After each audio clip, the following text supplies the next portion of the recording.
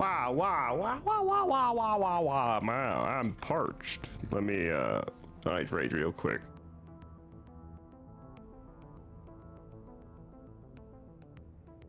Wow. I had a very light breakfast, so hopefully I don't get hungry while streaming this. Anyways, hello. I have been looking forward to trying out this game for quite a while. Ooh, a portrait pack.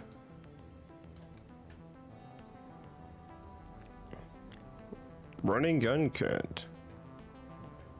Okay, let's press new game. Story, journey, classic tactics. Most simple relaxing mode. Medium difficulty for those who want to focus on exploring the game world. Hard mode for those who have been playing RPGs for a long time and love challenges. Rah, rah. Carry 50% more weight. Always get first turn in battle. Oh yeah, let's go with journey mode. 1971. We woke up in a different world, where the Cold War ended along with the Vietnam carnage. Oh no, not the Vietnam carnage. All because of the dome. The Doom. The dome.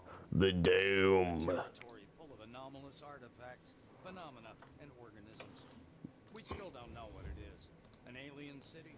Some kind of a testing ground or storage? Whatever it is, no living thing trapped under the dome can escape it. Got it. Yet even this did not stop the research. The major powers created the Cronus Mega Corporation to develop and explore the dome. Its secrets became a lucrative business. The Spire station was built on Top of the dome. to export the artifacts and import supplies and personnel. The city of Crystal Sands grew at the foot of the dome, eventually becoming a major transportation hub. All this required thousands of employees, and there was no shortage of candidates. Romantics, pragmatists, and adventurers of all trades swarmed recruiting centers around the globe, seeking jobs in Cronus. Okay. I was one of these people. Oh my gosh. Application was approved, and you went under the dome towards the future. I'm glad my application was accepted. Only time will tell. I will be an upstanding employee, I tell ye what.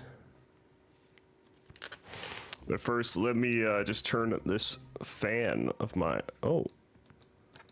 Martin Smith, Frank Foley. Edit character. Okay, welcome to Character Creation, where you will create protagonists and plunge into adventures on the dome. Begin, choose a name for your character. Select the wing in which they work, their portrait, and then adjust their physical appearance.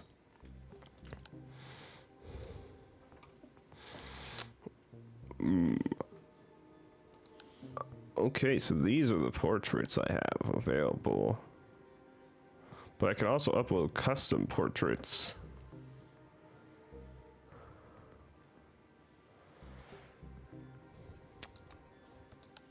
Let's see. Okay, it's always capitalized.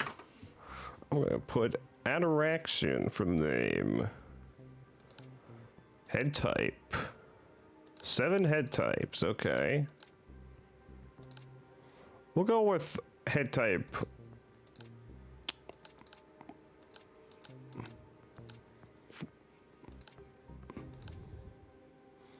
Head type 3. Caucasian. Ooh, lots of hair options.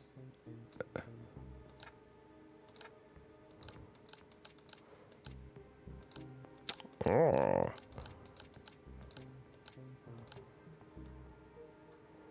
Well, with that, we want redhead.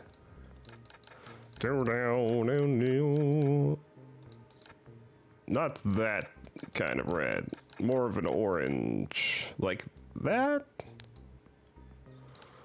That's close. features. I don't even know what this button does. Ooh, glasses. No, I have no idea what these otherwise is doing. Well, I think maybe one of those was piercing. I don't know. It's. We'll give you them glasses.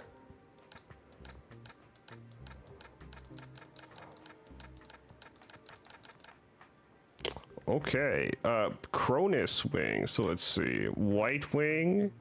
Cronus is divided to wings. These 5 departments are engaged in different activities. Choosing a wing affects the background of your character, starting attribute values, initial equipment, and answer options and dialogues.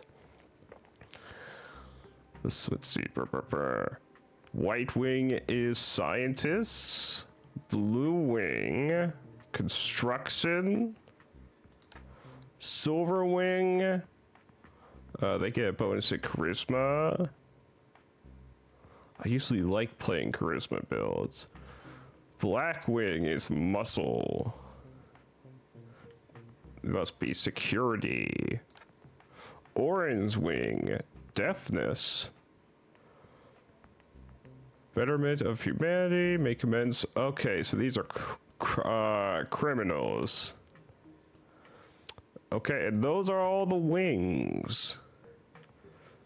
I'm thinking either white wing or silver wing.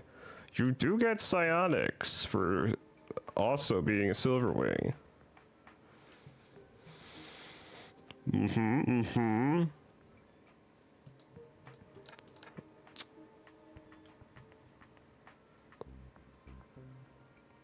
Poisonous animal sparrow. We'll try out white wing, I think. Each character in the game has a set of attributes, basic physical or mental characteristics. The higher the attribute value, the greater the advantage in certain situations, and the higher the initial level of secondary characteristics and skills associated with the attribute. After selecting your wing, attribute points are distributed automatically, reflecting your wing's specialization, but you can redistribute them by deducting points from some attributes and investing in others. 1 muscle makes sense. Fortune affects accent points, critical hit chance, contraptions, and piloting skills. Ooh. I don't know if I want to mess with anything. I could maybe like,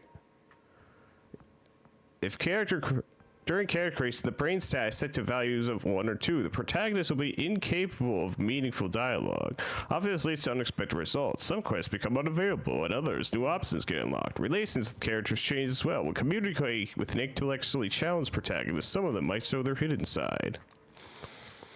Okay, but I didn't lower my brains.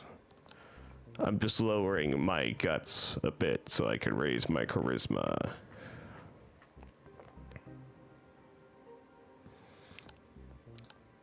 There we go. 5 charisma, I'm more than happy with.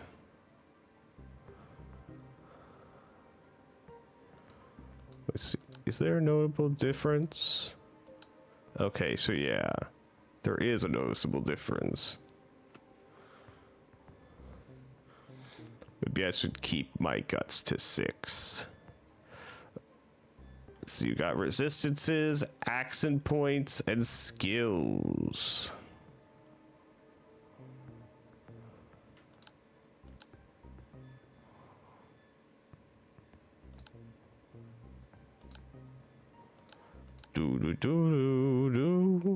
Charisma only affects influence and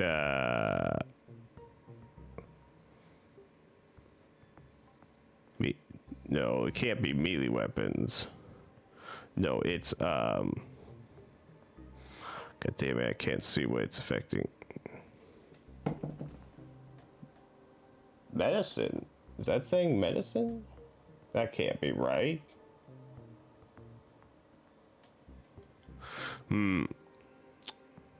Guts affect survival and melee weapons. And my AP maximums. Okay, next.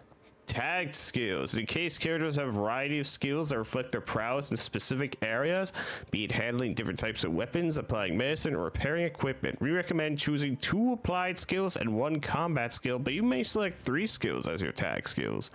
This will add additional 30 points to each tagged skill. To tag a skill, click on the star icon to the left of its name. Let's see, applied skills. We want 1 in science. 1 in tech.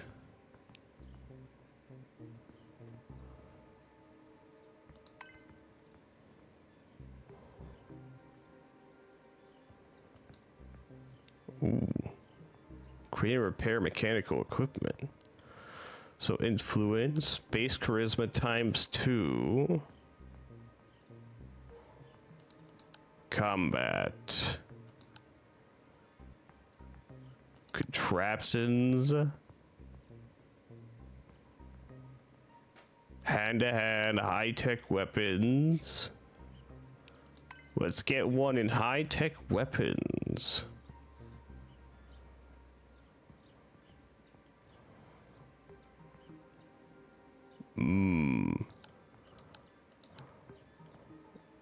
Although influence is very tempting. As is piloting.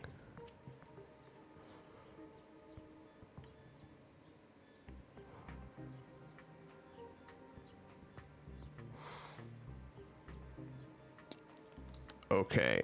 We'll go next. When creating a character, you can choose 1 personality trait for them. It has both pros and cons, and is entirely optional. In case you create a character with low intelligence, blah, blah, blah. So let's see. Gun fanatic, Salieri. You could escape the stigma of mediocrity. So minus 20 in all of this, just for a plus 20 critical hit chance. Penitent 1. Spirituality. So minus 40% damage and all that, but plus 20% resistance. Survivor, vampire. Fatigue minus 400 and killing an enemy. Stunned for the next round. Psychoporphobia. When you kill someone, you experience an unusual surge of vigor, but you also fall into a delirium for a few seconds. Redneck. Neanderthal. You can now wear pants and jackets. You are a true Neanderthal descendant with a certificate from an anthropologist. There are more Neanderthal genes in you than any other living person. Everyone will attest to that should they ever pick a fight with you. Being so proud of your ancestors, you gave up wearing pants and jackets to honor their memory. Dark Lord. Thrill Seeker. Bossy. Oh no. Maximum carry weight. But I do get a bonus to my charisma. Intuition. Slowpoke. Prodigy. Slacker. Plus 2 perk points at the start of the game. Skill points minus 3 when leveling up. Or Don Quixote.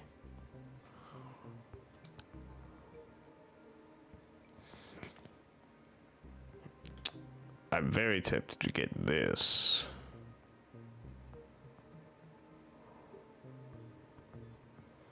Even if it means I have more encumbrance. Bow, bow, bow, bow.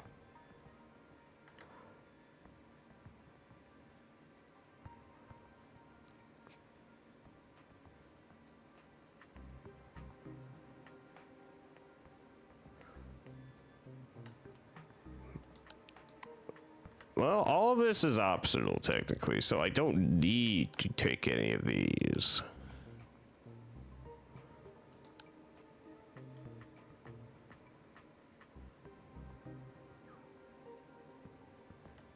but I do like having high charisma,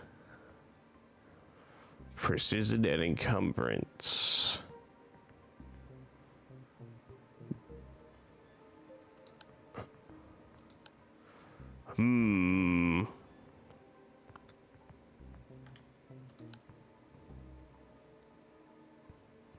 What is this? Number of axe points that may be saved for the next turn.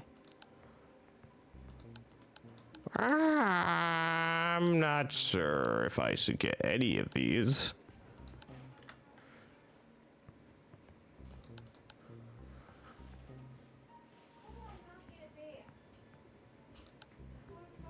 Yeah, let's just skip traits.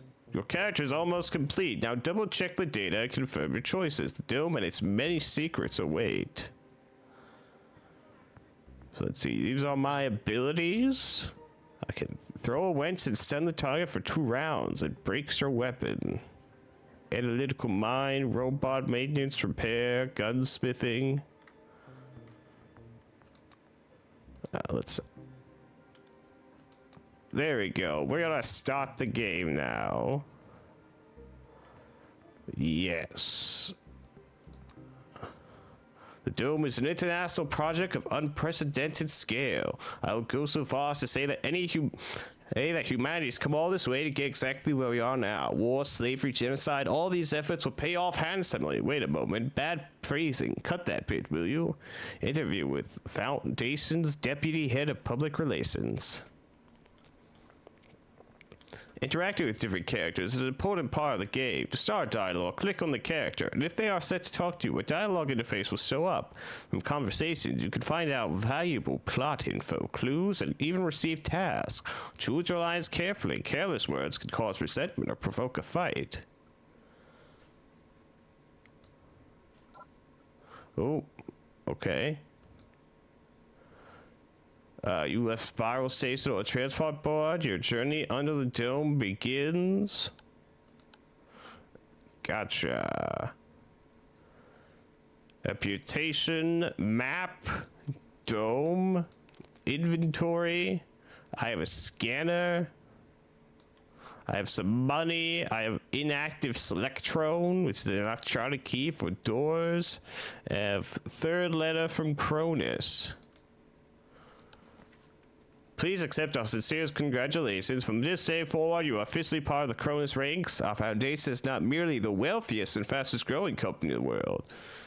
Above all, it is an organization of people, brave soldiers, astute scientists, talented engineers, brilliant managers, and other employees. These people form a huge but cohesive team, and we hope you will soon find your own place in it and make some new friends along the way. We are all united by a common goal. We believe in a bright future for every human being on Earth, and we're prepared to work hard to achieve it. Thank you for joining us.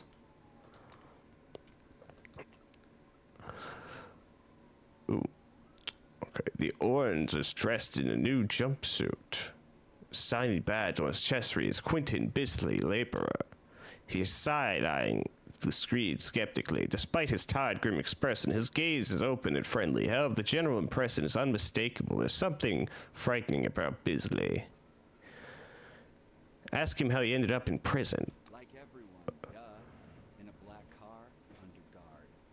There's other guys, too. The ones who go through the front door. He nods at the black-winged woman beside him. Her nose wrinkles in displeasure, but she says nothing. Ask about the bracelets. He raises his hands to examine the devices. They call them humane handcuffs. That. Truth is, there ain't nothing humane about it. That's the hard to get your hands on a gun. Sure is. He lowers his hands again and smirks. A tall woman is watching an ad playing on the monitor, arms crossed. The polish to a shine badge on her black overalls reads Elsa Olafsson, Security Service. She glances at you and offers her hand in a businesslike manner. Greetings. Please take all necessary precautions. By that I mean, don't turn your back on him. Ask her what's so dangerous about this orange. I just follow orders. Even if his crime was embezzlement, I have to keep him soft. She shrugs in a sharp, mechanical way, as if racking the slide of an assault rifle. Friends from the administration didn't deign to inform me about this man's record. Could be escorting a serial killer. It's corporate policy.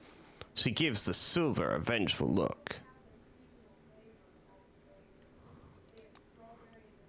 Wait, I've already forgotten. What wing am I? I'm White Wing. You're clearly Black Wing. Monty James, Silver Wing. You're administrative and bureaucratic. Ah, it's you. I found your file extremely interesting. And wonderful. Inspiring. Oh, do tell. When I had the opportunity to read the files of my future colleagues, I couldn't resist. I don't want to sound boastful, but silver level clearance has its advantages. Monty winks. You were number 63,784 on the waiting list, but you were lucky enough to get into the dome after only 16 months. Besides that, zero, nada, absolutely nothing. You're a dark horse for both the Foundation and myself. How exactly did you end up in this one? Ooh, I have 3 options. Am I interested in my forefathers' technology, or am I opportunity to participate in mankind's greatest experiment? I'm interested in my forefathers' technology. In that case, I congratulate you heartily. You made the right choice. There are enough miracles here for 100 doctorate theses. Let's see. Forefathers, a community of ancient and incomprehensible creatures who built the dome and everything inside it. Nobody knows what they looked like, where they came from, or where they've gone. An uncomfortable silence rises between you and Monty. Abruptly change the subject. Storm rising. The lightning is strange. Green. Should lightning be green? This is my first sandstorm. Can we barter? We can. You have soda. Cherry soda in an aluminum can. Logo is a disco ball with black to white gradient. A big label reading show.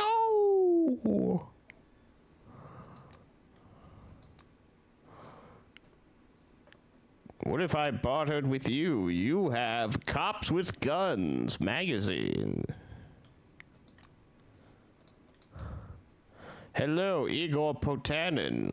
A mustached man in a blue jumpsuit is standing at the window, studying the construction site below through the occasional break in the clouds. His badge reads Igor Potanin, planner. The blue taps on the glass with one finger and gestures you to come back and take a look. Seems like he doesn't speak English. Influence 20, answer not available. A thin, pale young woman is sitting at the window, leaning against the illuminator. The glass is slightly fogged with her breath. She turns to you. Her shiny badge reads Tomoko Kimura, physiologist. Across the border. No way back now.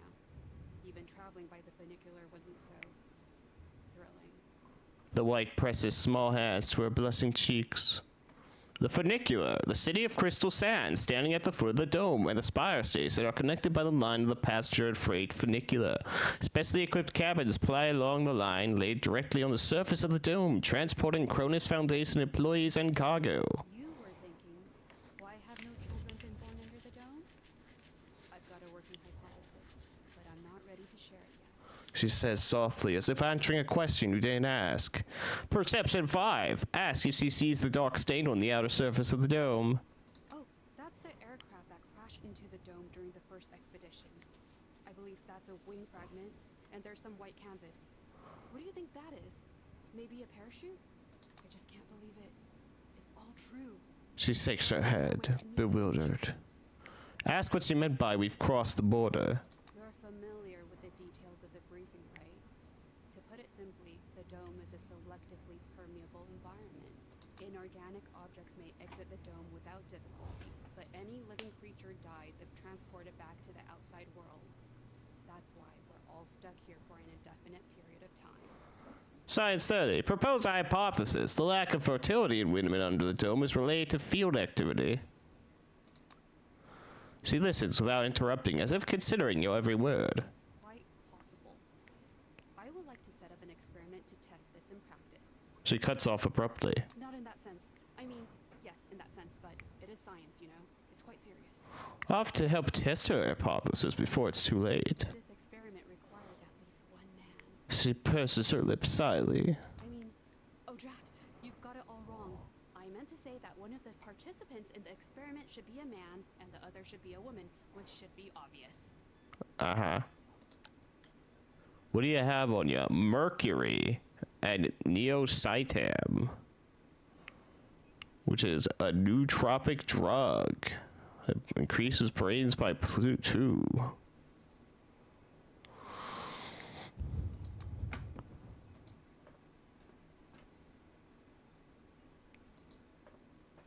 Built-in monitor. Foundation presents gleaming, futuristic, state-of-the-art cities straight from the pages of science fiction. Well-paid, safe employment, career advancement opportunities, and a world-class social safety net. Uh-huh. And intellectually stimulating work in state-of-the-art laboratories. We're thrilled to welcome you to the Dome. Please hold on to the handrail and prepare for landing. Never! Stopping by the door's porthole, you watch as the ground slowly approaches. It looks brown-black through the tinted glass and smoky blue at the horizon. It almost seems like the clouds are pulling apart there. You scan the desert for any sign of the anomalies you've heard so much about. A flat, dark form Oh. in the air above the horizon. It vaguely resembles a mushroom cloud, but with a much denser structure. In the distance, you can also see a strange, apparently man-made wall rising from the sand.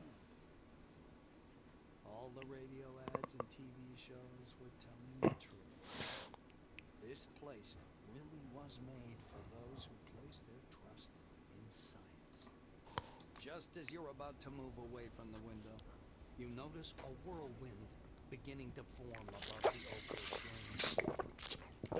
The gathering storm drifts unhurriedly above the desert, a crown of green lightning flashing at its core. Clearly no ordinary weather phenomenon. It must be one of those anomalies. You freeze by the window, unable to avert your gaze. Sandstorms. The desert of the Dome is not very hospitable, and sandstorms here are quite common. Many scientists from the White Wing associate them with abnormal activity, but there is no direct evidence for this. Anomaly, general term for a variety of psychochemical phenomena of uncertain nature, endemic to the Dome. Recommended approach, steer clear or die. I'm gonna stay where I am, trying to see if I can spot the mysterious forefather structures until landing.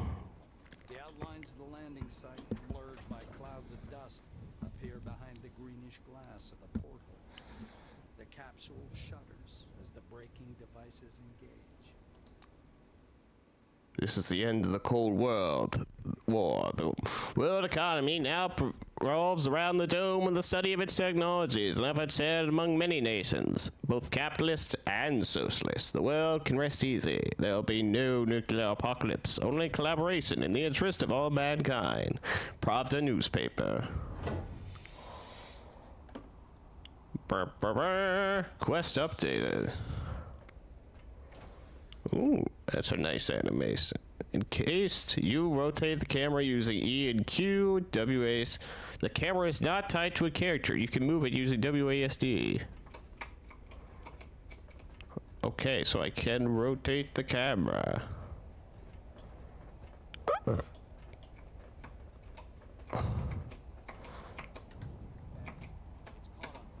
Ooh.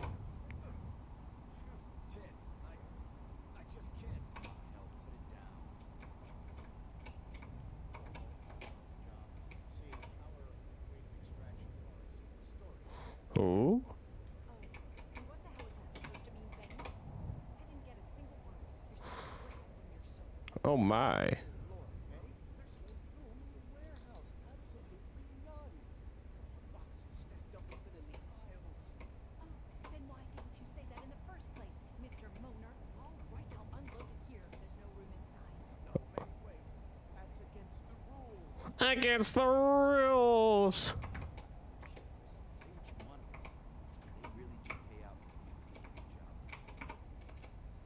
Okay, they're orange. That means they're prisoners. Hello, Ludovico. Come on now, or you'll miss everything. A cheerful man. Man in a white lab coat grabs you by the sleeve. Okay. A badge reading Ludovico Nuzzi Scientific analyst, export department, dangles loosely in his clean uniform, which still smells pungently of Washington. Oh no. Over there. He points upward with a sharp, wide gesture and hands you his field binoculars. Look where he's pointing. You raise the binoculars to your eyes. Under fourfold magnification, the whirling Oh my. the rust-colored plains looks even stranger. Its core glows with flickering green light, Flashes rhythmically. and that rhythm seems to form a complicated pattern. Nazi bends close to your ear. Fascinating. Do you want me to bring some filters? If we intercept the red and blue spectrums, we'll see something amazing. It's like a signal, some kind of missing. Okay, reconnaissance 30. Answer not available. Ask him what is precisely I'm looking at. I don't know. Ludovico laughs unnervingly and snatches the binoculars from your hands. With the binoculars raised to his eyes, he minutely adjusts the focus. It's a massive whirlwind north of Concord. Not merely some desert sandstorm. Okay, I'm gonna take a moment to wipe my eyeglasses. For me to make a proper observation.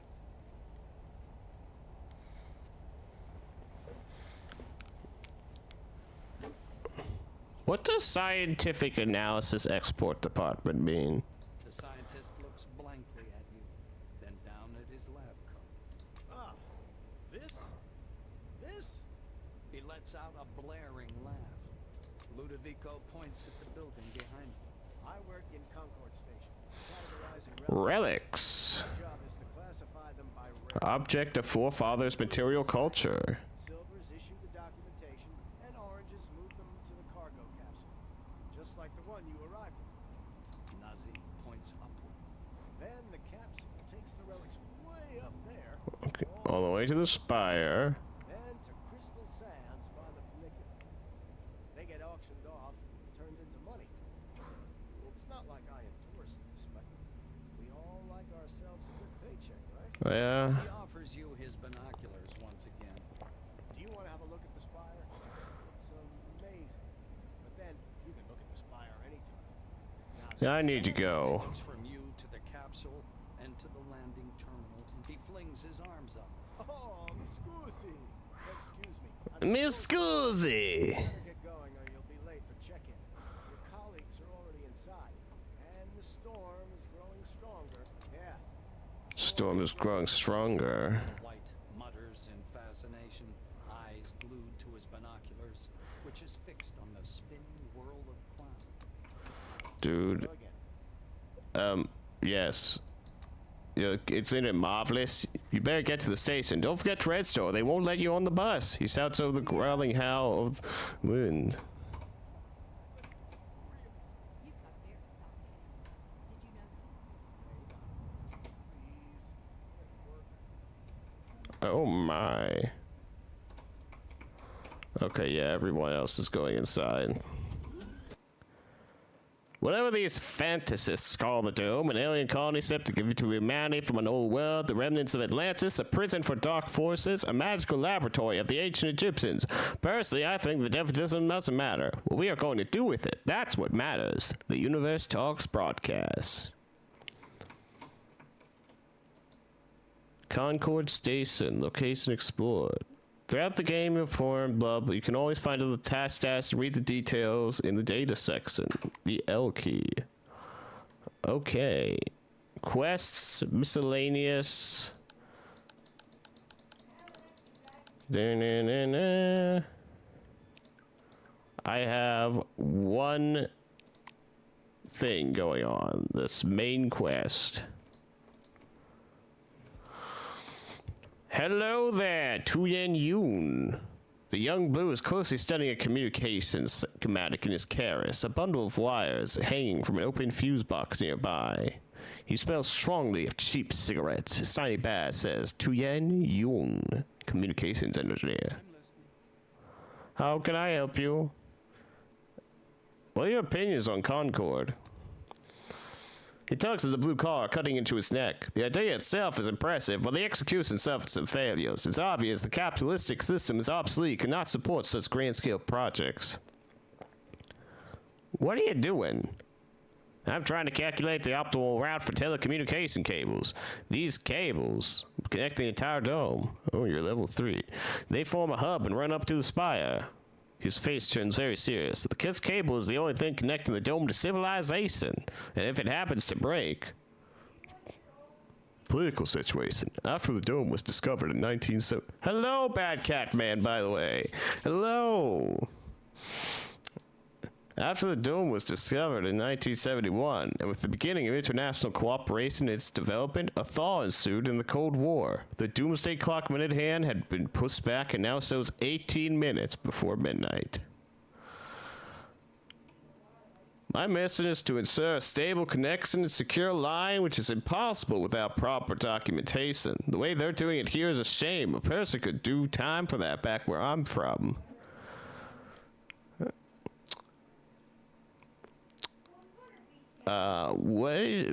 What about it is the same, in your opinion? Or Cronus has created an impressive communication system indeed.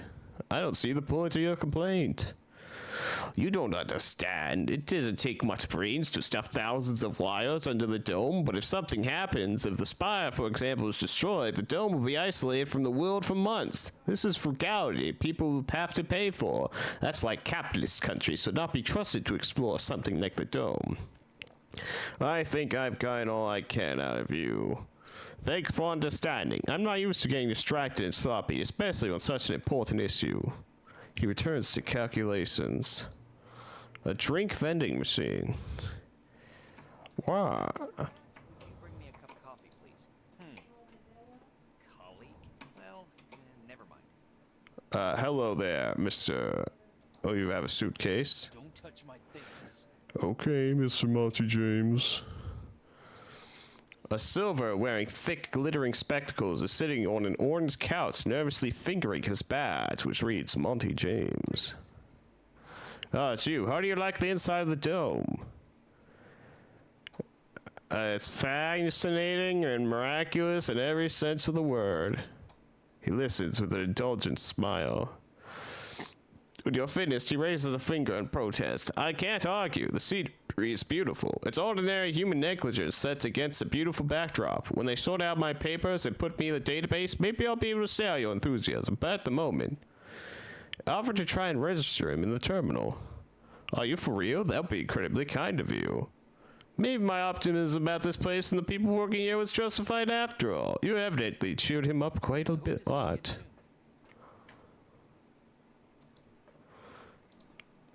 Cronus Corporation reminds you.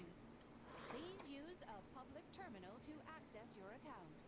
Thank you. Okay, so against all, a Silverwing, sitting in the concourse, told you that due to a clerical error, he lacks the documentation to get registered. You offered to register him yourself via computer terminal. Your Selectron has not been properly Okay. Please visit the A tall receptionist watches you from behind his desk with a bored, haughty look. He waves impatiently at you as you approach. He glances at you indifferently. His upper lip is ever so slightly curled in contempt. Employees must register first thing.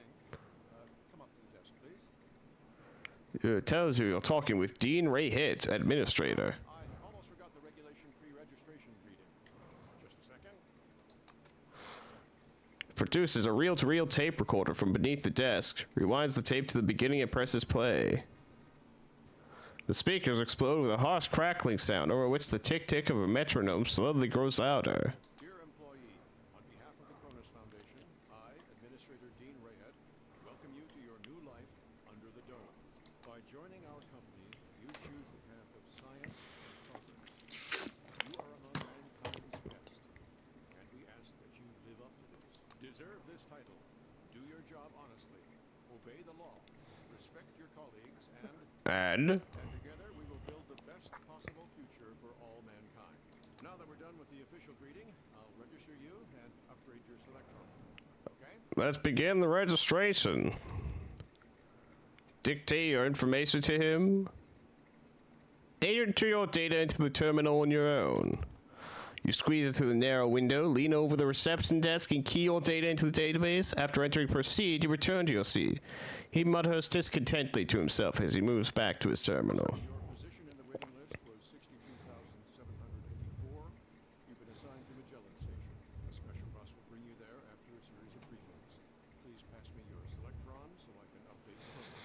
Selectron. Electronic key and ID. A computer program embedded in the Selectron grants access to certain areas depending on your wing and rank. Dean snaps the docking port of your pass to a recess in the casing of his computer. Cronus was founded as a society of scientists and military professionals.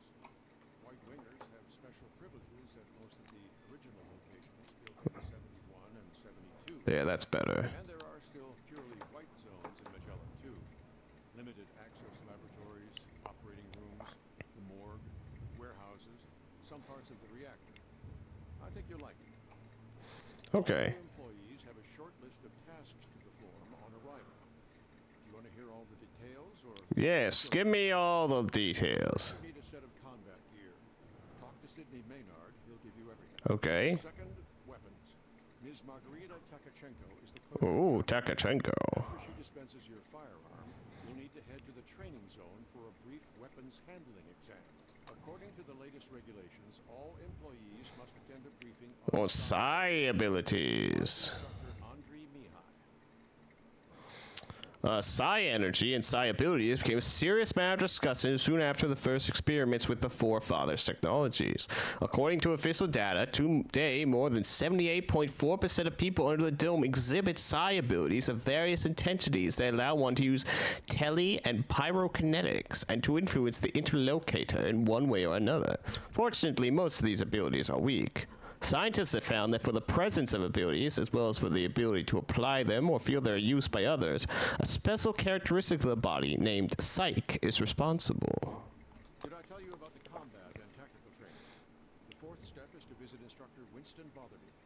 And finally, science is the overarching purpose behind what we do here.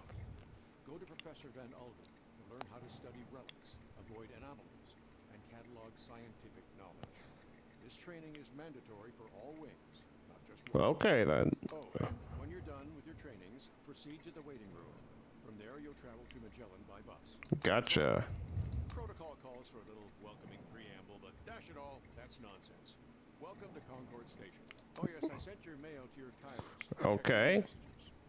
Well, Messages sent to you by various game characters are stored in the messages section of your Kairos. Messages from some employees' computers also end up here. All new messages are in the inbox after reading are moved to the archive tab. Alright, let's see. Inventory, character.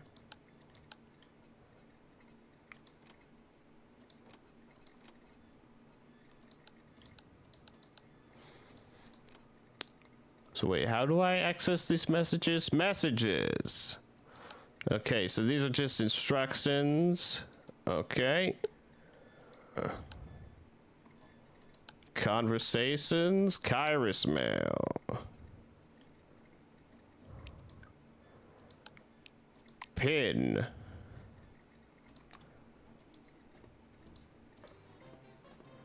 I can use a terminal now. Throughout the game, you often have to interact with various computers. Terminals contain useful info, allowing you to turn on disabled mechanisms and open locked doors. If you accidentally or intentionally killed one of the main characters, then info on how to progress further can almost always be found in the terminal.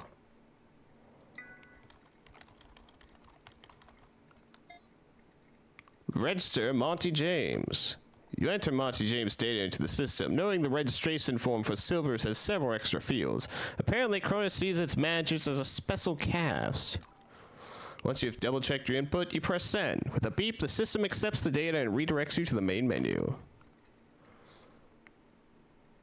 Greetings, employee. Enter stat. It is clearance level 1, White Wing.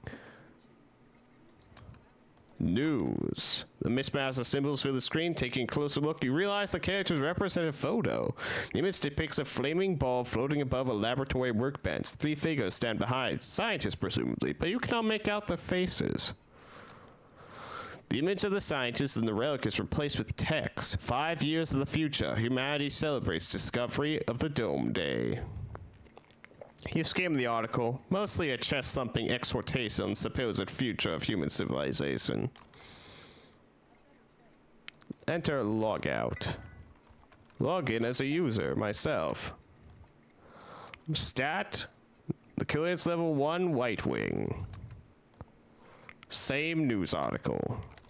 Okay, hello, Monty. I've registered you. Would you bring me a cup of coffee, please? Colleague? Monty takes off his spectacles, rests them on the cushion beside him, and envelops you in a big hug. He puts his glasses back on. Thank you for such an impressive example of cooperation with a stranger. Perhaps the dome really is a special place. Huzzah! My first little side quest complete.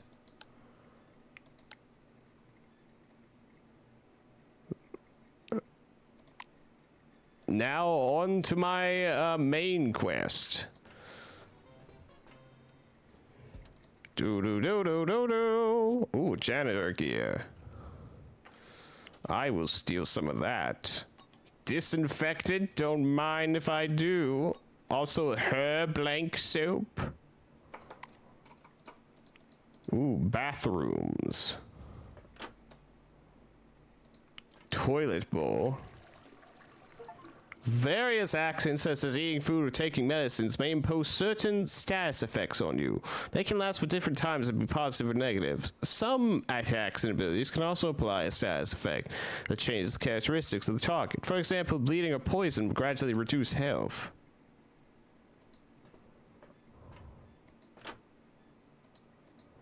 New tip unlocked. Status effects. You are relieved. A small amount of radiation has been purged from the body because you used the toilet. Ooh, dry and warm. -5 heat resistance, +5 cryogenic resistance. Interesting. Well, I'm going to go through the door now. Bonus propaganda on every channel. Hello there. How can I help?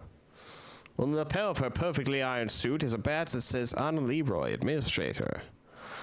The girl waves her lamp in the air, trying to attract some attention. Valued employees, according to the Administrative Order of September 14th, 1976, the waiting area may be accessed to the regular staff corridor. Please be advised, this rule does not apply to newly arrived employees. Shit, I should cut down the smokes. Hey, new employee. She pauses, coughing. The silver nods like she's depressed. She seems to have just noticed you. Can I go to the waiting room? She gives you a gentle poke on the chest with her warning lamp, forcing you to take a step back. Am I speaking gibberish or what? This rule does not apply to newbies. You need to go through training and... Okay. Hello, Sydney Maynard. You see a small, neat guy, gingery hair shining with something like brilliantine. Oh, what a lovely angel came down from the heavens. Good morning, my lady. Is it something urgent? By the way, my name's Sydney. My friends call me Sid, though I prefer a different name. Want me to whisper it to you? He smiles languidly, leaning on his elbows against the counter. The effect is more laugh-inducing than playful. Never take his gaze off you. He reaches under the counter, loses his balance, and clips his chin on the desktop as he falls down. A full minute later, he reappears, grimly rubbing his jaw with a thick logbook. He thumbs through it for a long period, squinting nearsightedly. Eventually, gives up on the struggle and reluctantly puts on his glasses. This is your first uniform requisition, right? Yeah. You can also purchase any equipment you need for the desert directly from me. Your voice is enchanting, my lady. Oh I no. could listen to it forever. He's Now, smiles at you listen to me. over his glasses, I'm going to give you some instructions. practically stripping you with his gaze. The rules. Okay. No, I'm not going to sugarcoat it. Life under the dome can be dangerous. You may get shot, spill acid on yourself, get electrocuted, or suffer the effects of a dangerous anomaly. You may also freeze to death or get fried. Okay, all kinds of That's why it's damage. important to wear protective equipment when traveling outdoors.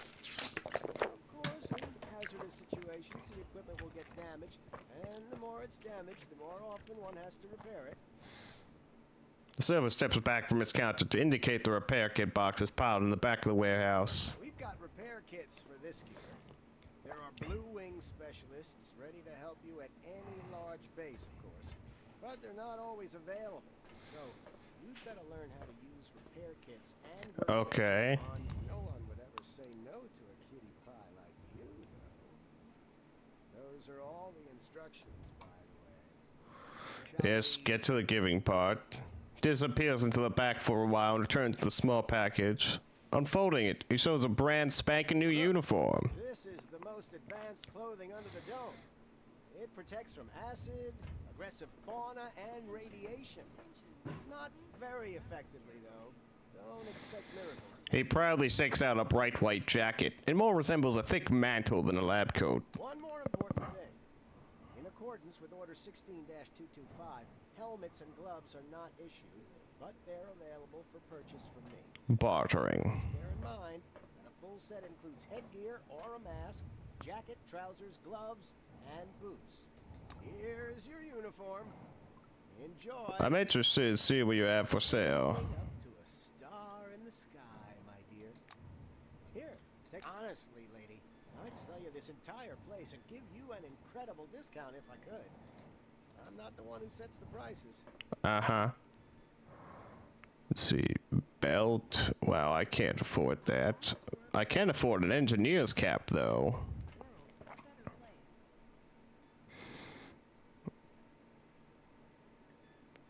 Yeah, I should just save my money for now.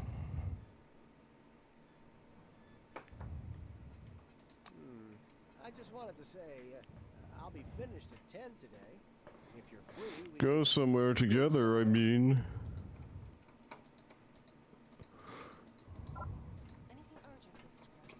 President? Did you mark it as Class 1 again instead of 2? Look, here's the scanner data. It says the relic is a scientific device.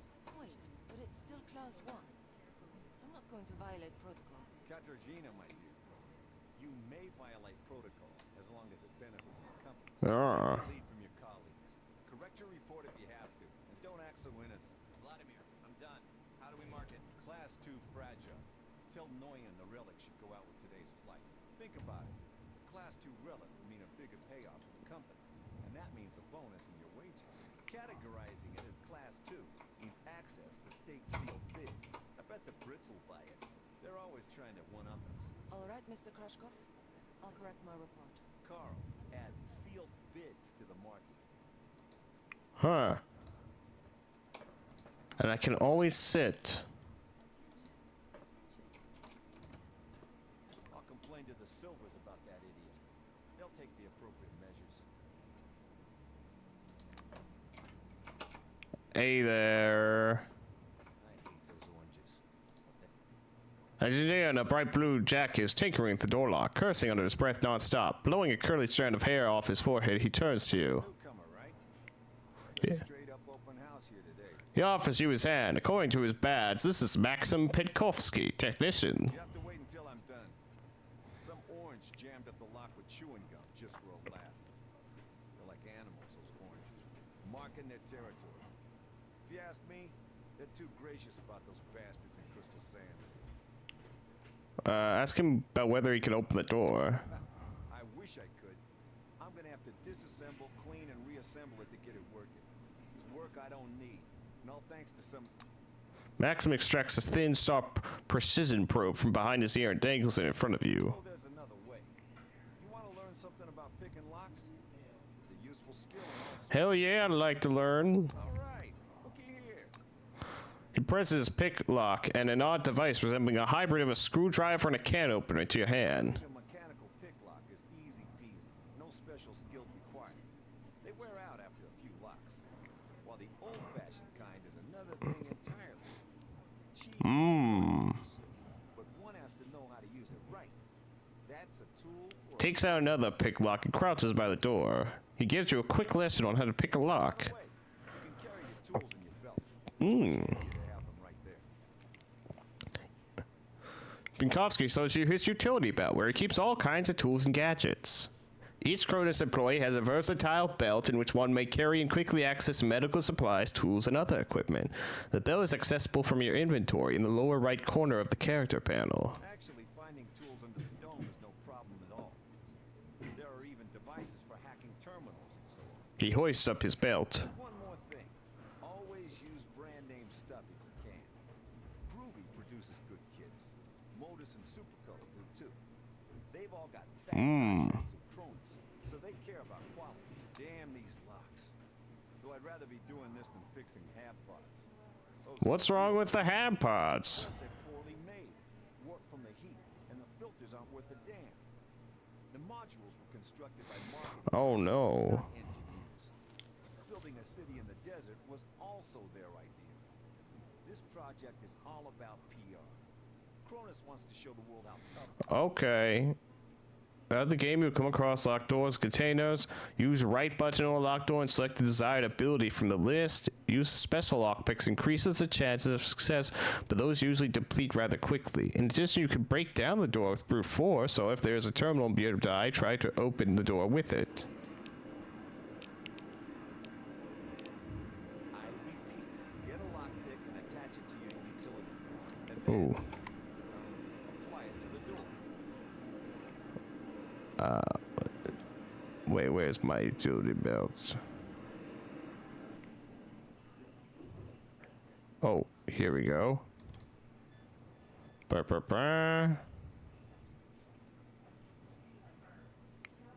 I have an electric lockpick, okay.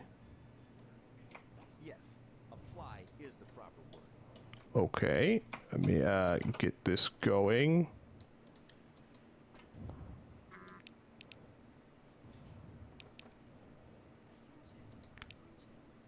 Yes, I want to use this.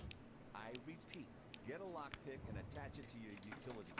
And then, Dude. doing well. Just don't forget Yeah. weapons. It'll be awkward for you if the door gets stuck. Hello, Margarita. A black lacquered pipe, an open logbook full of signatures, and a middle flip calendar sit on the counter in front of this tall, portly woman. A small nameplate reads Margarita Tikachenko. To what do I owe the pleasure? Her voice is deep and gravelly. I see. This was your first receipt. Yes. She glances at her caress, looks at you, snorts, and retreats to the shelves. She returns a couple minutes later, carrying something that looks more like a toy than a I weapon. ain't telling you shit about this thing, because that's exactly how much I know. Laser, schmazer, cadmium battery, fiberglass body, blah, blah, blah, blah, blah. You probably know more about it than I do. Here. Accept the firearm carefully with the barrel aimed downwards, like you were trained. I see you know the rules and won't cause problems. Ask about servicing the weapon. Fuck it. If it breaks, bring it back and I'll trade it in for another one. There was a little cloth in the box it came in for cleaning the limbs. That's all I know. That's about its Are drawbacks. you kidding me? I'm a different breed. One that doesn't understand toy guns. What if it turns out to be radioactive? Sorry, but I can't help you out on this one. Okay. Least I could do. We have a requisition list from the Silvers. For free, you receive only rubbish. If you want the real deal, check out the weaponry shop. Or me. Item quality. Weapons, equipment, and other items may have different quality. High quality items are more expensive, less common, but have better characteristics and a lot of useful properties. Sign your name here in the meantime. A new set of ammo is issued for every task, but there's so much bureaucracy you'll go daft. Expenditure report. Form number 16. Disposal form. The Silver's running true to form. So if you need more ammo, I recommend you either search or barter for it. Or learn how to craft it on your own. Now it's time for your training. Fatherby is already waiting for you by the big gate. Big He's a Dotty. boy, but a good man nonetheless. But before the training zone, go see that wizard guy with his toothpicks. Be careful around him, though. Don't let him pitch you a line. Psychic my ass. See winches in disgust. Oh, in case there's several modifiable keys that'll make your gameplay much more comfortable, hold down Shift to view a more detailed tooltip for an item, hold Control to attack characters and doors, hold Alt to highlight interactive objects and object lying on the ground. Alt? Oh.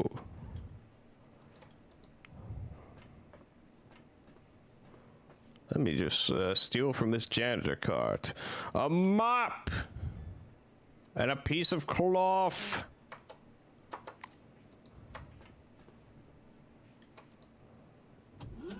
Hello, Mr. Mihai. It's a nice flower pot you got there. Be a shame if an active spherical relic and a handful of earth.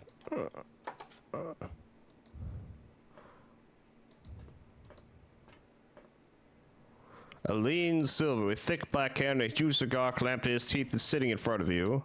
As you approach, he flashes a sly grin and slowly raises an outspread hand above the table. Something really weird happens. All the paper clips, pencils, scattered toothpicks, and bits of trash float up from the table to hang in the air. The silver badge reading Andre Mihai, Psi Instructor, floats up as well. Gape in astonishment at the objects hanging in midair. The silver trills with laughter. He approves of your reaction. The objects fall back to the tabletop with a light clatter. Here for the briefing, huh? Shall we get to it? Yep. Anyway, here's the deal. It's more profitable for people with a high psyche to study psionics. Give me your hand. Not waiting for an answer, he grabs your hand with strong, dark fingers. Do you practice? Bells, bulbs, brushing mugs off the table, huh? Look, a glove, right? But it isn't just a glove. This is an ooh mama, hold me tight glove. It takes energy from your psyche and pew concentrates it. Learn psionics. Put on the glove. Transform energy into the necessary shape. That's the whole briefing. Simple? Simple. Now to your questions, huh? So you mean a trick. He spreads his hands good naturally, as if to say you're welcome. The toothpicks on the table skitter around for a moment, arranging themselves into a curse word. Silver laughs loudly at his joke. The cigar falls from his mouth to float in the air, ass flaking weightlessly from the tip. Tell me about psionics and their origins. He takes a pull at his cigar and releases a self-important puff of smoke. Psionics. It's a gift for all of us. The forefathers took off someplace. Poof, gone. Only the dome remains. This psionics, huh? He rocks back in his armchair, puffing on his cigar. The toothpicks again slowly rise up from the table. Scientists say everyone has an organic skill called psyche. You have it, I have it, everyone has it, huh? Big psyche, you got talents. Small psyche, no talents. You'll need to carry a lighter all your life. Okay. Locker. Okay, nothing in the locker. Telephone. You pick up the receiver and press to your ear. You hear a continuous beep. I walk away.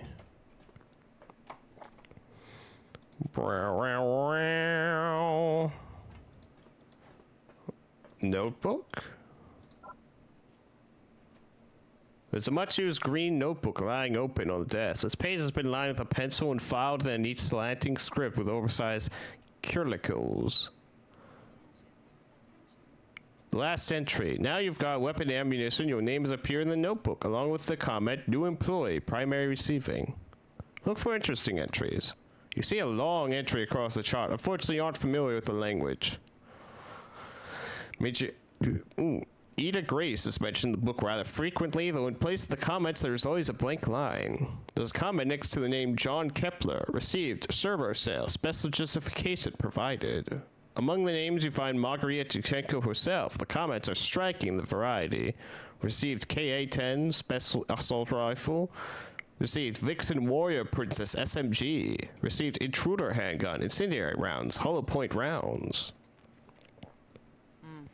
Just tell me what you want so we can dispense with all that. Talk to her about weapons. Smiles you're lot so fond of. Don't you by any chance need to go to work? I'm just curious. You're right. Goodbye. You're lucky. And I'm stuck here with the cleaning and repairing.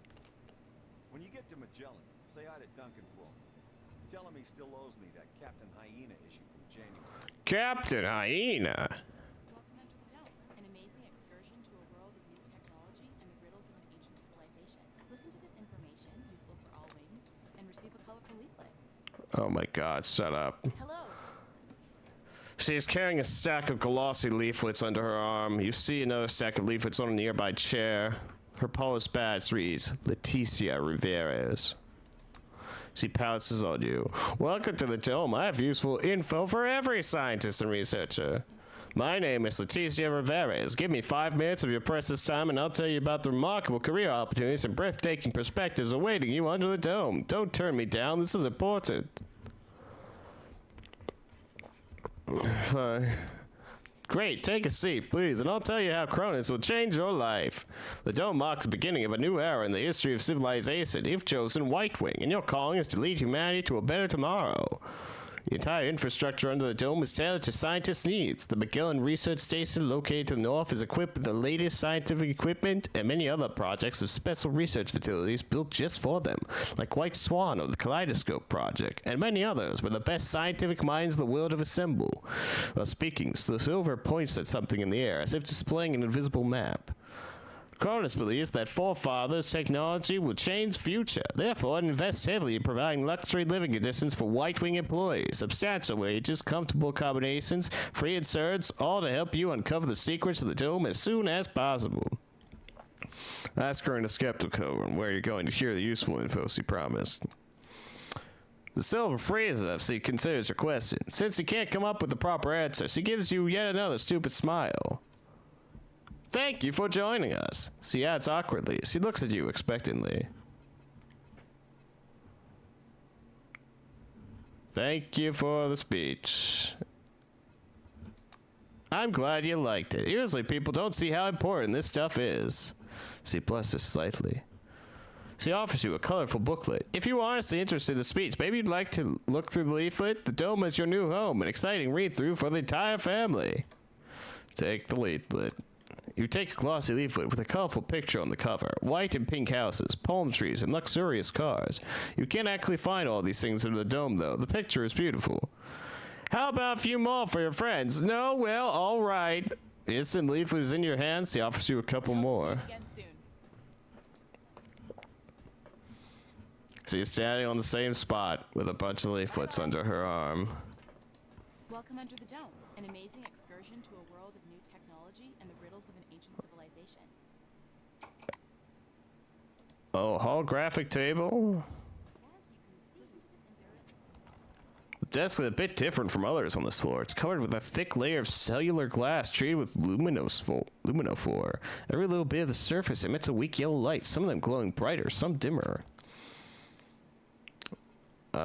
Like the hairs on your arms raised. This is Concord, the first and most important complex under the Dome. The station is the artery for all communications with the outside world, as well as the hub where all supplies, equipment, and new employees arrive in the Dome. It would be the same if something happened at Concord, wouldn't it? The audio guide laughs fervently. Look to the east. The eastern section of the Dome has several unfinished facilities and abandoned buildings. Paved roads are almost absent, all but a lonely fractured highway dusted with sand. This is where the action is, literally. Look at the grids, the glistening rooftops, the construction machines scurrying about digging trenches and building roads. This is the project of the century. It's the business center. You stop the display over the pale lands of the west, which consist mostly of milky white patches of salt marsh. In the west of the Dome, you'll find our sprawling recreation area. Spas, bars, massage parlors, casinos, and romantic resorts are already available and waiting for every employee. Look to the south. Something huge and shapeless, resembling a poorly drawn star, casts its disjointed rays across the sand. Nearby, the site designation, 010 Ankara, glows blurrily white. Turn your attention to our vast research facilities and institutes. The south of the Dome is the scientific and industrial center. Here's where we forge our future together. Sounds from invisible speakers. Look to the north. This is the most developed part of the Dome. 3 highways lead from Concord to Magellan Station, the observation deck, and the city. The D11 Bremen, C13 Cincinnati, and C12 Nashville objects are also located there. In the north are the first autonomous living and research bunkers under the Dome. And in a couple years, you'll find a real city in this location. No, the city, with a capital C. This will be the ultra-modern light of civilization, a utopia to which every city on Earth will aspire. Norman Potter is written on this man's badge. His face brightens upon my arrival. There's the plastic peace sign next to his badge. Violation of regulations. Oh, sister, did you know that 2 out of 7 Cronus employees die violently? We House of Kindness activists want to change that. He gives you his hand, sporting a couple of friendship bracelets. He slaps at his pockets. Alas, I don't have any more leaflets, but don't worry, I'll tell you about non-lethal weapons and how to defeat an opponent without killing them. What is House of Kindness? This is our commune. We practice meditation, walk on coals, don't eat meat, and are trying to give up plastic. Why is a hippie serving in Blackwing? It's my mission. I chose Blackwing to prove by example that military service without violence is possible. He proclaims theatrically, his hands on his peace sign. Okay. Very good. This will change your life, he smiles. When you arrive on the dome, you're issued weapons, but they never explain that almost any kind of weapon can use non-lethal ammo or attack methods. Non-lethal ammunition causes severe fatigue. After several attacks, the enemy may be knocked unconscious, he explains passionately. Non-lethal weapons include tasers, pepper spray, and tranquilizer darts. Can also be acquired on the dome.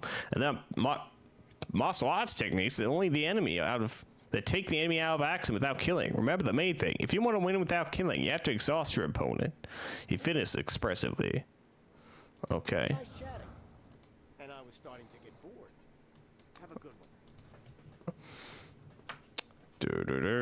one. Vacuum cleaner.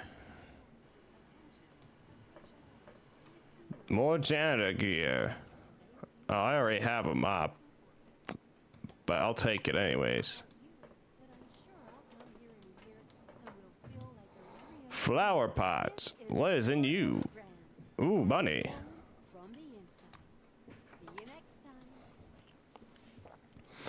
A beefy orange and a new jumpsuit is fiddling with the innards of a display board, closely watched by his supervisor. Frosted bulbs shine steadily through the mismatch of wires. He turns to look at you. His badge reads, Thorsten Dahl, laborer. Good afternoon. I wish you a pleasant stay at the Concord station, so... Yeah, that's right. We're doing... You're making progress. Supervisor standing nearby pats his back in response. He studies your white jumpsuit apprehensively, as if guessing what to expect from you.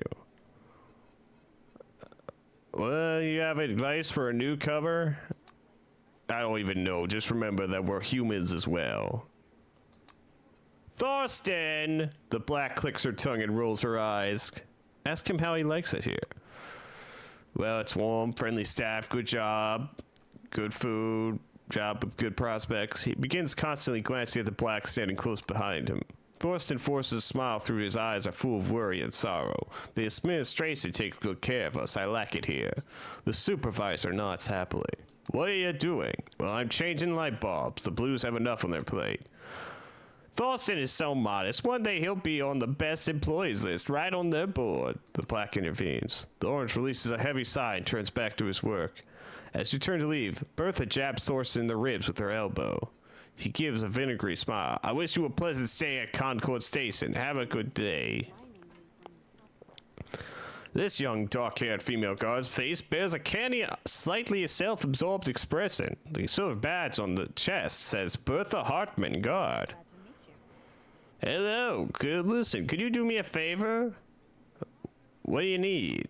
She keeps an eye on Thorsten for a couple minutes. I gotta take care of something. Please? She draws in a childish tone, hands clasped as if in prayer. Okay. She tenderly dusts a speck off your jumpsuit and leaves, waving her hand playfully. Thank you, honey. I'll be right back. And I was starting to get bored. He's leaning against the wall, relaxing. Looks like he's having a rest, taking advantage of the guard's absence. Will you have any advice for a newcomer? What advice could I give? Okay, as long as Bertha isn't listening, I'll tell you everything, warts and all. There are obviously good intentions about all this. I still believe we had a chance to get along, all of us, if this place wasn't the way it is. He gestures with both hands, trying to show something frightening. Looks you straight in the eyes. Something's happened. My guts tells me about these things. We're on the edge of something very frightening. Too much digging, too much shovel swinging. Something's gonna happen soon, and things will become even worse than they are now. He goes back to his work. Want a piece of advice? Yeah, find the people you're gonna hold on to when everything goes to hell. How do you like it here?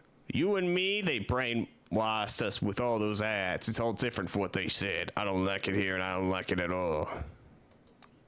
He lowers his voice. Pat-downs at every opportunity he finds, lock up, and they assign Bertha to me. She seems nice, but in fact she isn't. There are good folks here, but they sent them to work in the labs. Can't even get in touch with them anymore. They didn't want to go, but the terms of the program say you can't refuse. Thorsten's face darkens with longing. Clean Slate. The Cronus Clean Slate social program is active worldwide. Its goal is to give convicts a chance to start a new life under the dome. To participate in the program, the candidate must file an application and fill out a special form, which is then sent to the Foundation's HR department. Select candidates are accepted to the organization's Orange Wing and transferred to the dome. According to the most recent statistics, Clean Slate applications are accepted in 92.4% of cases. Exceptions are assessed individually. Hello, Chirop Tyrant. The laborer looks around as if fearing the black might be hiding nearby. The administration invented all kinds of damn papers, socialization tests, phrase books, and Bertha hands out penalty points to the slaves pretext. You know, if I could go back in time, I would fucking never ever go under the dome. So what are you doing? Bertha bugged off, so I'm taking a break. You turn to leave, but Thorsten grabs your sleeves. Before you go, his voice falls to a whisper. My friends were assigned to the Kaleidoscope Project. If you happen to pass that way, check on them, please. Seeing Bertha return, the orange goes back to work. How do you like your job? Responds with a sugary smile. Yeah, of course. You're on stimulators, the orange notes carefully. After the first boom in the 60s, the second wave of popularity of pharmacology came with the discovery of the dome. Everyone needed drugs that increased strength, deftness, and quick wits. The technology of the forefathers made it possible to compose new breakthrough recipes that are available for production literally in the field. Talks about side effects of the development of addiction are not welcome. The guard glares at him. Those are vitamins! Looks like stimulators to me. The thug parries indifferently. Observe that she seems to get along well with the Orans. Ask her what her secret is. Oh, there's no secret. It's just a humane attitude and avoided violence. And a lot of fines, grumbles the Orans in a low voice, fiddling with wires. Bertha jabs him in the side with her small fist. If you keep on yapping, there's gonna be even more.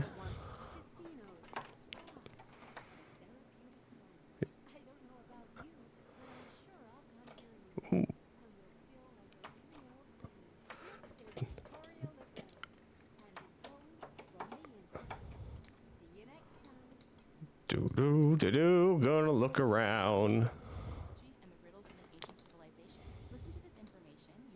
Hello there.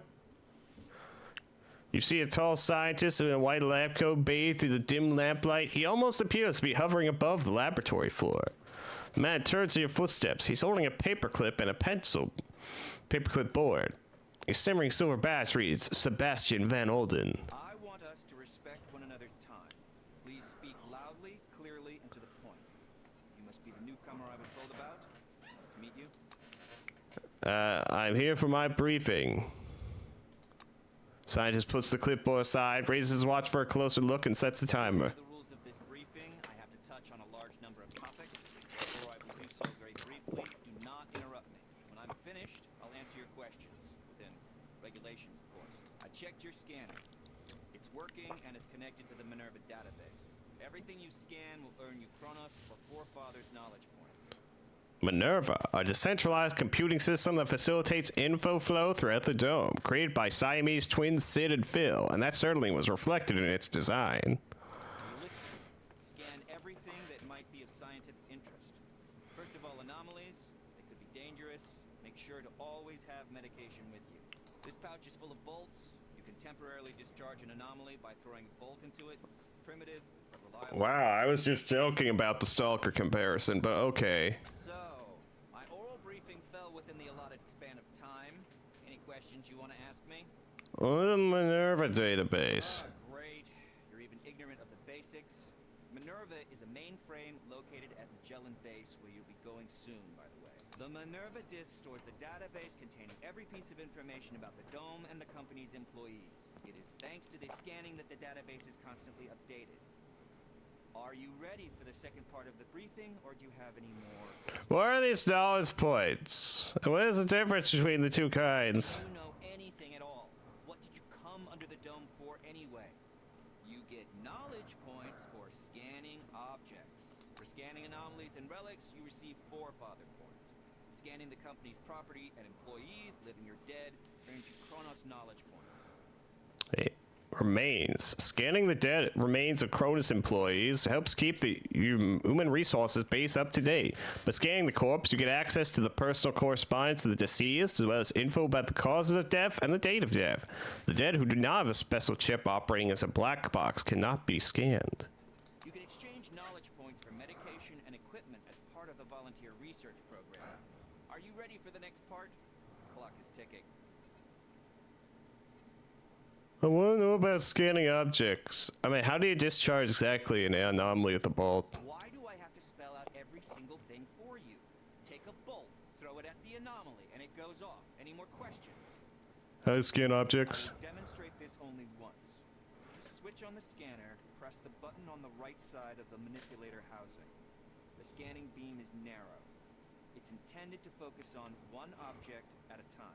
My advice is to scan anything that might be of scientific or statistical interest. Yes. Automatic doors, vehicles, venues. The scanner automatically transmits data to the Minerva system, and you receive knowledge points. Do you have any questions? Yes, I'd like to bug you about medication. You'll need some one-use stimulator injectors, bandages to stop bleeding, and anti-radiation agents and radio protectors, including ARAD-3. The white ticks these off on his fingers. According to protocol, you should have this medicine. I'll give it to you as soon as we proceed to the practical part of the briefing. Are you ready, by the way? No, I have no more questions. You're within the time limit for questions. The next step is training in the artificial ecozone. You're going to go downstairs and scan relics. I will be monitoring your progress. Please note there are several radioactive anomalies in the ecozone. Okay. These are the same conditions you'll be working in the field. Radioactive zones and relics are quite common under the dome. Here's your ARAD-3. And one more thing.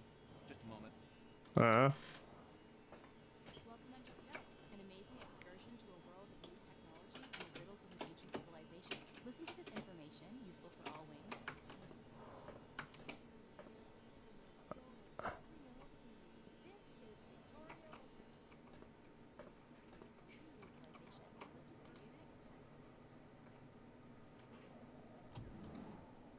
Please stand by for decontamination to end. Hello. You have the scanning ability. To perform a scanning, select the ability in the panel and then click on the object that you want to scan. For each successful scan, you receive knowledge points, and the data obtained in the process is stored in your Keras. Wait, what? Ah, this.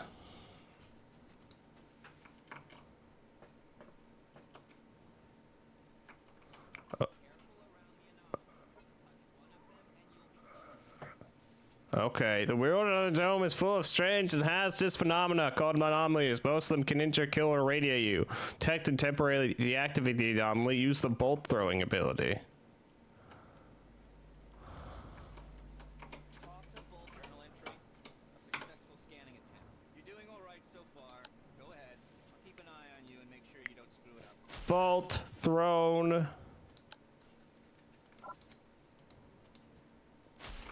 Ow. Electroshock. Decrease in biochemical.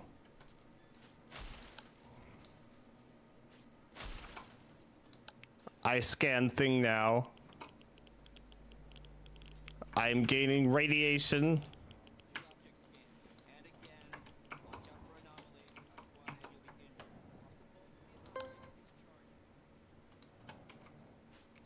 I'm charging, throwing my bolt, Sarge.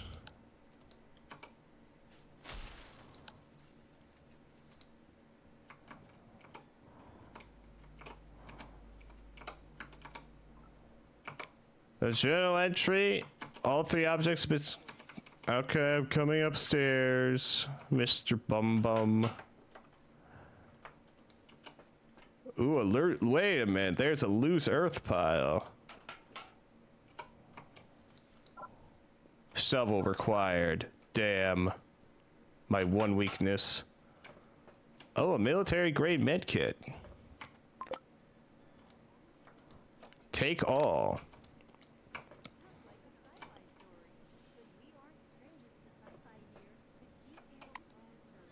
Level up.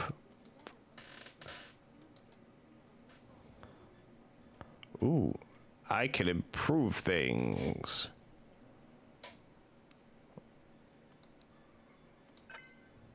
Ooh. There we go. I now have access to the second levels of perks for high-tech weapons.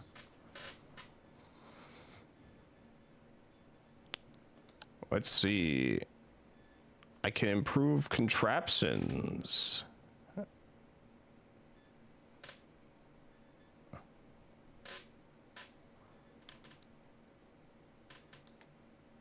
Save changes? No. How many points? I have 21 points to spend.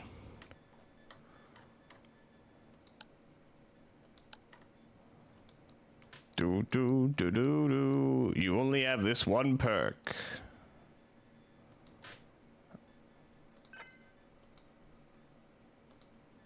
Okay, yes, I will select that, and then I will put points into contraptions. I can now throw weapons from cobblestones to grenades.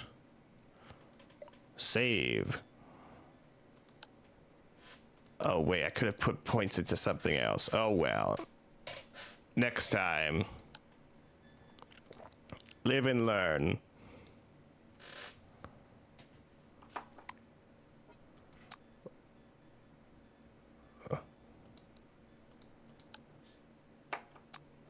Save game.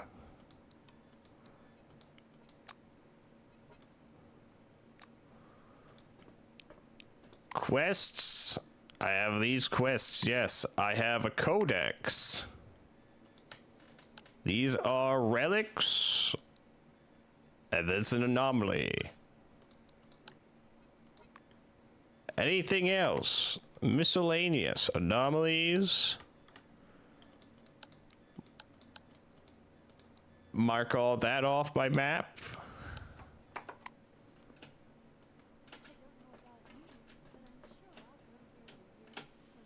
Wait, what does shift key do? Shift, hold down shift to view more detailed tooltip for an item.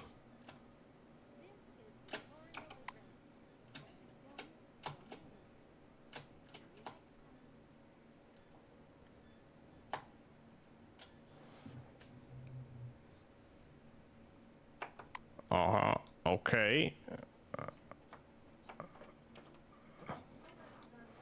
We can talk now, yes? Your finishing time is within the acceptable range. Uh-huh. Not bad. One question. You observed several anomalies while scanning. Why do you think they appear? Formulate a hypothesis based on the scanner beam's wave structure. I knew you'd come up with something like that. I see you understand nothing about the nature of anomalies. So Oh, fuck you. The truth is, we don't know the precise reason for these phenomenon either. We actually know nothing, no matter how much we try to convince ourselves otherwise. I personally believe that the anomalies are the dome's security mechanism. The ones you saw are relatively harmless, but there are different anomalies in the desert, phenomenon that toy with the human mind. I know you don't care, but I'll say it anyway. Scientists today are required to be wonder workers who can heal cancer with a wave of their hand and solve the secrets of the universe during their coffee break.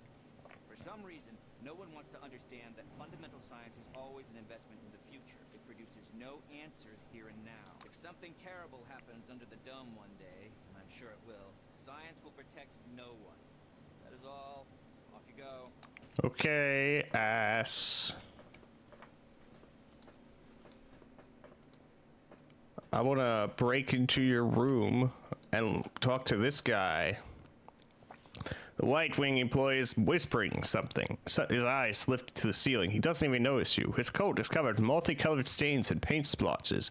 Even his badge reading George Zarin's is spotted with something pink. Professor jerks his head up and squints nearsightedly. Yes, are you looking for a scientific curator? You found him. I can exchange your scientific data for incentive rewards. I want to know what forefather points reflected on the screen of my handheld are. He looks at you with extreme surprise. He's certainly good at this expression of absolute puzzlement.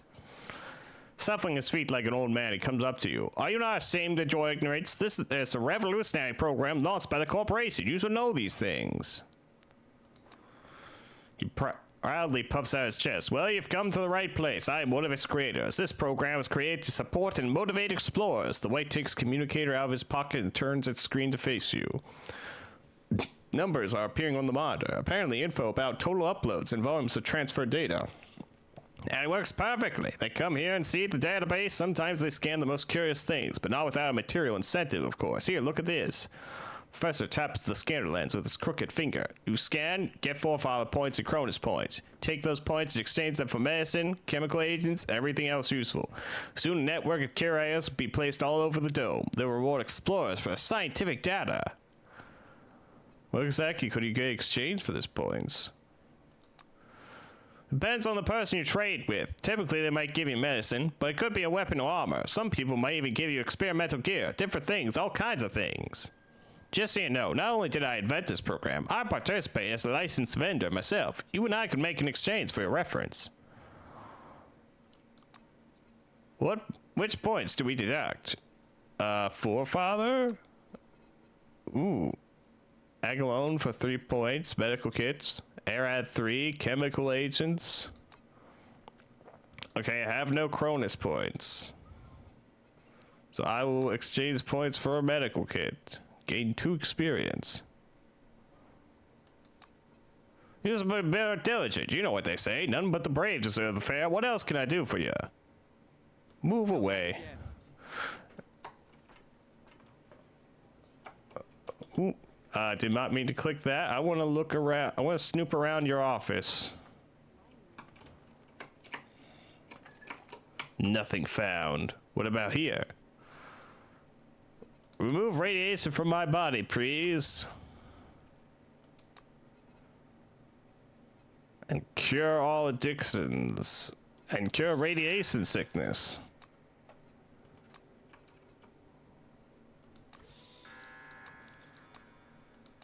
The wonders of modern medicine. Ooh, and a military-grade med kit. I will take all of its stuff. What is this? Relic storage? Nothing. A container. Ooh, inactive spherical relic. I have one like that here. A metallic ball surrounded by pills of the same material, much heavier than its active counterparts. Ooh, and a flower pot. It has a handful of earth. My favorite. Okay, and lastly, a terminal. Read the message displayed on the screen. From Natalie Benhoff to George Zarins. Dear program operators, kindly familiarize yourself with the August 1976 report. Number of active program participants among employees, 1,217, of which 156 are new. Drugs issued for a total amount, blah, blah, blah. Comparative analysis of median data over the past 6 months indicate that the number of program participants continues to grow at a high rate. Among the main reasons are the effective explanatory work carried out by the project operators, as well as the explosive growth in the number of discovered and mined relics at the O10 in Kara and C12 Nashville Heights. Attention, this message is sent automatically. You do not need to reply to it. Well then. Anywhere else I need to go? Ooh, craft something. I don't need to craft anything. I don't have a skill. Actually, I do have a bit of a gunsmithing skill, but I don't have anything I need to craft stuff. Oh, Drake, I'm sorry there's not enough homosexual intercourse. I failed you in more ways than one. Under the dome. An amazing. Who's this weirdo? Oh no, I failed you again.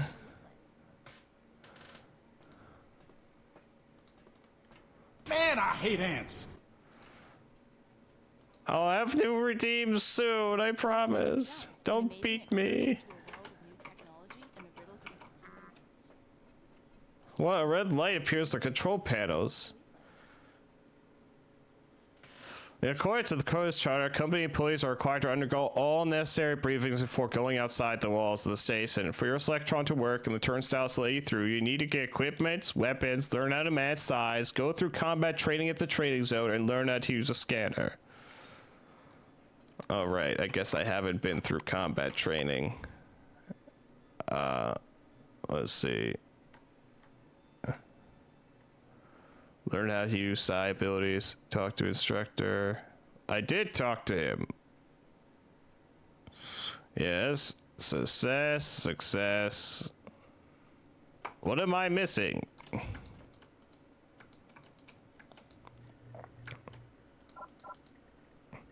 Training ground. Hello there, Winston Botherby. A middle-aged black is sitting behind the counter. That's being Black Wing, not Black Man. The buttons and zippers on his uniform are polished to his side, and even his badge, Winston Botherby Instructor, has been buffed so much it hurts to look at it. First act is being late for the briefing. You going to be late for your funeral as well? I'm here to receive instruction. Yes, I see the weapon receipt check mark. Looks like you are fully prepared to disappoint me. You are prepared, right, employee? Yes, I'm ready to disappoint you. Behind this door is a combat simulation computer. Launch it and begin your course. Okay. Conditions in the training zone closely simulate those one would experience in the field. Your goal is to hit 3 targets.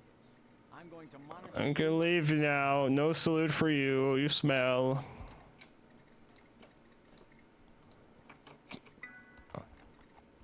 Make sure you're prepared. Check your companion's health, move your weapons from inventory to the hand slots, load your gun if necessary. Prepare medicine to counter health damage. Consider the sequence of your actions and direction of attack, or we'll just make a bloody mess.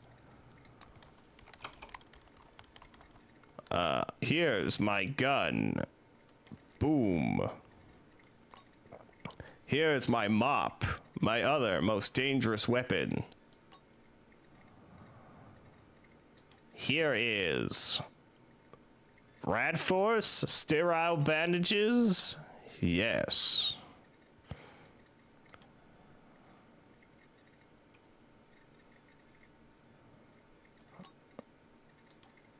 Here are sterile bandages. I now use terminal to initiate the Alpha Squad sequence. ENCASED has a turn-based combat. The move sequence of your allies, opponents, and yourself is determined by action points. They are spent on moving, using abilities, and attacking.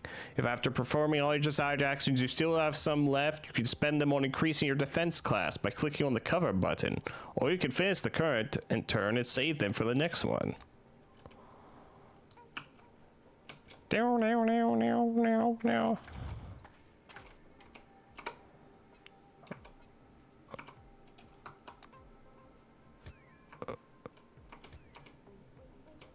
I'm being shot by holographic guns. It's dead money all over again. In almost every battle, you're surrounded by interactive objects, traps, pools of toxic goo, flames, or a barrel of fuel that can be blown up with a well-aimed shot. All this can give you an advantage, or conversely, complicate your life. I'm gonna hit you with this mop.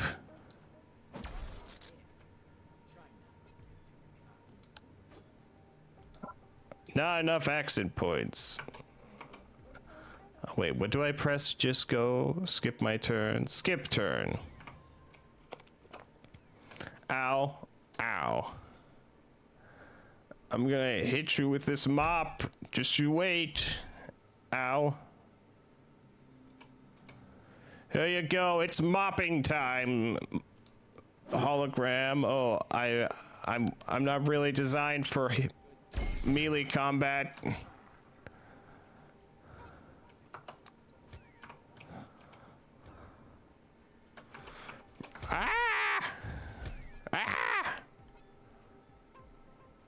Okay, how about I use this beam on you? How do you like them apples? Boom. High temperature shot has burning. They look pretty much the same, except one does burning and one does energy damage. Wow.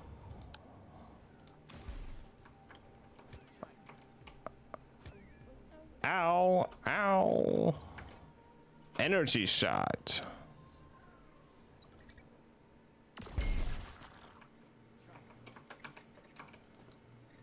Oh, you've said that enough times.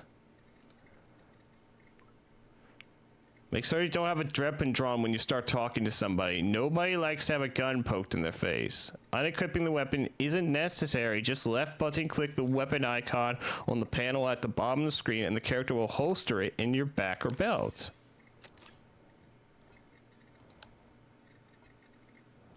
You made it through training without making a total fool of yourself. Congratulations. I'll send a report up the chain about your completely unanticipated success. You're dismissed. Okay, good. I'm ready to get out of here. I've been cooped up inside for far too long. Ooh, a trash bin. I'm gonna run back inside and rummage through the trash. Ooh, scissors and money. Haha, take that, Ma. You never thought I'd amount to anything, but I amounted to stealing trash money. Ooh, another trash bin.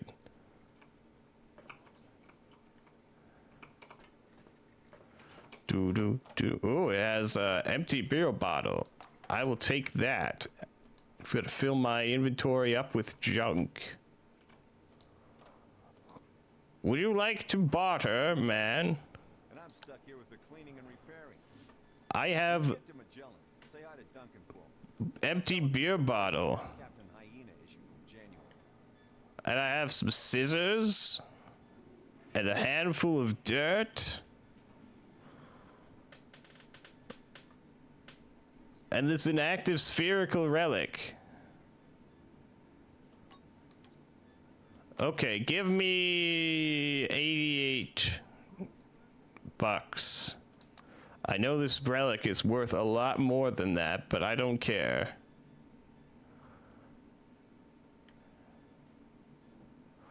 Let's see, anything else? An electric lockpick might be handy to have. How much is one worth? That's a lot, so no thank you. I'm just glad to get this stuff off my hands.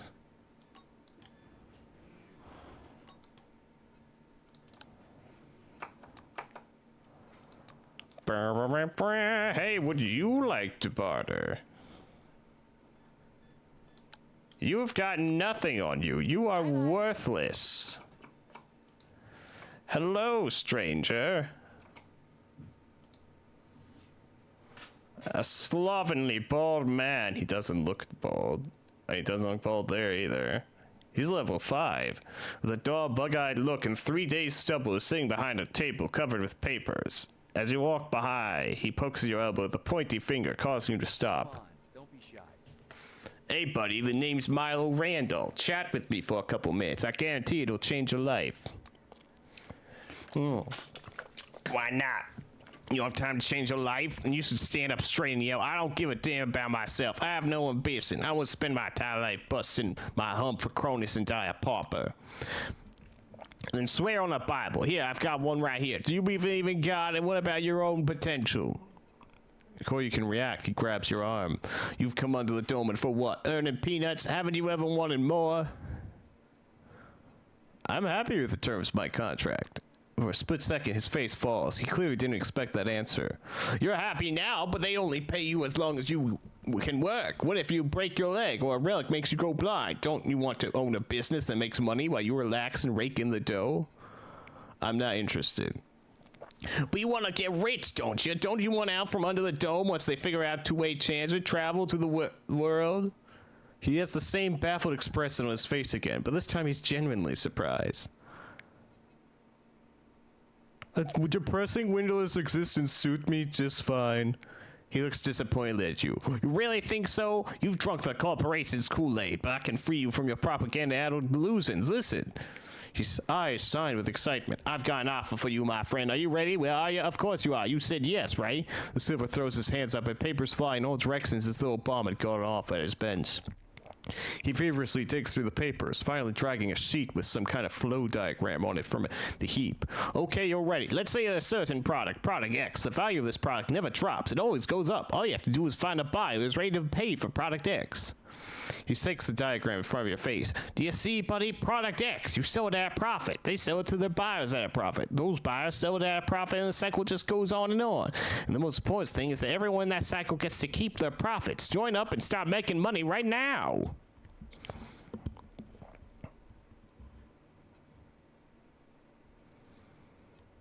And now I'll answer all your questions about Product X so you can pay your membership dues and join my system with complete confidence.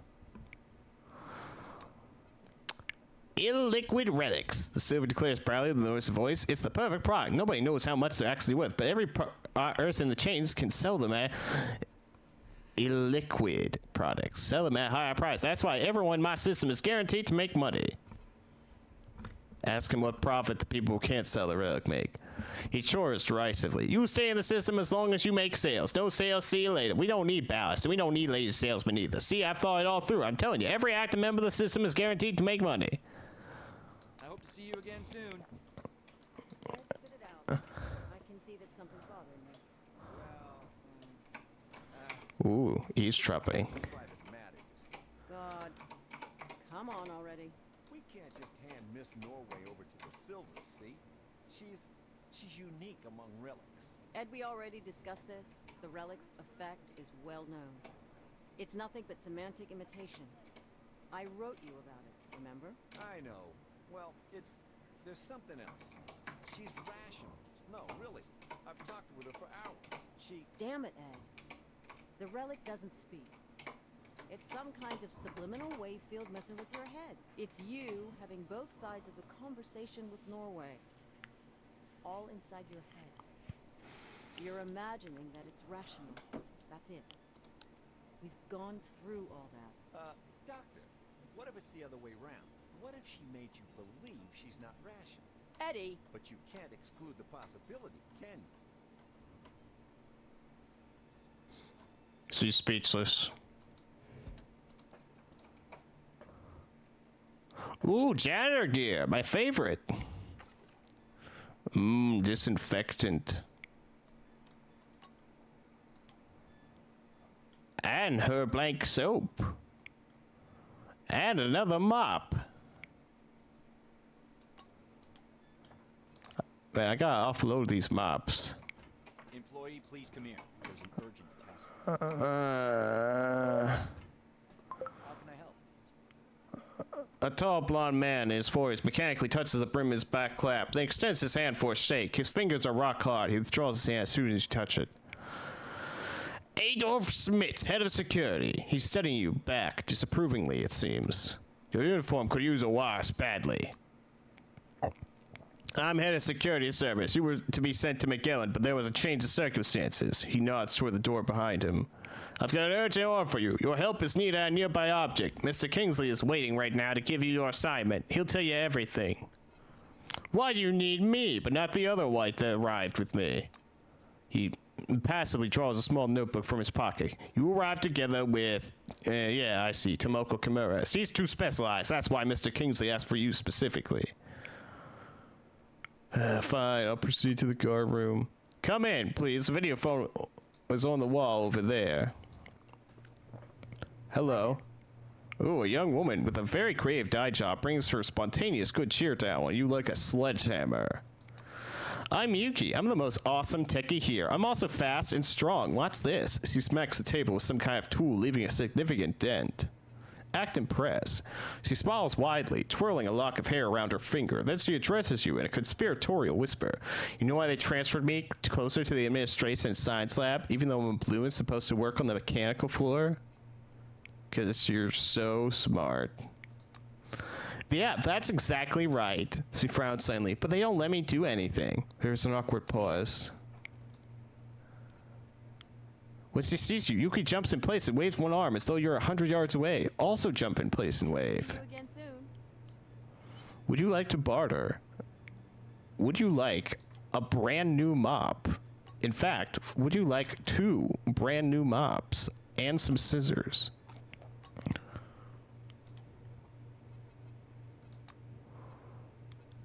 Excellent. I'm glad we could come to an arrangement.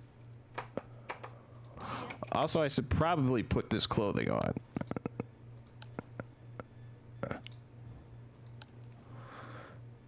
Oh, what's this? Spectre this is a psionics, psychokinetic psi glove. And this is a scanner. A portable device for scanning relics. Anything else around here? Like trash, perhaps? Ooh, an armored door. And a regular door. Well, why don't I just use my lockpicking skills? Don't touch that door. But I want to touch that door. Examine the door.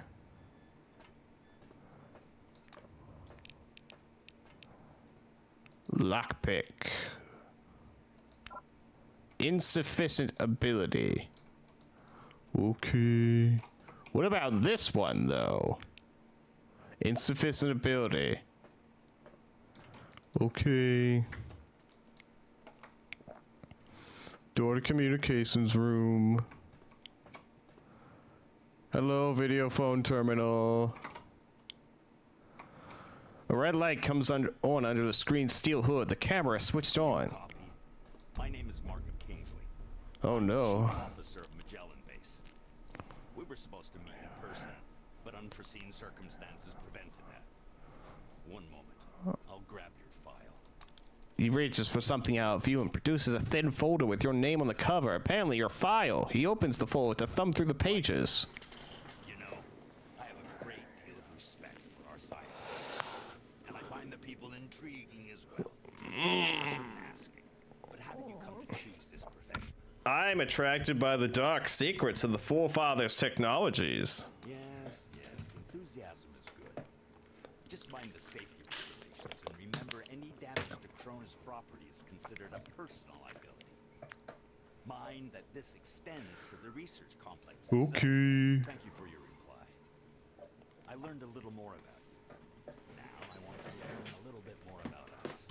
Keep in mind, this is not a rehearsed speech. Okay. When the dome was discovered in 1971, it became a scientific and media sensation. A worldwide phenomena. Likely the most significant discovery in the history of mankind. I see. You were enticed here by radio advertising, telefilms, and all those interviews, billboards at every turn. Cronus wants the world to see the dome as a stage where something merry and fascinating is going on. But now that you're actually here, I want you to see the real picture. No, please, I don't want to. Here's the truth. Nobody was waiting for us inside the dome. It's neither a treasury of technologies nor a cemetery of the ancients. Perhaps what we're doing now is defusing the world's most complicated bomb. Will our mission thrive? I believe so. If we work together and everybody does their part. You can't make out his eyes behind the glare on his spectacles, but he seems to be staring directly at you. I say, do what must be done. He looks back at your file. The concept that the 5 wings is all about. You're from White Wing. Points at the camera. Even I myself is working to allow you to do your part. But the inverse is also true. People are eagerly waiting for results, discoveries, brilliant solutions to intractable problems. Some progress to justify all the catastrophes and tragedies that happen here under the dome. Putting the folder aside, he sits back and stares at you in silence. It gets so quiet that the ticking of a clock can be heard through the speaker. You were probably waiting for some boiler. He sighs quietly. But I prefer to talk about real-world problems. Glad to meet you. You smirk meaningfully. I apologize once again for this long-distance meeting. Now, as we don't have much time, I'd like to get to the point. Okay. I'm sure you're you're curious why you were taking off the bus to Magellan. Yeah. I'm going to show you a short video. He moves closer to the camera. Kingsley's face freezes on screen. I have an urgent mission for an employee of your background and qualifications. Okay. I'd have assigned someone from Magellan, but I'm short on personnel. That's why it has to be a newcomer. I apologize again for the rush, but it seems I have no choice. Okay. Martin noisily clears his throat. Maybe you've heard about Nashville Base. Barely. While preparing the materials for this mission, I came across a short documentary film about the complex. I think you should watch it. Okay. The speakers produce a hollow click. Purple, gray, and black spots flicker on the screen. A blurred title, The Cronus Archive 1971 to 1974, was used in the production of this recording, appears at the bottom. The shadow of an airplane flies across a faded yellow desert. The cheery voice fills the room. Oh boy. Every day, our researchers uncover more and more of the dome's secrets. There is no doubt the underground structures, so-called objects, are organized according to some pattern. Though early on, the importance of the relics to scientific research was considered insignificant. You can't tell, but I'm swiveling on my chair right now. Also, I know what kind of voice they're trying to make, but they're not doing a good job at imitating it. The desert dims into the black of a chalkboard. Ooh. White lines drawn by an invisible hand begin to sketch a schematic of the dome. The narrator continues. By 1972, however, many important discoveries had come to light in a period of only a few months, and the construction of stationary research bases adjacent to the more promising objects began. Personnel moved into Ankara in May of 1972, and within half a year, Boston and Dessau were also brought into service, though the biggest discovery was yet to come. The picture changes to a chasm suffused with electric light, people bustling about. If the speaker's voice seems to come... Ah, we've reached Nashville. November of 1973, a massive network of underground caves and a structure of hitherto unseen complexity was discovered in Sector C-12. Soon afterwards, the construction of C-12 Nashville began. The camera glides through dim caverns. Silhouettes of bizarre mechanisms emerge. Metal structures. Loom up from the dark, surrounded by earth-moving machines and exhausted miners wearing orange jumpsuits. The speaker continues. C-12 Nashville is an innovative research complex located atop the primary relic mining location. The complexity of this object is unique. Communications. The film abruptly. Oh. Boo! Get off my screen! Information is classified. Hopefully you get the main idea. Nashville is a very special place, requiring people with special qualifications and special clearance. I want to know why it's so special. The chief officer bends threateningly close to the camera. I thought I made myself clear. That information is classified. Boo! You suck! Martin adjusts his glasses. So, the task.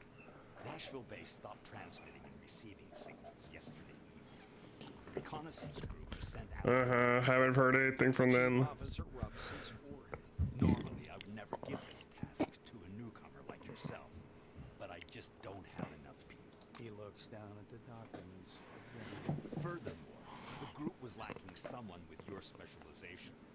It has been reported that nearby anomalous zones are unusually active. I suspect the scientific approach would be needed to resolve their communication. Kingsley is looking into the camera once more. Your task is to get to Nashville. Okay. Figure out whatever's behind the communication problem. Get in touch with the group and work with The Okay. chief officer carefully returns the documents to the folder. You notice his hands tremble slightly. Go downstairs. The truck must be waiting for you in storage. This task is urgent, but a small delay is acceptable if there's anything you need to settle here first. That is I'm all. ready to get started. Reaches toward the camera. Great to hear. Take care of yourself. I'll talk to you. Prepare yourself to leave the base's defensive perimeter and venture into the outside world of the dome, where you must rely solely on yourself and your companions. Check your gear one last time and go into the orange truck waiting for you in the garage, on which you will continue your journey to Nashville facility. Later in the game, you'll be able to acquire your own vehicles, which will act as your mobile base of operations and give you unprecedented freedom of movement. Yes? What am I to do next? The stairs from the guard room lead to storage parking. Look for the orange tractor truck. The driver's name is Clara Morgan, so he'll take you to the object. Can we barter? You have weapon parts and sterile bandages.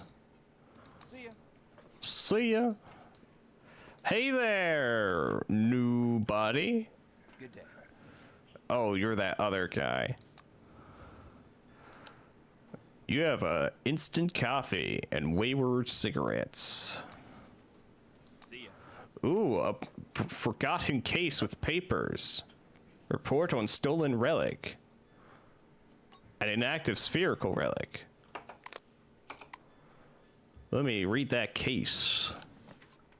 For the eyes of McGillen Station Security Chief William Dow, 3 waste crates from their states have been seized at the spire for inspection. Hidden cavities in the form of false bottoms were discovered to hang over 250 kilograms of smuggled relics, 2 of which are in the highest category of rarity. In order to deceive the scales, some of the relics lightened the weight of the load. Over $1 billion worth of stolen goods almost walked past our final security cordon and onto the black market. This is a situation of utmost severity. You must make immediate steps to identify these criminals. I have no doubt this operation is upon the abilities of a single person.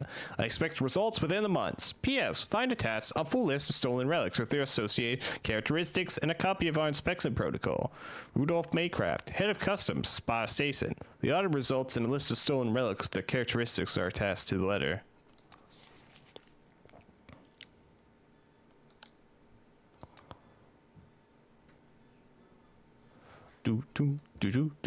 Miscellaneous. Mark these off. Quests. Completed quests, my story, and a series of strange events. Okay, better pin that quest.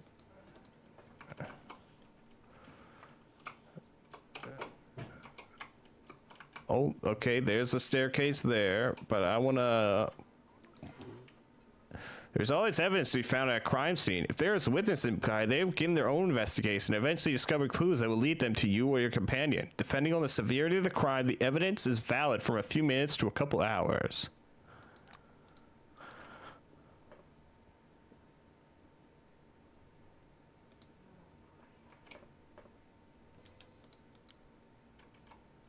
Interesting.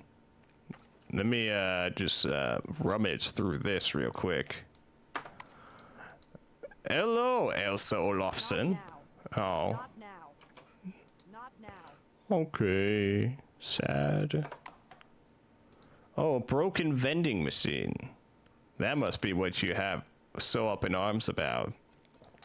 Let me just take its contents. Okay. Ooh, a trash bin. Just Earth. Hello, Quentin Bisley. Okay. Jeez, no one's got time for me. Do you got time for me? Not now. Jeez, no one's got time for me in this quarter. I'm just gonna steal this tin can. Do you have time for me? Not now. Jeez, fuck you all. I'm just gonna take this little bit of money and go.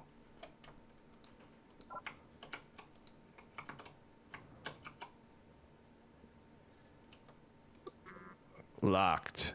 Can I lockpick? Insufficient ability score. Control panel. Ah, there we go. Jeez, this area is so dark.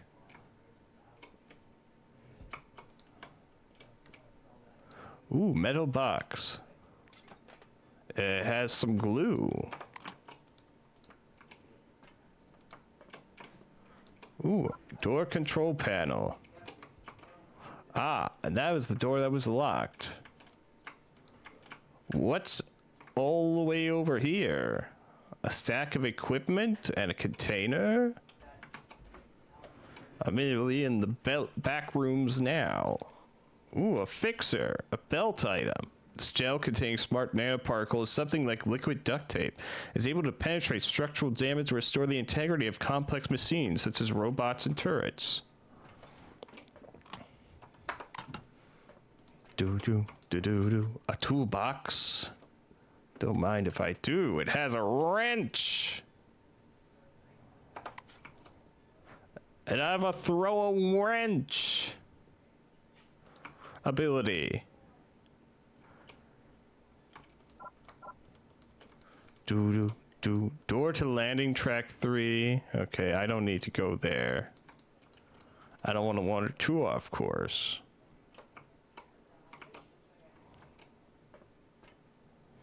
Plus, there's a toolbox here. With a shovel. I can go back to that area with the loose earth now. Ooh, boxes. Don't mind if I do. Ooh, electrical equipment. Ooh.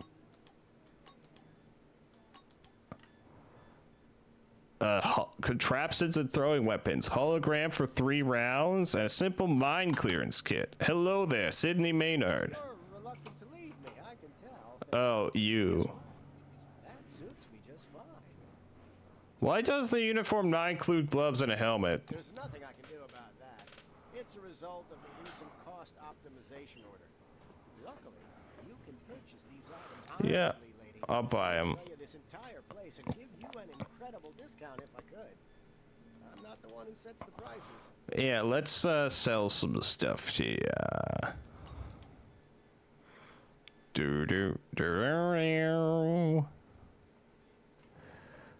Would you like some soap?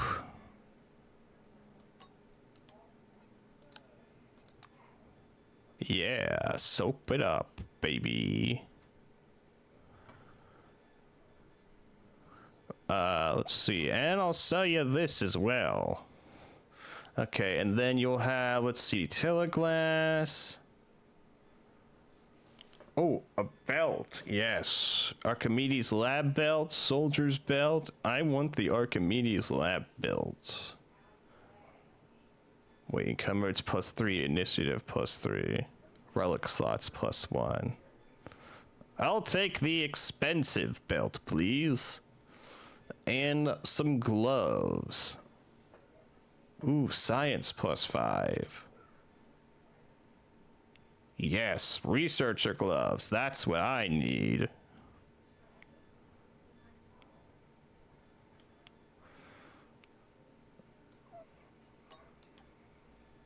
And some pieces of cloth. There you go. Here's some money. There you go. I don't need to give you 12.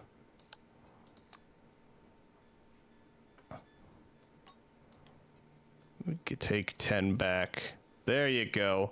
Now I can get the belt and gloves that I've always dreamed of. Oh, I can also get a backpack. It's quite expensive. Hats. Glasses. A respirator. Helmet would be nice.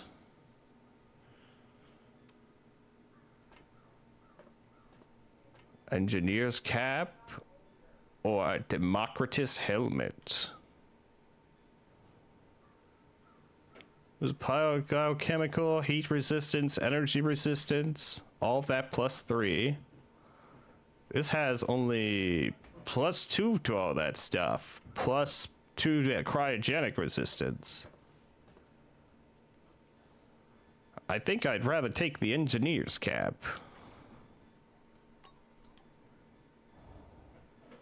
There we go, and I'll give you an extra 25. Rip. Boing, accept. Thank you. I'm happy to chat about. Let me just equip this belt now, and this hat, and these gloves. Excellent. So now I can put stuff on my belt. Like this. What? I thought I could put this on my belt.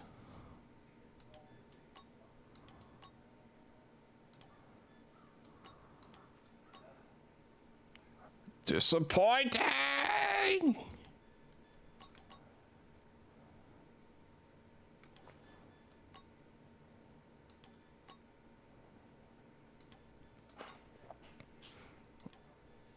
Okay. Well, so wait, tipsy for 6, hunger minus, thirst minus. Okay, I'll hang on to that stuff then. I want to get rid of this mop. Honestly, lady, I'd sell you this entire place and give you an incredible discount if I could. I'm not the one who sets the prices. Mm-hmm. Just buy this mop off me, will ya? Okay. I just wanted to. Okay, yeah, I know you'll be finished at 10 today. Well, I have to go. Overwrite save. Hello, Anna Leroy. You again.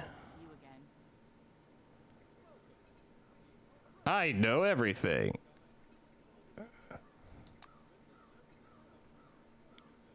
Have a good one. I will. Hello, Dean. Go to Nashville, I suppose. Kingsley has already given you an assignment. Go downstairs. The car is waiting. Okay. Hey, where's that other guy? He's gone, but his suitcase is still here. Can I lockpick?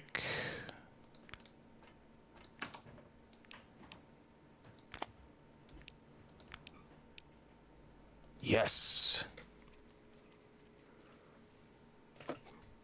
Money. One of those shitty brochures. And some folded clothes.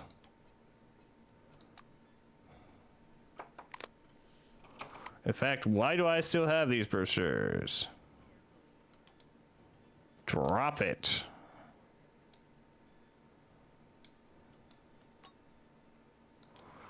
Drop. Ooh, trash bins. I didn't look at them last time I was in here. Ooh, some extra money. 3 whole bucks. Worth it. Okay, I'm gonna use the bathroom quick. Let's see, we got a mirror. Ooh, that improves my self-confidence.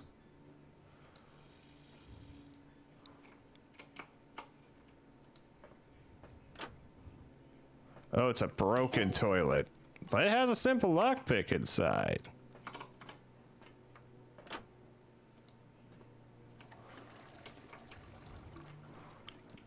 Okay, I have all these little bonuses from using the bathroom. Cronus Corporation reminds me what? That you smell? I already knew that. Get wrecked, nerd. I'm going out now. Do do do do do do do do.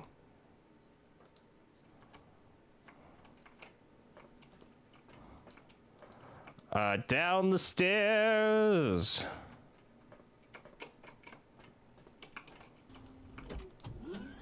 Ooh, a hog.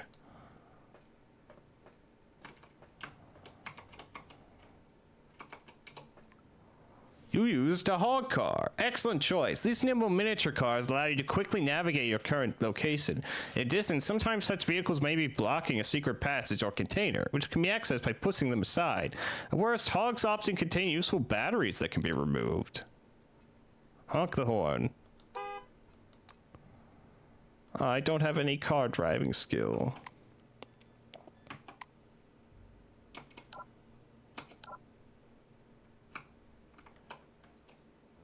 You're a cold man, Ulf.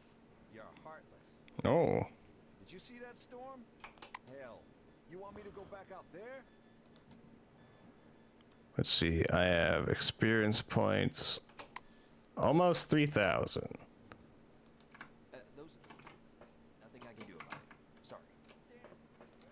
Guess I'm going back to Campbell then. Ooh, box. Hey, any spare cig? I'll have a puff to pass the Ooh, weapon parts.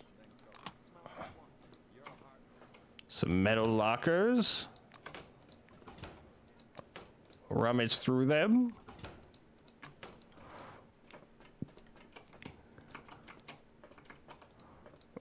Ooh, another box. It has a reagent box. Has many potential uses, not all of them legal. Hello there, Ulf. I'm listening. A tall and beefy Silver is putting on a cigar. He examines you keenly like he's trying to remember your face. The hangar and first floor of Concord are restricted areas requiring special permission. Please leave the area. See ya. Hello, Todd. Well, hello there. How can I help?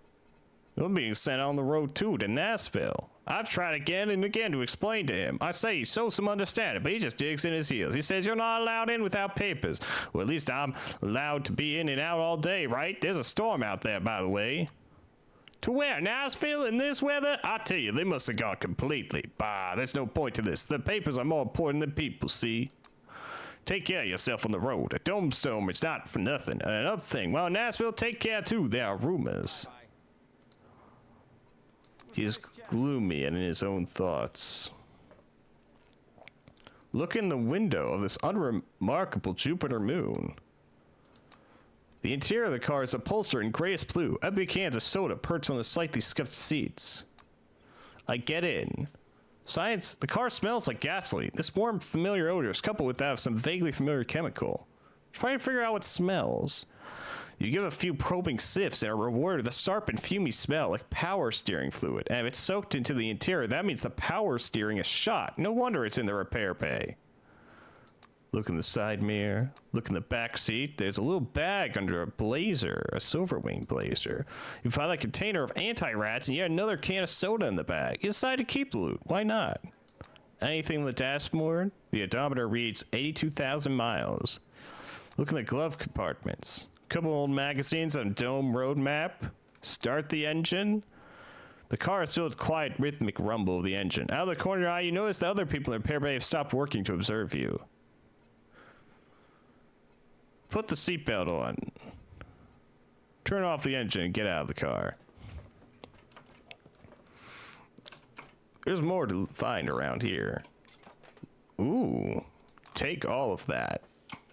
I don't know what it is, but take all of that.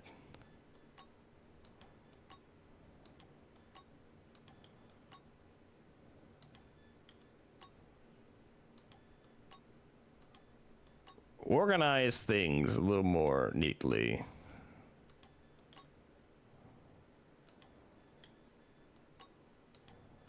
Do. Okay, now here's where we just give up on organizing things. Which I'm not really organizing, technically. I'm just making things look better.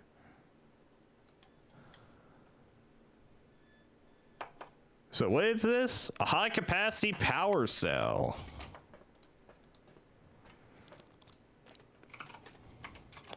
Nothing found in that box. Ooh, it's locked, you say?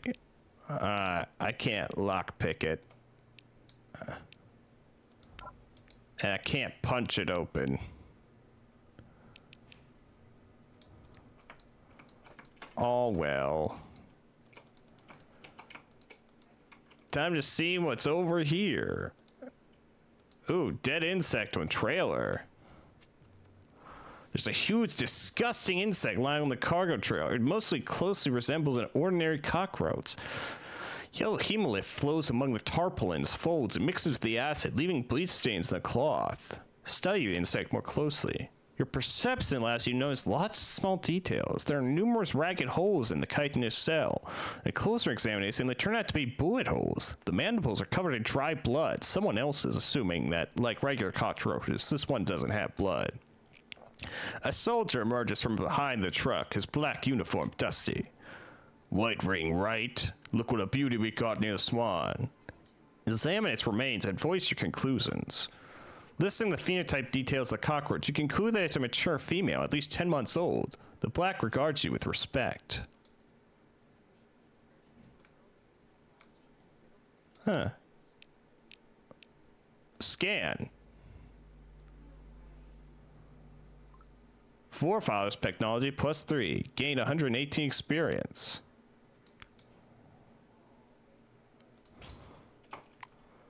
New codex entry.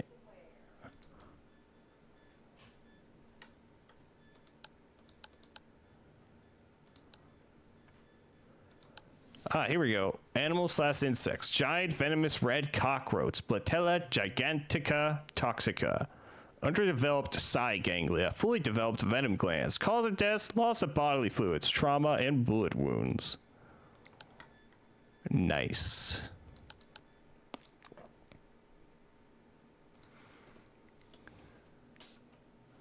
Well, I'm glad I stuck around to look over things instead of just leaving right away. Locked. Boo. What do you want? Please return to floor 2. You are contaminating valuable samples. But. Ooh, a truck. Feels like the car has come a long way before it got here. When you put your hand on the cockpit, an almost imperceptible noise like the rustle of the ocean fills your head. A slight tingling sensation occurs on the tips of the fingers as if from a weak current.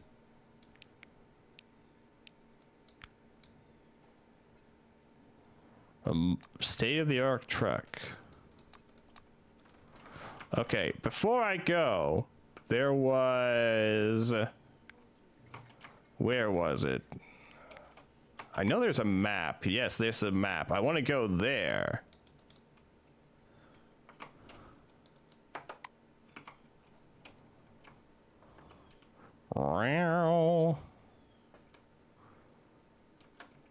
Where is that, though? No. Here. Get going, character. We have something to dig up. I do love my mystery piles of dirt. There you are. Running into danger, head first. For decontamination to end.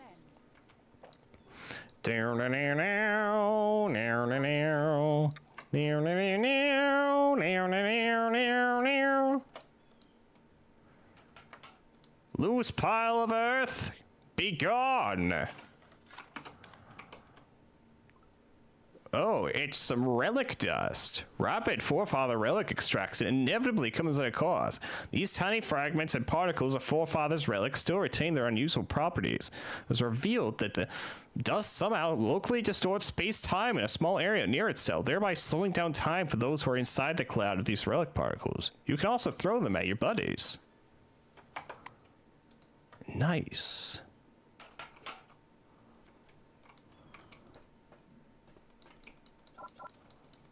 Okay, I guess we should be going now. According to them, there will soon please stand by for decontamination to end. Let's see, where's medkit? Maybe I could trade with him for some more stuff. Off you go. Welcome into the dome. Please stand by for decontamination to end. Hey, I'd like to trade with you for a medkit. Wow, look what the wind. 4 father points for a medical kit. Thank you. Some ARAD 3. Whatever that is. I hope to see you again soon. Oh, that's radiation stuff. Okay. No, wait, that's not radiation. That's biochemical resistance and energy resistance. Okay, well, I'm leaving now. Goodbye.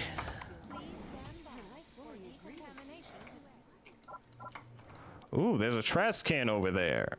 I don't think I've examined it yet. I haven't. It's an empty beer bottle. What is with these vending machines, though? Ooh. Stout, lager, flavored noodles? Nah.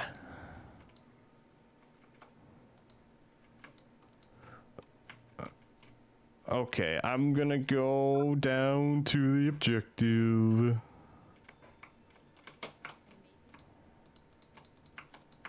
Gonna go out to the car.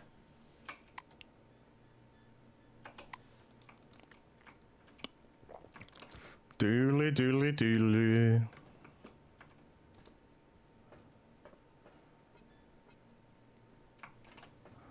The truck's tractor truck.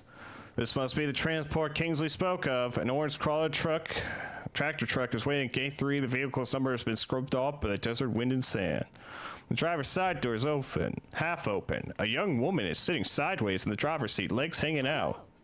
She offers her hand. Hi, I'm Clara Morgan, and you're the novice going to Nashville, right? What's your name? How you feel? Do you mind if I smoke in the car?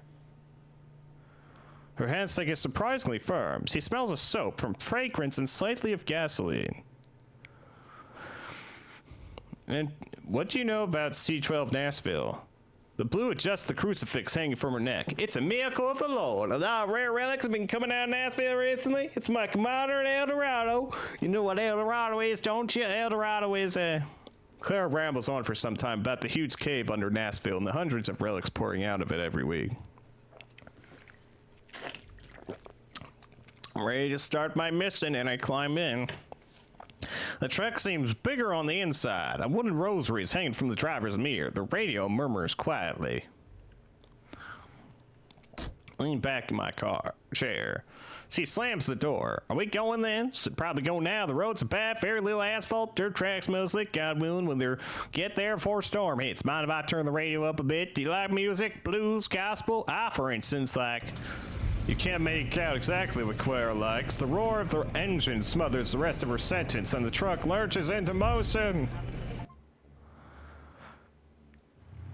Okay, we finally left Concord.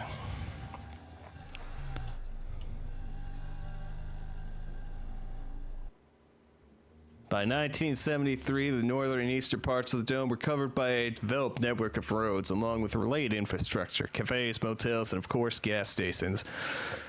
Today, there are little more than a dozen gas stations, but the Cronus management expects to bring their number to 50 by 1975. Oh, hello, Waggos! So far, I like the game. And hello, Mommy Kate. The highway leading to C-12 Nashville is blocked by an anomalous storm, and you're forced to detour over a mountain pass. Soon the radiator boils over, and you have to stop. Clara lifts up the hood and thoroughly examines the steaming radiator. The engine's boiling, so we'll have to... You know what happens when the car boils, right? Ooh shuts her mouth abruptly and stares anxiously at the dark funnel cloud dancing on the horizon. Now that you're on the higher ground, it's clear the storm has overtaken a fairly large section of road. It'll be difficult to pass. What should we do next? As soon as it cools down, we'll go. This storm worries me more, but it's not an insurmountable problem. I heard there are some relics at the local gas station that protect against anomalies. You could even accidentally step on one out here, they say. Mysterious are the ways of the Lord. Tell me about these relics. This place is registered as a resource anomaly zone. Do you know what that is? It's when the relics mined there have been studied and deemed useful. Not much is known about these relics. They dampen anomaly fields, even very strong ones. They're also found in other parts of the dome. They're known as bronze apples or aluminum apples. I don't remember, but something. Tell me about anomaly storms. There've been more and more of these lately, and they're getting stronger. I personally think it's divine judgment for how we've squandered the riches under the dome. Oh no, not squandering.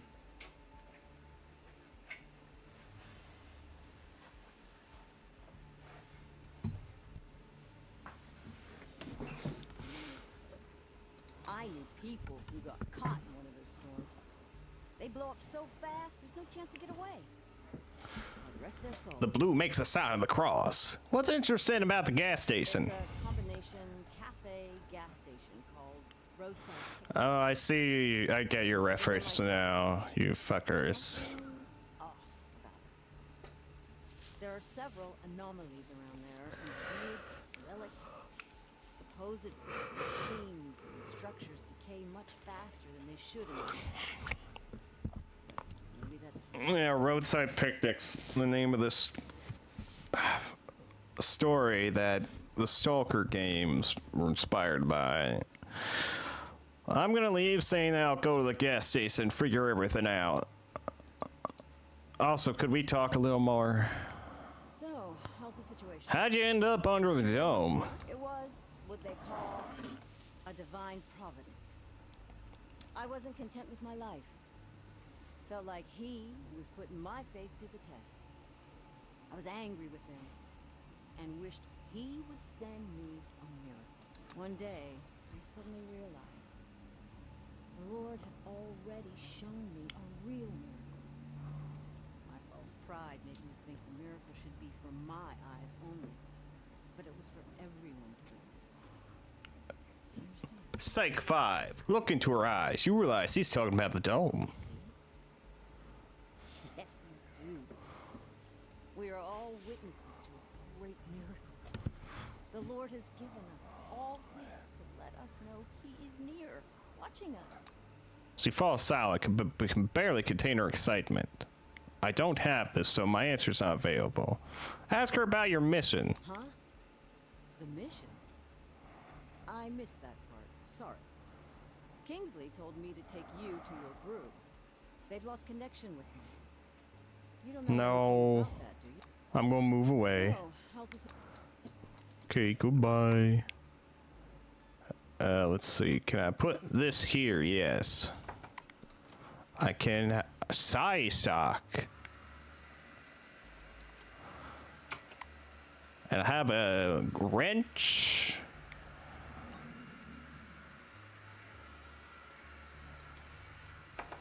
Okay, let's save our game and get moving to this roadside picnic. I'm glad to be finally out of that stuffy base. Bow, wow, bow, wow. Oh wait, no, roadside picnic's over there. I'm already getting off. Ah, radiation. Where's my radiation meds? Here you are, rad first.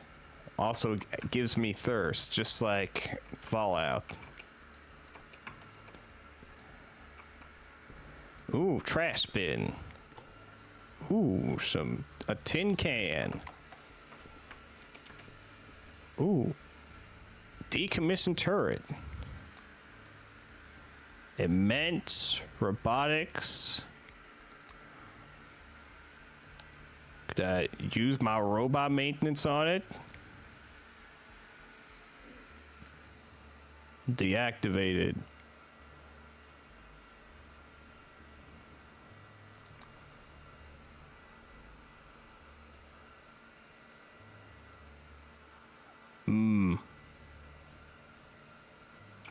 I have a high capacity power cell.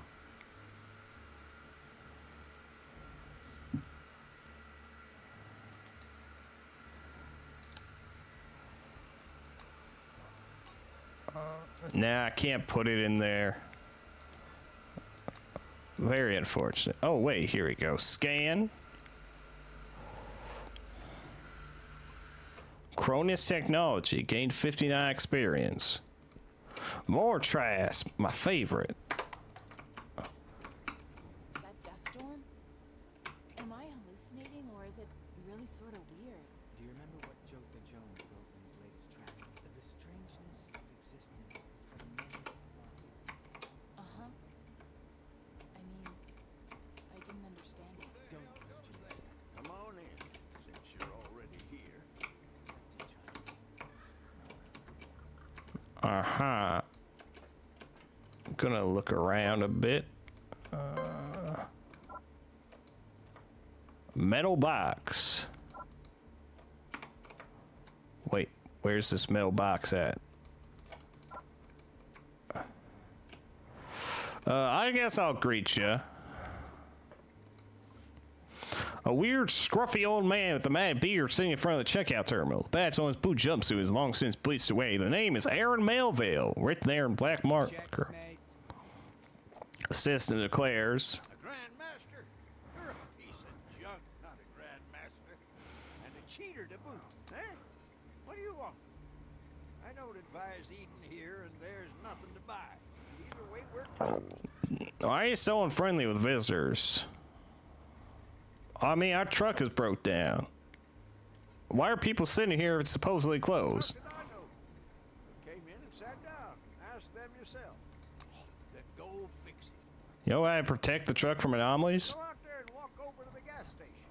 Go down to the basement. There's an anomaly, a tree. It's glowing. And there's some golden thingies hanging off it. You make special devices from it. Anomaly protectors. One that laying around on the floor. Go grab it, then put it in the truck and bug off to... Where was it you was going to? Bug off to. Level 3. Affiliated. Reputation and picnic. Only take the device, you hear? It's company property. I should be charging you myself, as a matter of fact. Alright. Quest started.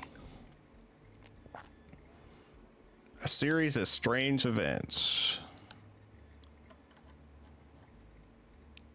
Okay, what about my codex entry? A Chimera Mark I turret decommissioned. Equipped with an infrared guide system and real-time friend or foe analytics, EMR stealing up to 3,000 rounds of ammo. No food, no supplies. Why are you so unfriendly? You want to write a complaint? Go. He looks at you for a minute. When he realizes you're not going to complain, the surly expression slowly leaves his face. The angry look turns to a sad one. Well, I do have some I like solving problems. oranges pick on. Escapees, by the look of it. They demand food, money, gas. I've got a turret at the entrance, but it doesn't do no shit. I stand in, screwed something up with the circuitry in the basement. I'll take a look when I get a chance. With my leg I could fix it, upstairs, maybe. just ate my cup of tea. Here I am, sitting and playing chess, waiting for those bastards to come back. Melville's getting grim again. If you want to, here's the key. Go down to the basement and see if you can do something with the generator. Maybe you can get the turret to work. I wouldn't mind a snack. It's a cafe after all. Some noodles from the vending machine there. I told you we're closed. Okay. Where do I even check my timer? Okay. Here's Raj. How do I check my hunger? That's what I was wondering. Oh, here it is. Encumbrance, radiation, hunger. I'm not that hungry yet.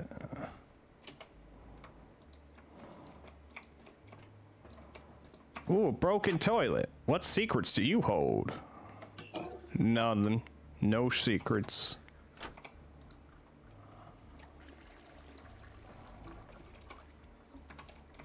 Ooh, a small amount of radiation has been purged from my body. Wonderful.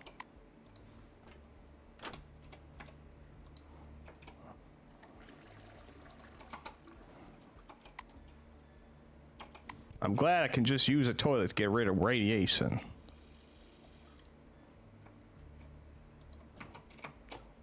Ooh, some money and scissors.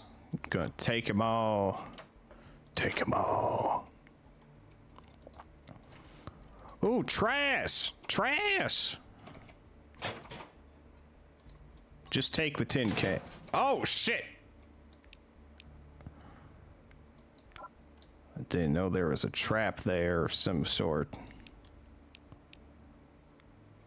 Oh, no, install a bear trap.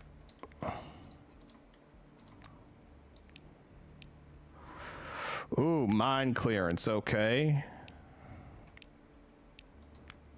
I'm gonna clear out this mine and get some experience points for it. Ha-ha! Mine disarm. Now I can search its container, get some plastic and an empty beer bottle. Another trap. Well, I can clear that out, no problem. You got some more plastic and a tin can. Excellent stuff.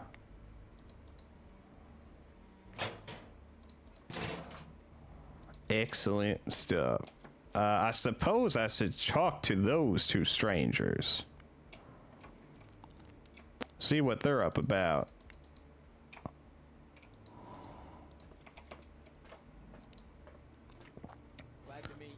As you approach the table, you catch the end of a strange dialogue. A gray, long-haired man in a silver jacket is making weird gestures as he confidently explains something to the young girl sitting next to him.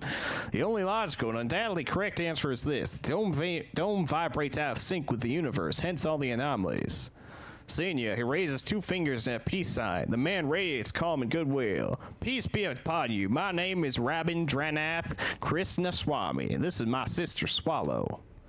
With her outsized pupils, Sister Swallow's eyes remind you of twin forefather anomalies. She stretches herself out on top of the table as if hoping to melt into it. Hello. Oh, my fingers are warm. Lines, lines, waves.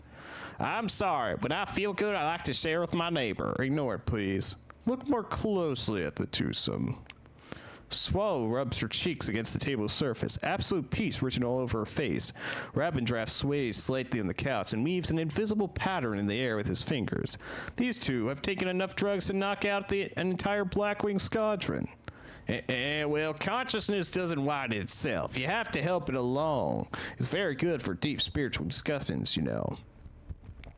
Oh, you've taken stimulators.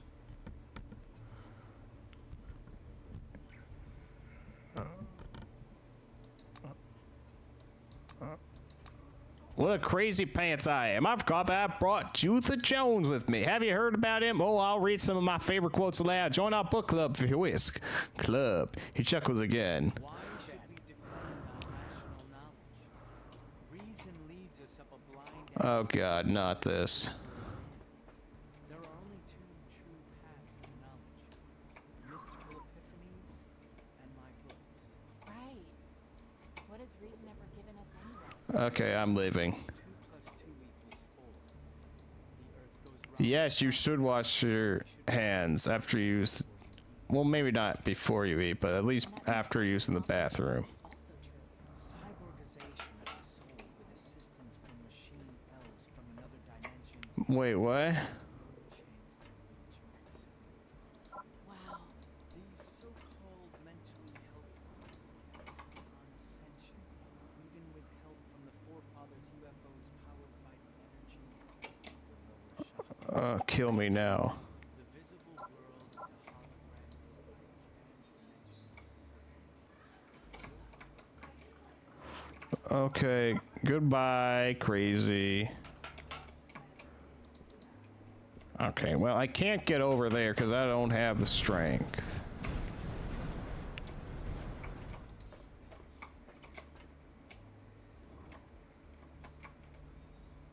Cool. The difference between the mental abilities of the forefather Hedgehog. pseudo-crystalline What the fuck are you on about? hence our obsession with material reality. It all fits together.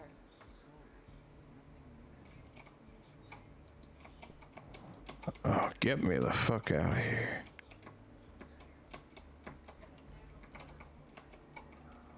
Hey, how do I get in the back?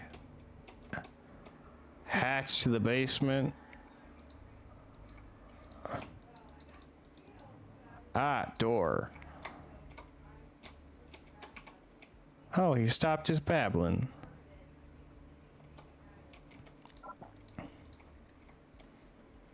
Ooh, kitchen stove. I can't cook anything, but apparently there is cooking in this game. Supply barrel. Don't touch my things. Don't touch my things. Okay. But I can touch your janitor gear. Soap. Disinfectant. I have so much disinfectant. I can use the sink. And you let me use the fridge because it's empty. Ooh, pile of paper. A stack of documents. Supply barrel. It has 4 onions.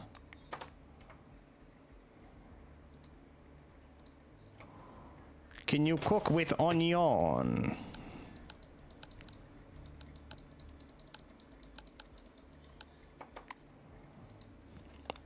Okay, I'm going to the basement now. What is a house if not a fortress? This good old concept came to its odds conclusion in the 60s when they first began to construct bomb shelters under private residences en masse.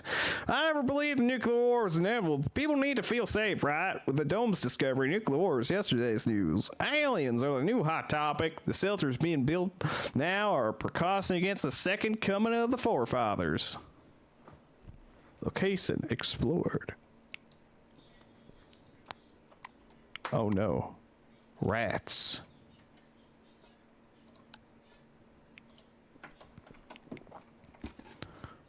More documents. Okay, let's look around this mysterious basement. We got some fuel. Oh wait, no, I didn't want to put stuff away. I want to just take things. I've reached level 3. Well, hot dog. Let's see. Last time I wasted all my points on contraptions. This time I want to go into applied. So let's see. Tech. Energy damage. Tool juggler. Piloting.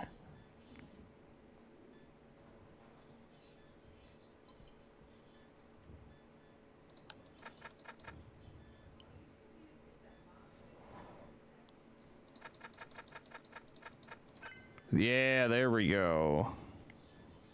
So he's criminal. Influence, survival.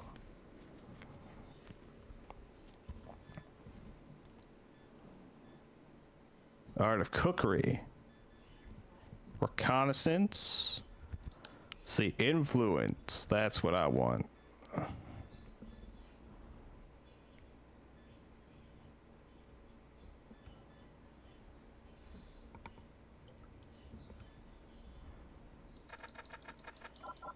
Gonna put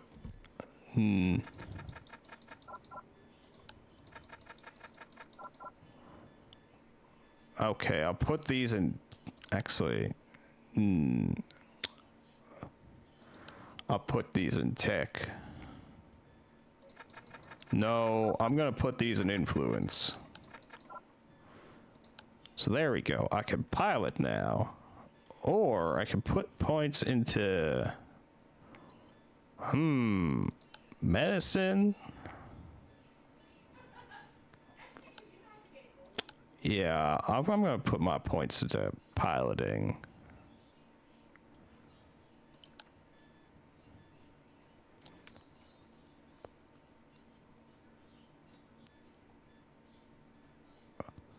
Well,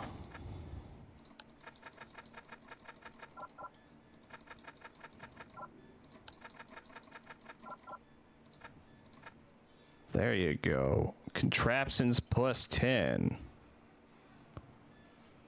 You know, it's technology in truly golden hands allow you to manufacture, improve, and use various mechanisms more efficiently.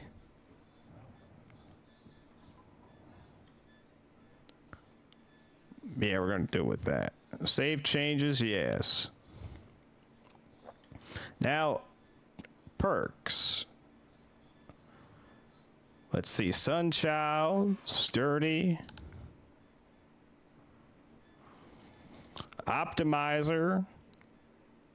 Ooh, plus 40 contraption, plus 25 encumbrance. Are you a fan of tools that make life easier? And your rational approach to weight distribution allows you to carry completely irrational amount of things. Observant, creature of the night. Nerd. They laughed at you, but now you're gonna sell them all.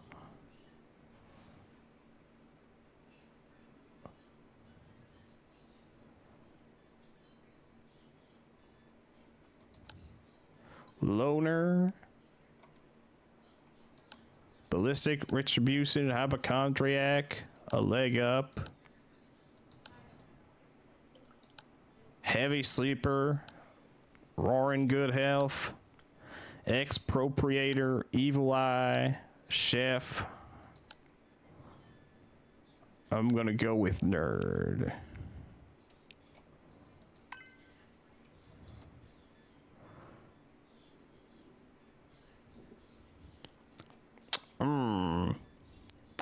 Now I have these abilities.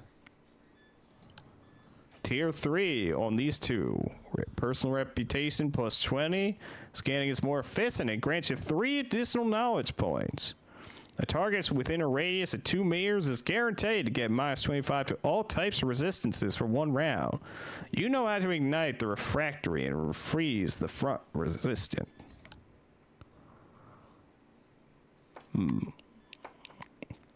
Well, I'm gonna load my autosave.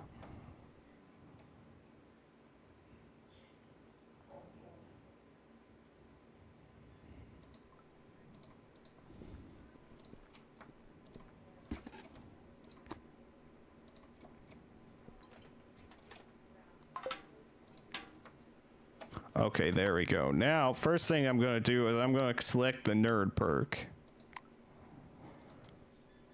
Okay, so this is now up to 70. No, wait, it was alright. This is now up to 87. So 3 points in that, and we'll get tier 3. Well, the rest of my points can now go into piloting. Excellent. This is much more efficient.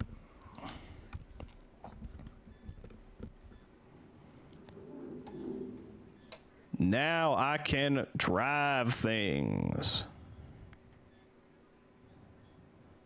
Let's see.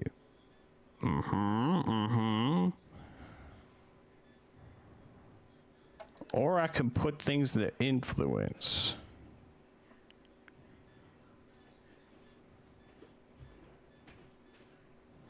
No, this is fine. But what about psionics?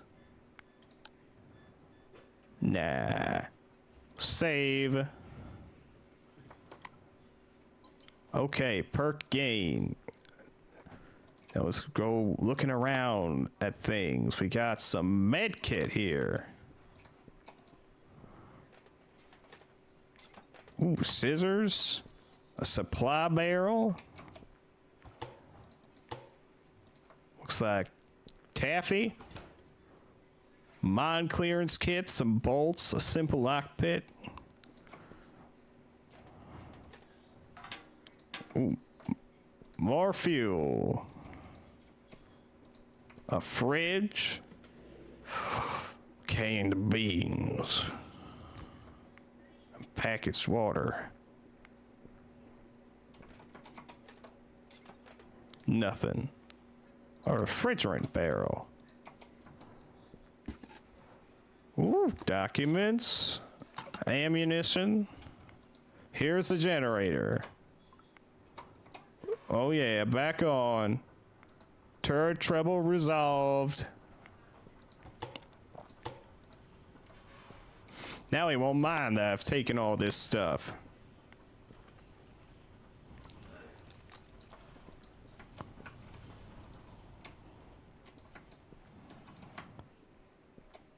Let's see. Rat. Where's there something else I'm missing down here? Ladder. Me. Generator. No. Squeaking.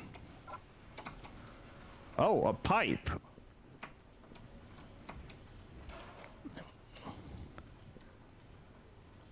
Time to knock on the pipe. Something inside the pipe responds with a threatening rustle. You knock again. The strange sound is amplified. Now you hear scratching and gnashing as well. The pipe is vibrating like a bunch of little rubber balls that bunch around on the side.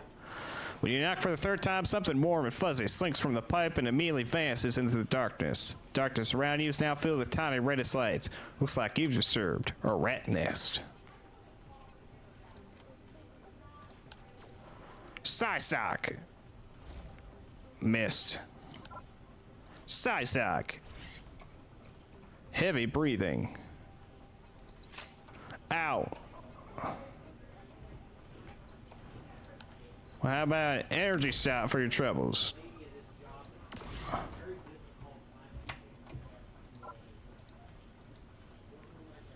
Oh, a rat foot and a rat eye.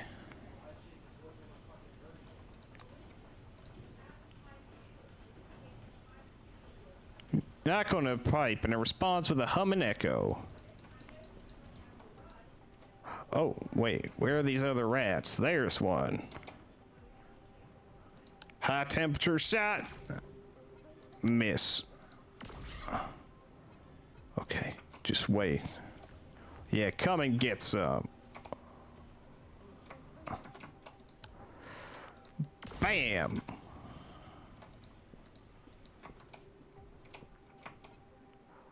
Whoosh! Wham! You rats had no chance.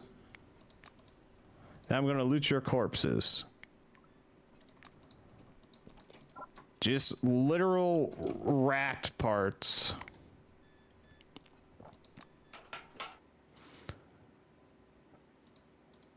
Yeah, I already read about the gas stations. Do. Hey there.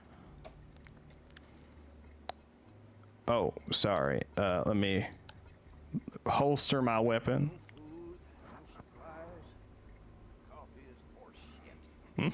Get out. Oh, I repaired the turret. so it's like that. Well, thank you. I didn't think you'd be any good. Let me take a look at that terminal.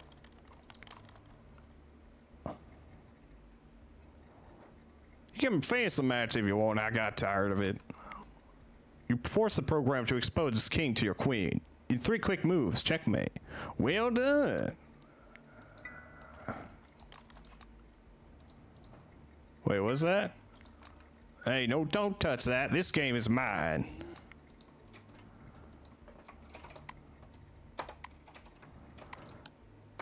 Let's see. Let's cook some beans. Ooh, canned ham. And heated beans. Nice. Add some medicinal experience. Hey there, turret. Nice to see you up and operational again. Here's a little tickle for you. All right. I'm just gonna look around now. Do. Ooh. Supply barrel. It's got some nails in it.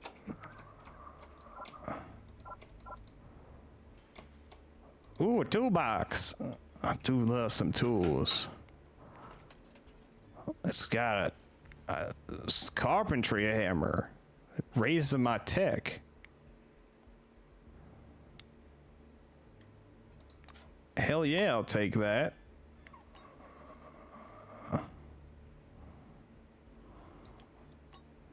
I can't wield it. Oh, I can wield it. Yes. Yeah. Okay, I'll put it away now. Do. What else we got going on around here? Let me take my rad medicine. Oh, add to belt. No, I can't add that to belt.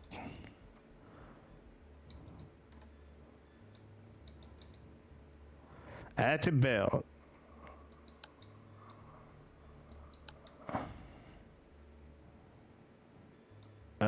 Add to belt. Add to belt.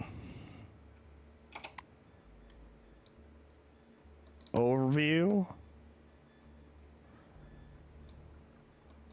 Well, it doesn't look like anything's getting added to my belt.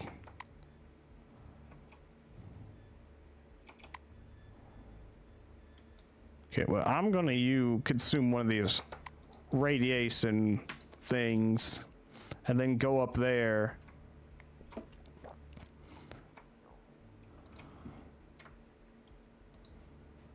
Rust eaten radioactive sign. Safe. Ooh, radiated work gloves.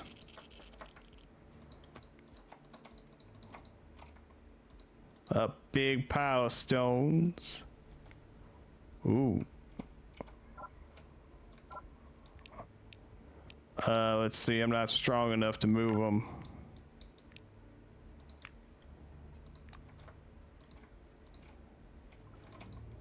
Anomaly, Newton.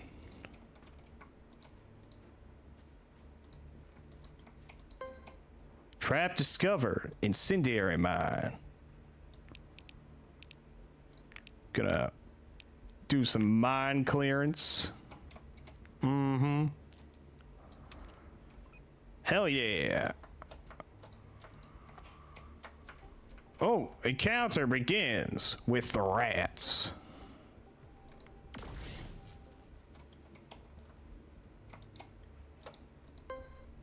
Another trap. Gotta get rid of these damn anomalies.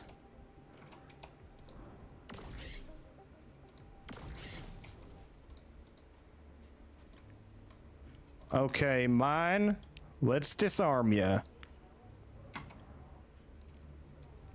Do, yeah. Damn junk rats. Barrel chemicals.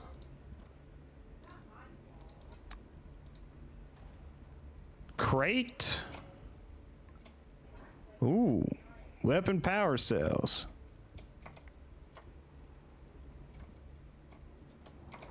Okay, let's throw some bolts.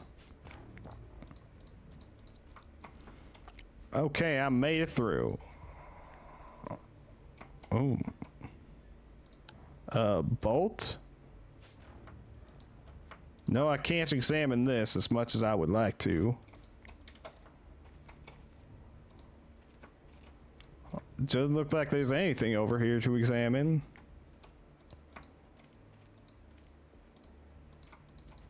Another pile of stones, which I'm too much of a weakling to move. And a large container.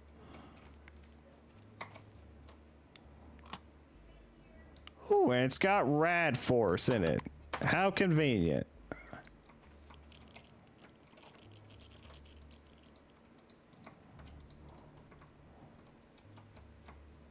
Okay, well, I still haven't found that other thing I was supposed to be looking for. Let me look at my perks real quick. High temperature shot, psychedelic dark, penetrator ability, dart gun ability, flamethrower ability.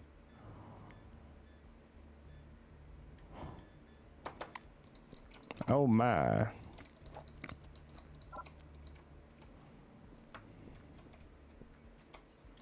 Okay, what would happen if I were to climb up this ladder? I could. The tanks are empty and produce a hollow, low echo when you tap them.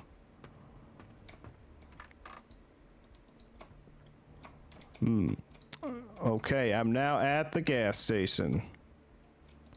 Oh, but there's something over here.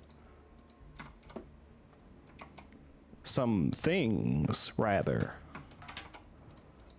Some lovely fuel. We got a gunsmithing workbench. I got scissors, but no duct tape.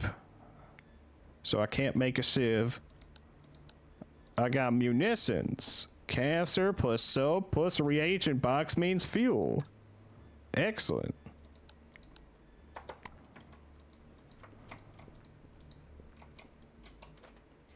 Maybe I should have held on to all that soap from the base.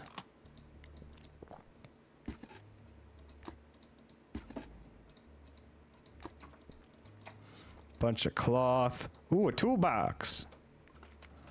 It's a crowbar. Indispensable.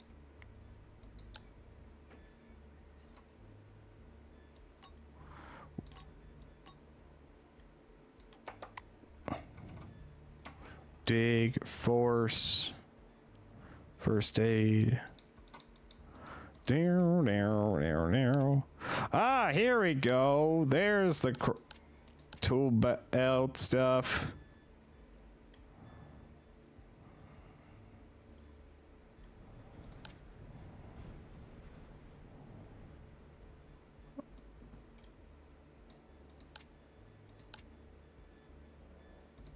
Let's see. Mine clearance. Let's get this stuff out of this section.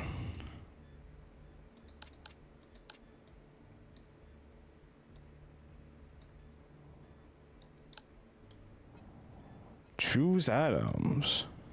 Contraption. What is this?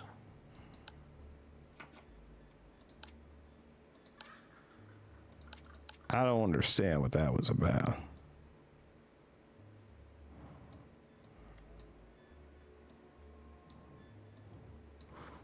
Okay, well now that I've gotten that all sorted out, add to the belt.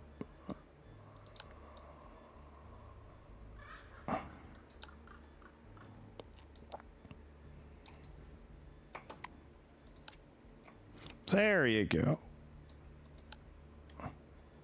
Choose item.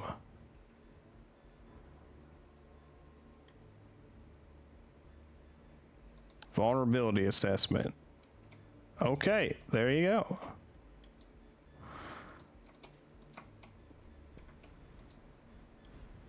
Wait, crowbar, add to the belt. There you go. Requires force 25. Well, at least got my tool belt figured out. Let's go grab whatever is in this canister. Doo-dee-doo-doo. Ooh, it's some more fuel. Down, down, down, down. Okay, inside the gas station I go.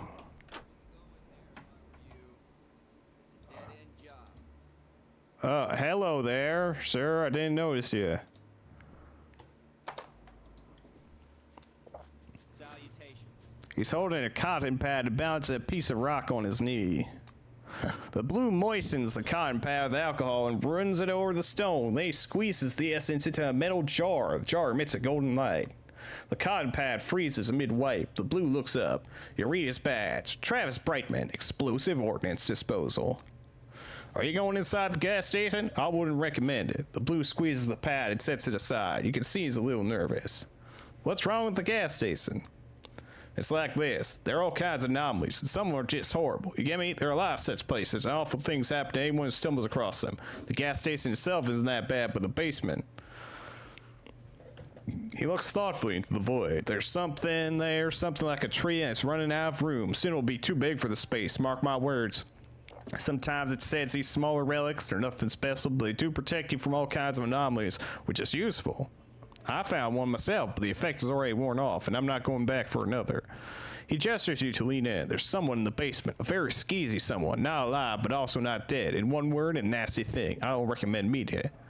What are you doing? That's not a rhetorical question, is it? I'm sitting outside a weird gas station with a basement straight out of weird tales, mining relic dust. Well, I don't have these skill checks.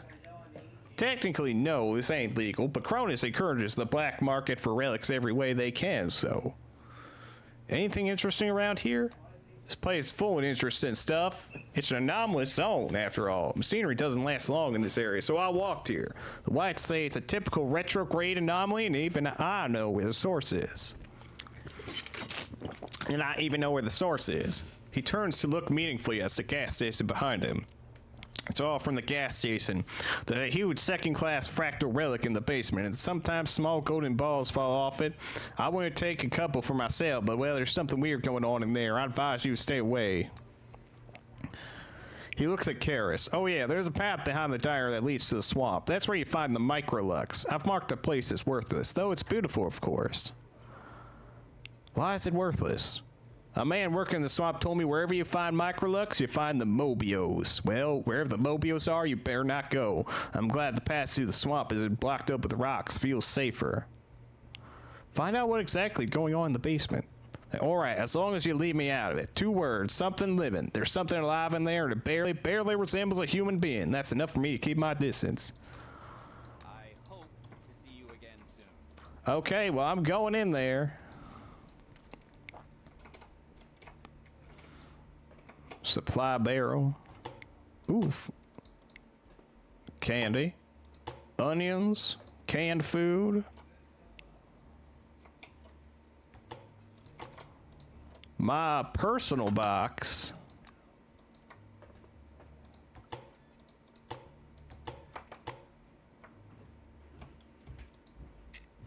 Door is locked. Trapping, lock picking. Acquired ability rank 0 out of 10.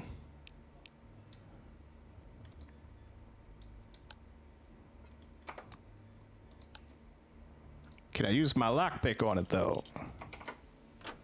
Yes.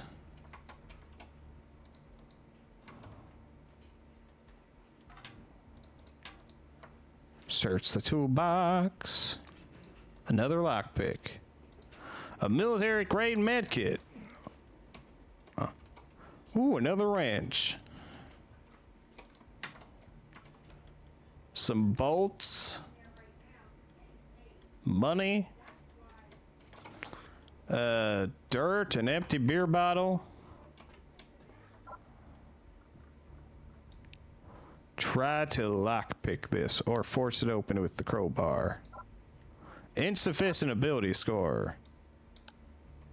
Okay, I'll try to use the lockpick then. Insufficient ability score.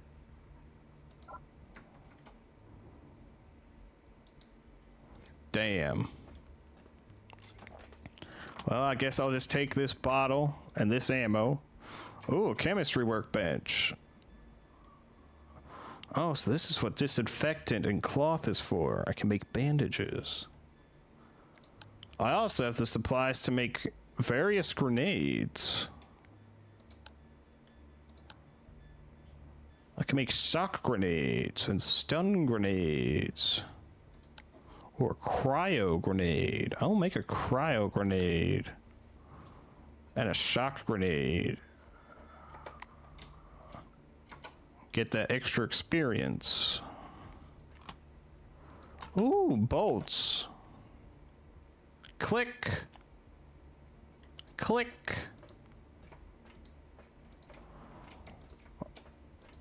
Some boxes, that's where I found the dirt. Okay. Into the basement I go. What is inside? Biochemical damage being taken. Okay, I better take some Arad.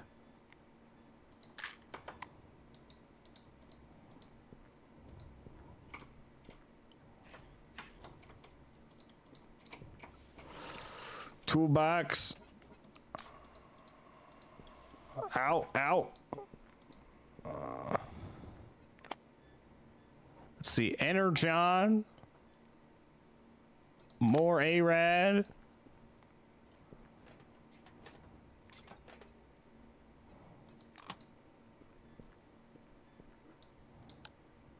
I better use some of this. Bandage.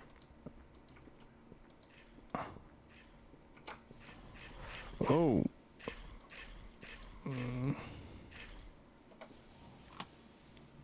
What is this? High-tech weapons, dart gun. Ooh.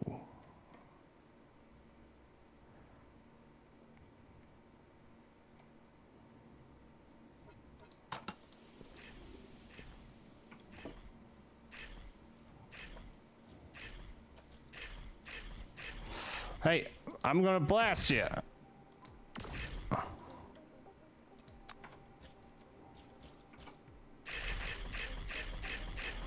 Oh no, not the squelching. High temperature shot.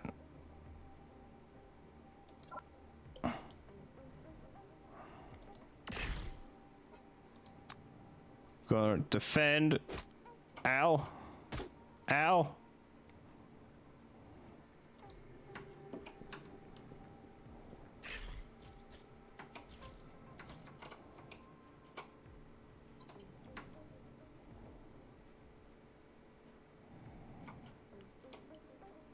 Gonna use this med kit. Okay, now high temperatures. No. Energy shot. Defend.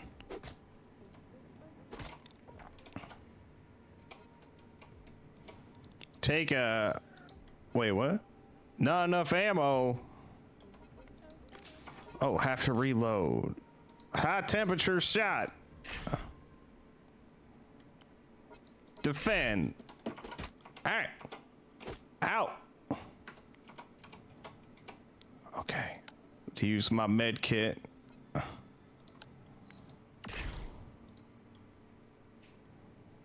Defend.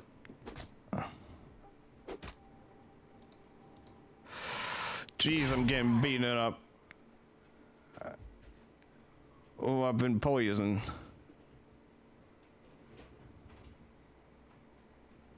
Submits to integrity complex machines.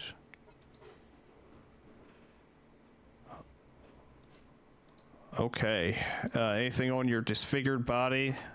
No? Okay. Are these anomalies? They are anomalies. Ow. Or at least I thought they were. Let's see. Anomaly protector.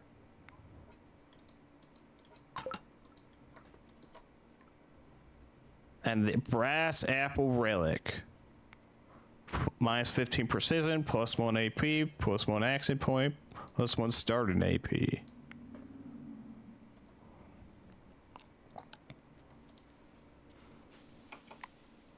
Okay, well, let's equip these things then. Oh.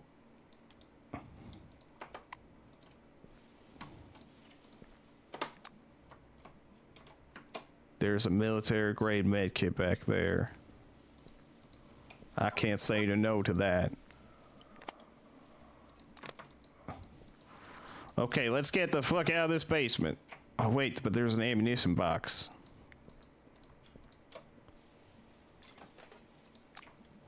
It's got ammo. Okay, let's get out. After we get this pile of papers. Ooh, Techno Woman comic book issue. The brilliant engineer Tanya Parks fights crime with the help of her own inventions. Half the comic consists of blueprints and lists of technical and tactical and technical characteristics.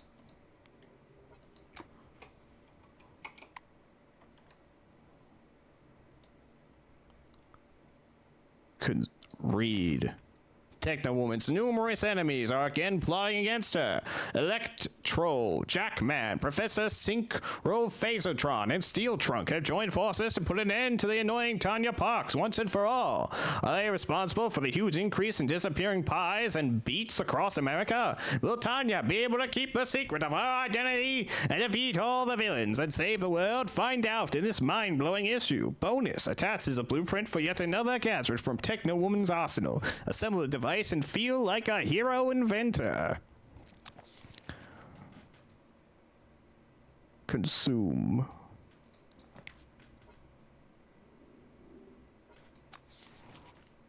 Consume. Oh, wait. Oh, wait. Okay, that was just a temporary buff. I didn't realize that. Now I feel dumb.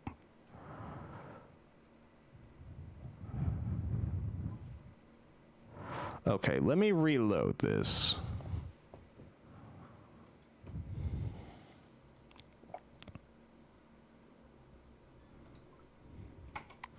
Okay, so I'm gonna take my ARAD first and foremost. I'm gonna loot these boxes real quick. Make sure my gun's reloaded.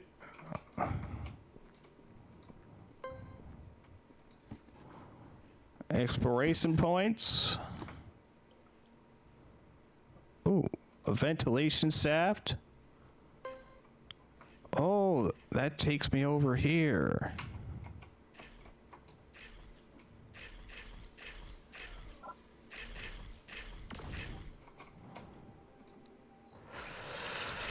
Take these burning shots. Critical hit.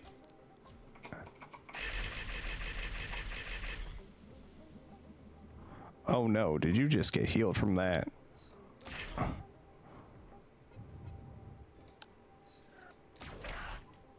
Critical damage. Ow. Okay, I do believe you are getting healed from that, sir.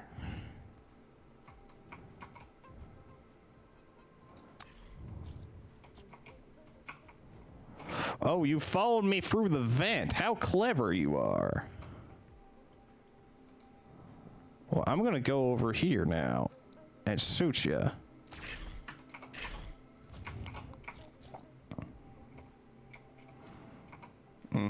Okay, high temperature shot and an energy shot.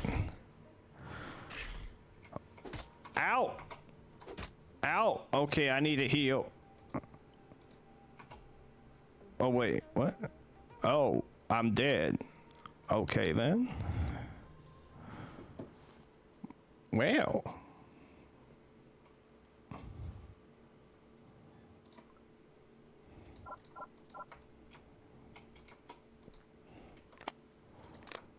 Gonna loot these boxes real quick.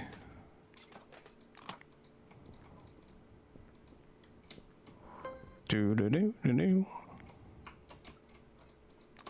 Okay, the ventilation shaft's apparently considered a secret. Right, I forgot to take this medicine. And then...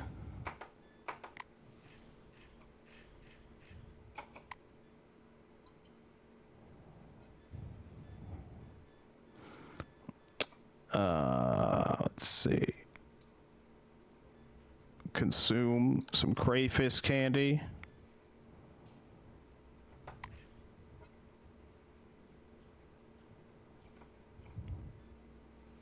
+3 initiative. Let's see, med kit or... No, I have to use the med kit. But I don't want to waste it just yet. Okay, reload the gun. Fire! No, out of range.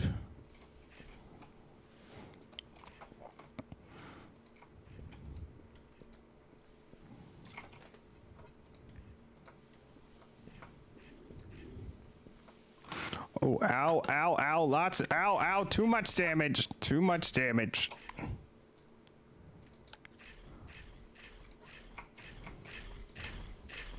Okay, ugly, get over here.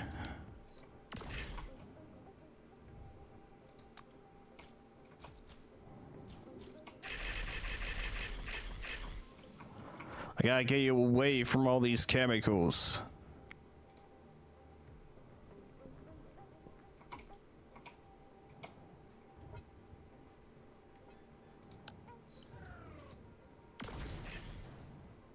Haha, take that!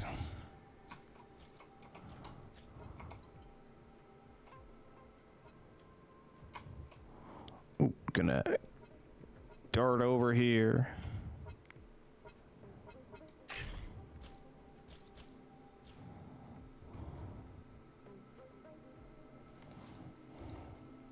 Dart over here.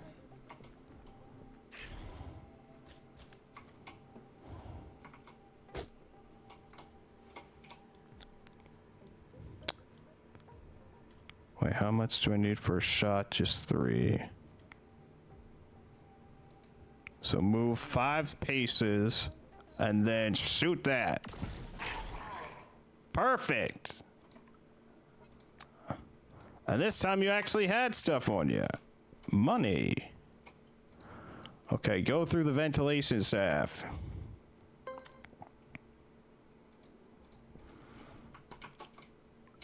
Let's take stuff from tree. Take stuff from container.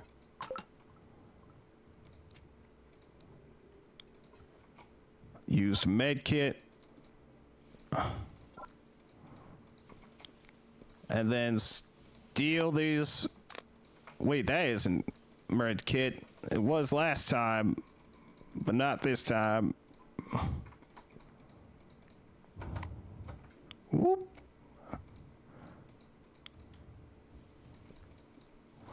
Get me out of here. Jeez Louise.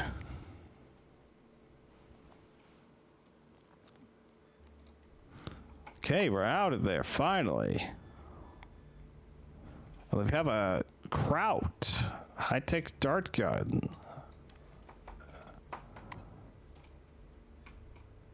Cleaving darts. Psychedelic darts.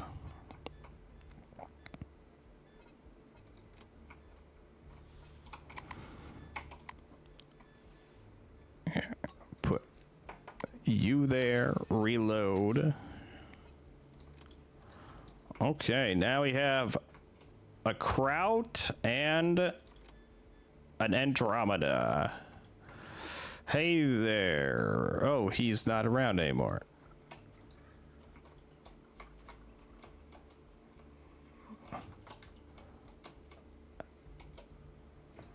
Have I already searched the military grade med kit? Apparently not. Nor this supply barrel. Okay, chemistry workbench. We can make homemade grenades or an immobilizing grenade.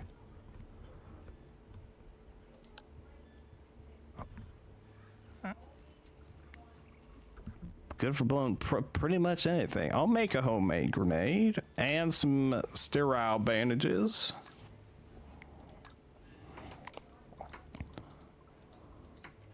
Good for some extra experience.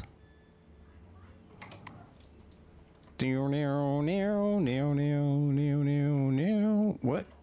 As you exit instead, you stumble across a scene from a movie. A dented Jupiter moon parked by the roadside stop with 4 strangely dressed tramps idling about. Examine the intruders. The people are so filthy, you barely recognize their Cronus uniforms under the grab. The name tag's been removed, of course, but the ruffian's tattoos makes it clear you're facing oranges. The car is in awful state, despite being brand new. Jupiter's first got chrome-plated fender moldings in 76, which means it can't be older than 6 months. Car is obviously stolen. Driver's door lock was at some point jacked open with something sharp or knife or a screwdriver. You quietly call out, the bandits turn to you. Well, who's in this nice clean uniform? Grins nastily. So here's the deal, guest. You and the older codger behind the counter, you're both gonna chip in for our gas. And maybe I won't stress test your skull today. I got a better idea. Well, come on, tell us your better idea. I'm gonna stress test some skulls myself. You know, I appreciate your attitude. Want to dance? Okay then, put your ballet slippers on.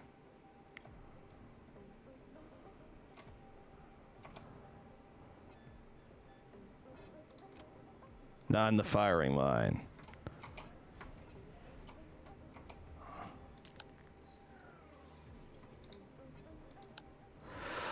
Bam!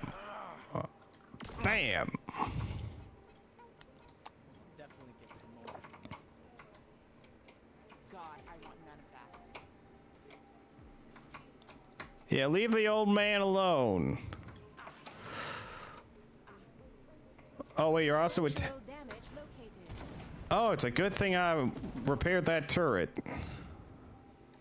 Oh, and you're right behind me.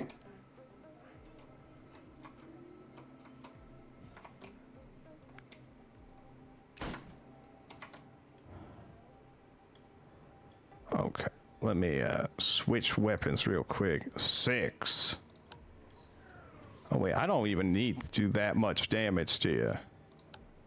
This will be enough. Yeah, get off my back. And now it's for you. Bam!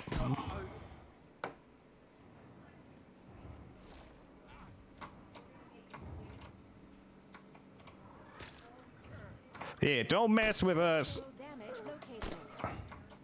Grr.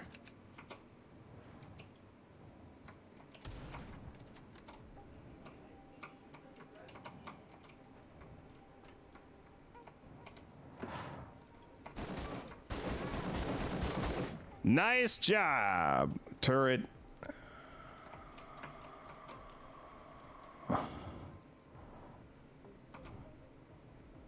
Okay, can I shoot him from here? Yeah. Wait, no, without range. Gotta get closer. I don't think he does. Show him your psionic power, Swami.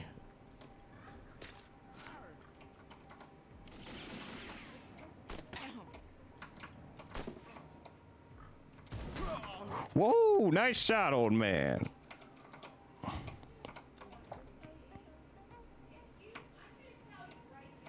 About like maybe 3 more thugs to deal with. But I only see 1 at the moment.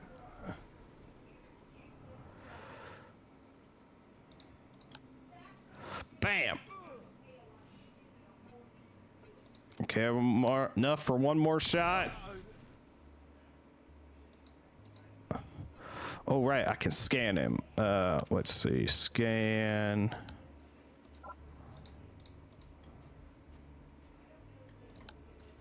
No, I can't scan him. Harpoon. Ability required for use. Unfortunately, there are no whales under the dome, but there are enough unpleasant individuals who can be harpooned without twinge of conscience. And some beta main. What does this symbol mean?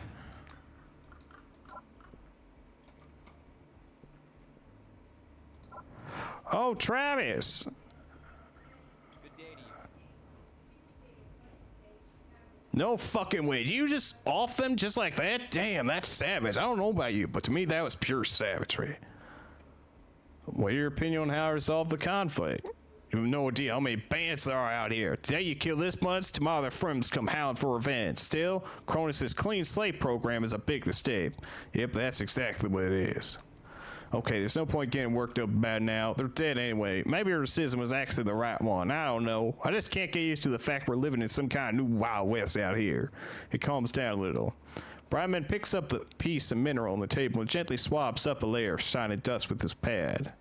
I hope to see you again soon. Ooh, volunteer worker boots.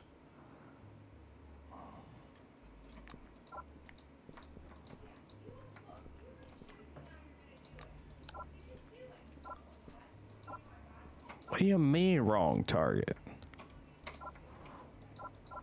I thought I could scan people, scan corpses. A cracked baseball bat. What about this car? I don't have any dismantling skills.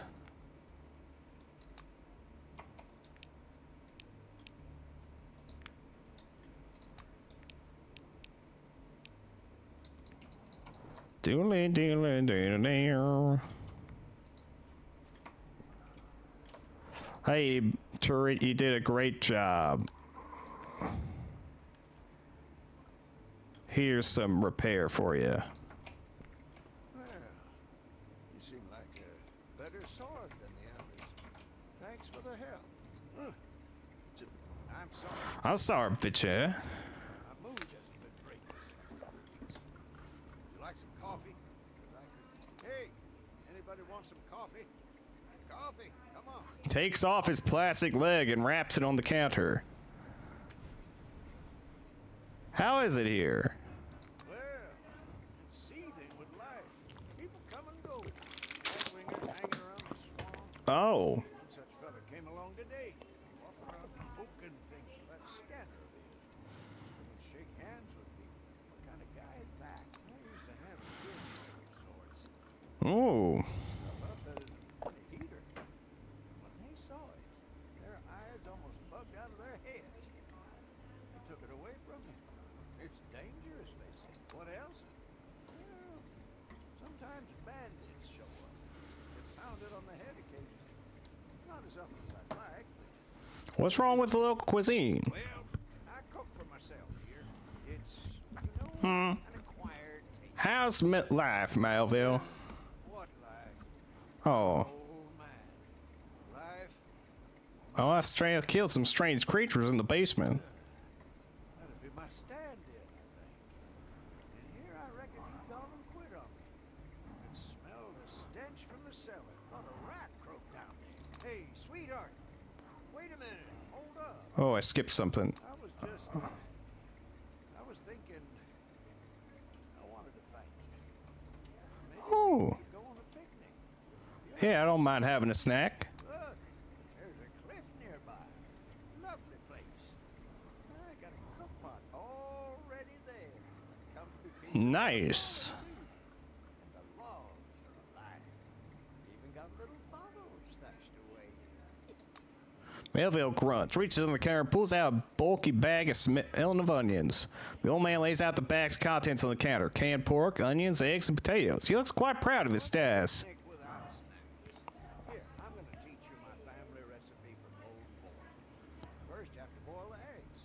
Then, Gesturing silently, the old man reveals the secrets of Melville family cuisine. cook it myself, but I'm sure you can do better. You see the stove behind me? There you go. Use it. Go ahead. The blue rakes the food back into the bag and gives it to you. Let's see. What is that dialogue I skipped? You say it didn't even look like a person? Oh, I had a bad feeling about this place from the start. Not good at all, I'm telling you. Listen to your story. He shakes his head in amazement. Okay, craft something. Pulled pork. And some heated beans. I won't go hungry now.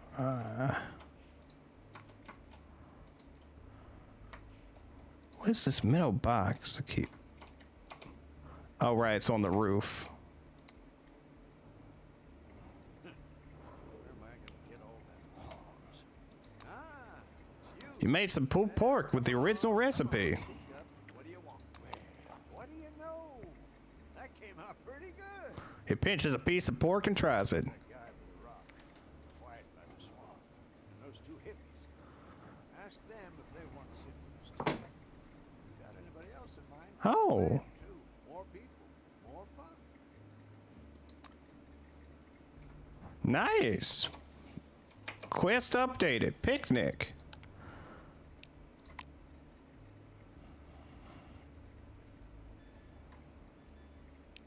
Okay, codex entries. Hydra, no, Newton. Second, group prevalence anomaly, second class hazard, presumed function, industrial press, security system element, structural stabilizer. Gravity differences vary from 2 to 6 kilograms.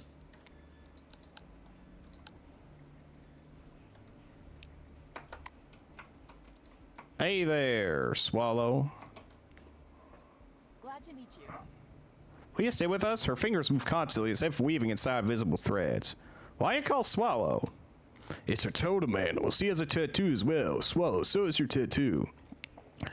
Swallow nods willingly, lifts her shirt as if nothing was unusual. Of course, she doesn't wear a bra. A crooked tattoo of a bird is perched above her left nipple. How do you like it? I really like it. I'm glad, thank you. You want to go? Are you afraid of the dome? Oh no, not at all. Dome is nature, and I have a deep spiritual bond with nature. It won't harm me. If you love the world, it kind of loves you back. Admire her positive worldview. It's cool that you dig it. She looks at you with sympathy. What about your necklace? She leans towards you slightly so you can take a closer look at her necklace. Nice, isn't it? I made it from some forefather stuff. I bought them from a local guy, the one that likes to sit outside the gas station. Want to go on a picnic? Rabbi, are we going? The girl tugs at the silver sleeve. He nods calmly. Hope to see you again soon.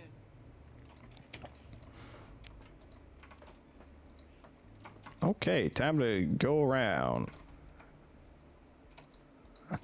Now. I still don't know what that death symbol's about since I can't scan him.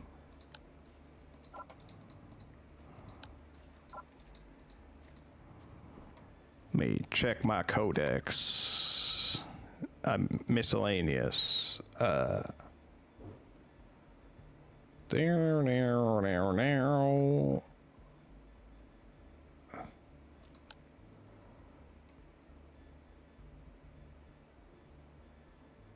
But the briefings of our men get to prepare the mayor.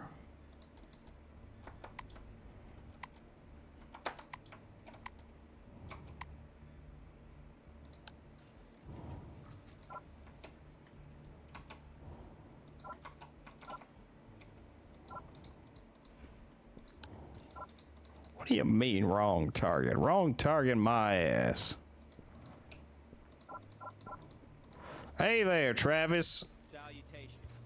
You want to go to the picnic? Picnic, seriously? With grumpy old father can't even fry an egg? Sure, why the hell not? Okay, now I'm going to check out that area behind the gas station. Oh. Okay, let me check this out. Yeah, this is my first time. Thank you. Well, what's the death icon about? Oh. Heavy tactical rifle.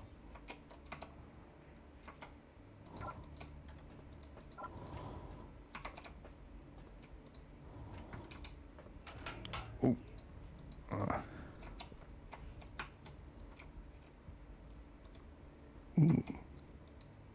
Supply barrel on the back. Oh, right. Investigations.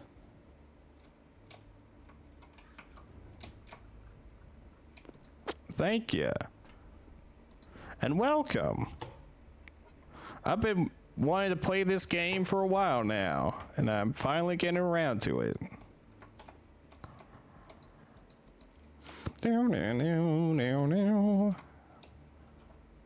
Oh, there's the stranger in the white coat.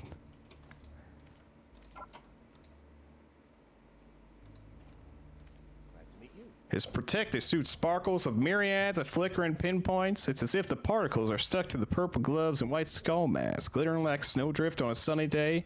On the researcher's chest is a middle badge that says Theodore McCready.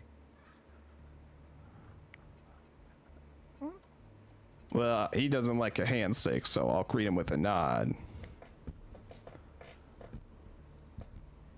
Oh, you got it for free a while back on Epic Game Store, and that's nice. I'm playing a Wait, no, this is a Steam copy. Yes, this is a Steam copy. What are you doing here near the swamp? I'm from Magellan Station. 2 weeks ago, management sent me to conduct a field study of my hypothesis, which is that the microlux is an indicator of the presence of mobioses. They either generate microlux or the two are in symbiosis. And now I'm here to confirm or refute this hypothesis. I see the behavior of the microlux particle has changed. Unfortunately, I can't establish if this is due to the presence of a mobiose or something else. What is this mobiose?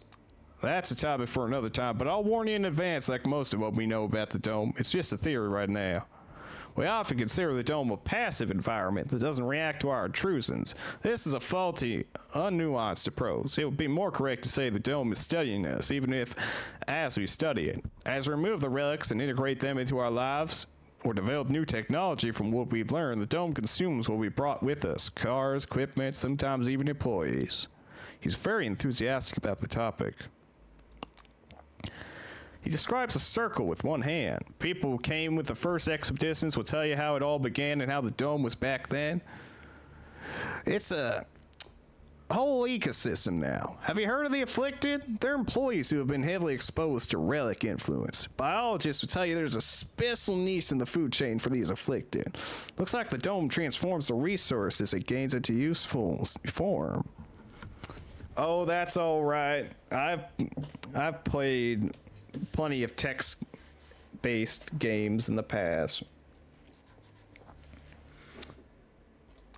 The Mobius is an example of how the dome transforms our equipment, research drones, cars, diesel generators. These things regularly vanish, but not without a trace. They come back as biomechanical guards. Actually, Mobius stands for Mobile Biomechanical Sentinel.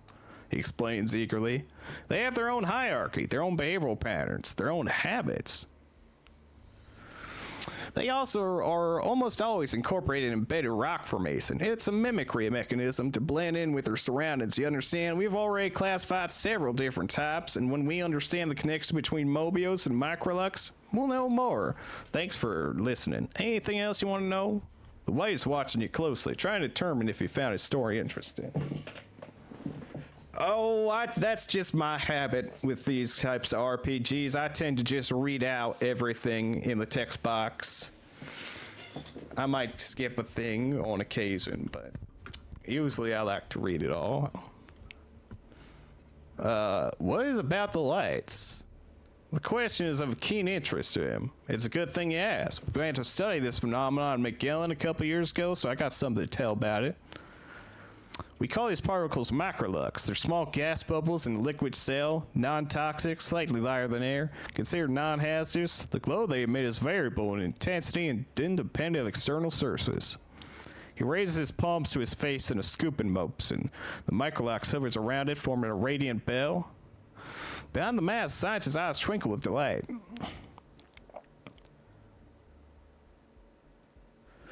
Ooh, yeah, I can imagine there's probably some jank under the hood, but I'm glad you had fun with this game. It's quite unique, and I've played more than my fair share of games like this, the original Fallouts and plus Atom RPG.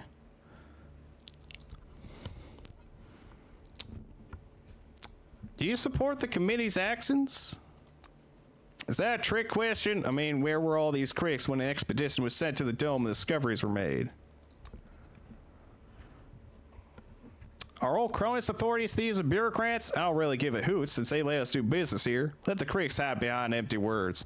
All they're doing is making noise on TV and writing snarky think pieces for papers. You know anything about the Nashville side? They say they aren't responding. Nashville. Oh, of course I know. Listen, you're damn lucky. That's a real treasure trove. It's a huge excavation topped by a 3-level complex. Spectacular place. I want to hear you what you think when you get back, provided you survive, of course. It was just a joke. Yeah, it's embarrassed by the memory. Nothing will happen to you or us unless it's the end of the world and missiles crash down on us. That's a joke, too. Yeah, this engine looks pretty nifty so far, yeah. if you like RPGs, I do play quite a bit of them on this channel. Would you like to go on a picnic? Yeah, why not? I'll be there. Oh, I guess I had the right kind of voice for him after all. Oh, and there's the picnic. Wait, I wonder if I could invite my truck friend.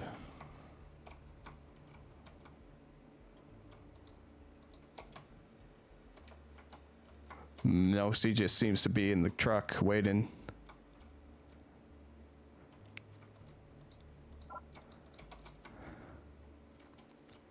Unfortunate, I say.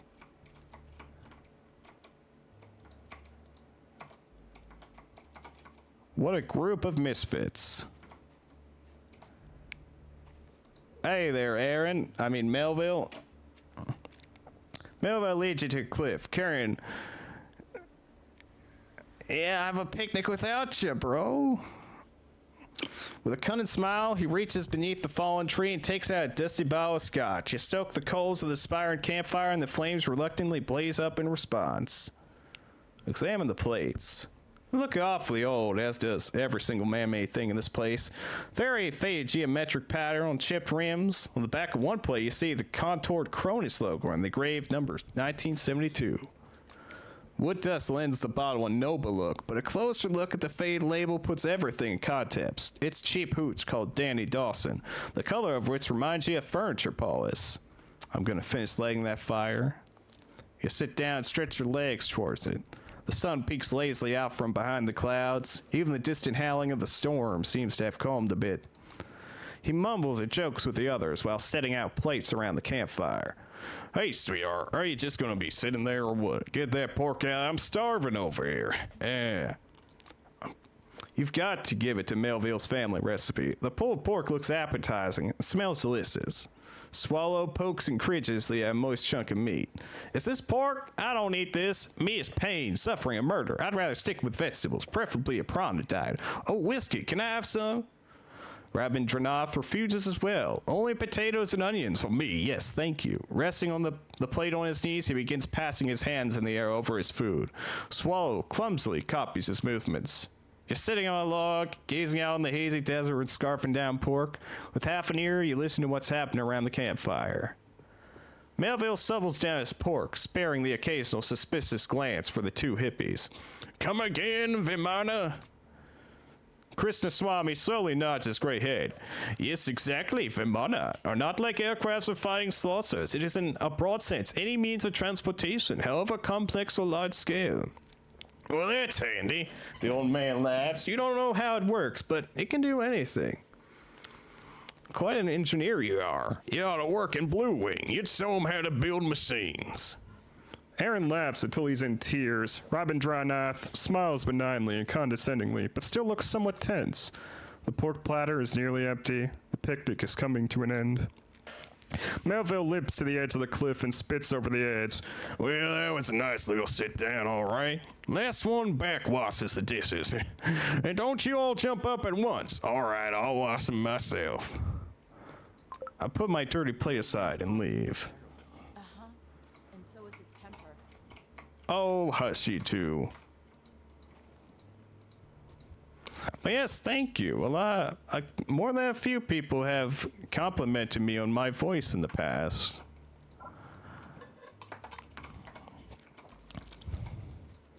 Why?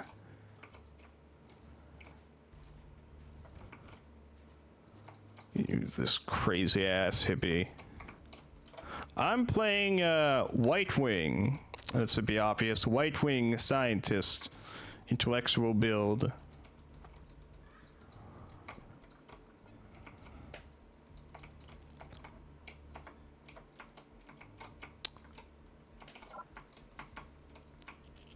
I thought about doing charisma. I usually like playing charisma in RPGs. Make it quick. Nod and hide my weapon. So, how's the situation? Yeah, I got the anomaly protector. That's good news. We could have been stuck in here for a long time. It went Blackwing first and then Orange. That is valid. Trying to break the game. I'll install the Rogue myself. She slides off the caterpillar track, letting it get to the motor compartment. So, how's the situation? Yeah. Really? That's good news. We could have been stuck in here for a long time. Mm-hmm. Thin cracks appear on the surface, from which thousands of flat pink roots emerge. They spread all over the edge and darken before your very eyes, soon unassuming a metallic texture inside. The boo crosses herself silently. She gently touches the relic and forcefully slams the hood. Let's go. See whether this gizmo really helps against the storm. All right. Oh, genocidal kleptomaniac. Fun. Ooh. When Howard offered me a transfer to Nashville, I did not hesitate for a second. To my understanding, Nashville is what the Dome should be. This is the place where employees are able to land hands on the most incredible wonders of ancient technology. You can call me romantic, but there is a place for pragmatism in this whole story. I have no doubt my career will go uphill at Nashville. From the Diary of Monty Collingwood, Silverwing. As you approach Nashville, the realization hits you that something is definitely wrong. The Oh no. security checkpoint is up, and the turret indicators are glowing red. Black smoke rises. The automatic guns beep and direct their gun barrels at your vehicle. You and Morgan exchange concerned looks. Step on the accelerator. Clara floors it. The engine roars as the tractor truck speeds past the turrets and leaves the danger zone. The road turns left, and you're on the main road leading to the complex. There are bodies everywhere, but no visible survivors. Morgan crosses herself and whispers a prayer. Through the smoke-filled air, you see the red lights of a new batch of turrets taking aim at your vehicle. You know, going further might be a bad idea. Clara swings the vehicle into a short, controlled skid, positioning it to shield you as you exit. As the turrets swivel to catch up to your truck, the two of you are already on the ground, outside the kill zone. Sitting beside the truck track, Indeed. Nashville ablaze. Black smoke billowing overhead. I need a rock and a hard place. With the maelstrom above the station. It whirls slowly and majestically, hundreds of tiny green lightning bolts flashing silently in the epicenter. Clara lifts her eyes to the sky, mesmerized by the whirlpool of clouds. We need to scout the surroundings. You nod in agreement. Morgan is right. It's time you figured out what happened here. And by that you mean me by myself. Trembling with fear and anxiety, Clara furtively examines herself. Calm yourself, woman. All right? No, we're not all right. We're damn near killed. She peeks out carefully from behind the engine compartment. The turret's aimed at us. If we run, we're as good as dead. What do we do?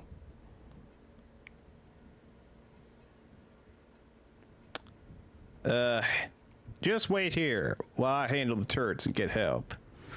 Morgan regards you for several moments. You can't tell if her eyes are filled with horror, awe, or hope, or maybe a mixture of all three. I'll be praying for you, she replies after a lengthy pause. Jeez, I need to heal. Ooh, a level up. Okay. Let's save the game real quick. Just in case I make a dumb decision.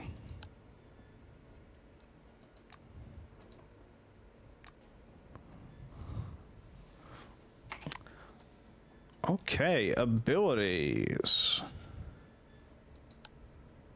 So we've got our first tier of piloting, third tier of tech, and third tier of science.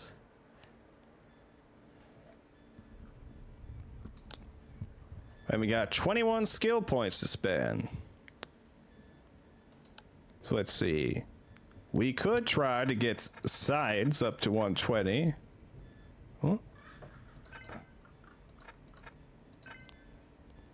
That would give us plus psionic damage, heat and cryogenic damage, and a new energy pistol ability.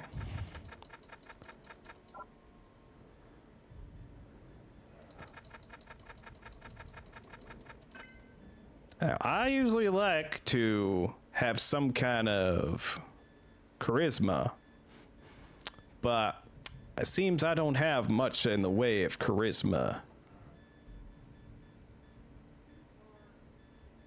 All I would get is this conviction passive ability if I spent all the points on influence.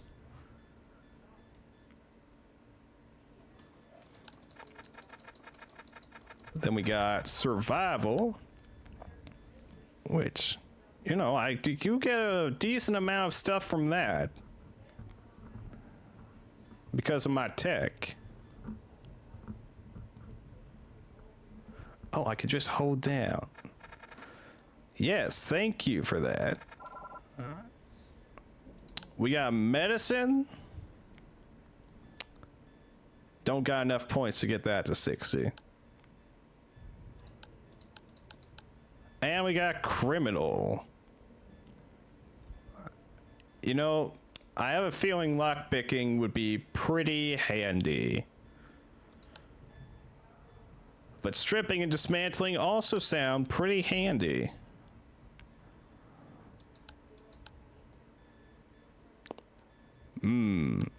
What do you think?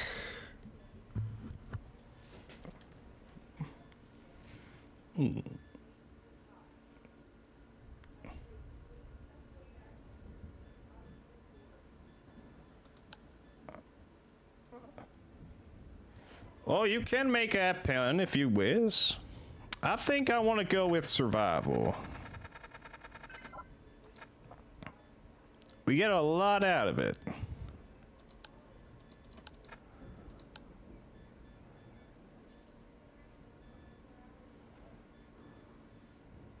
Save. I also am... Oh. I'll save that thought for a moment. Ionization? No? Okay, let's see.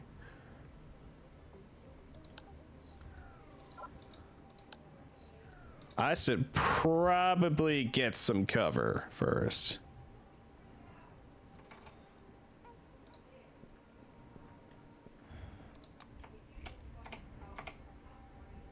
Okay, so... Cleaving dart. Structural damage located. Yep. Actually, that's not as bad as I thought it would be.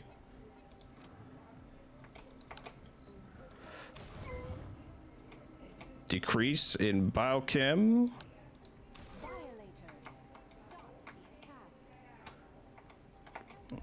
Oh, okay, you're not even attacking. Structural damage located. Structural damage.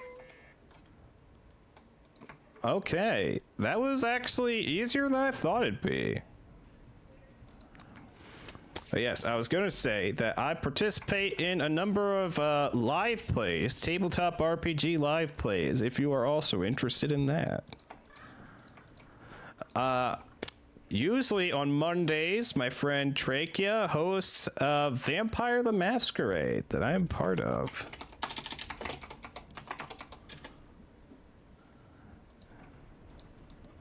And we're also doing Shadowrun on Fridays.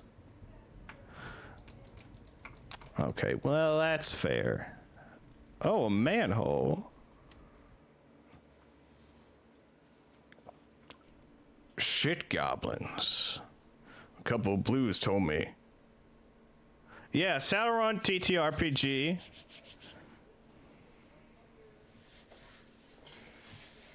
I play a big six-armed Indian businesswoman. We got a big shark, Californian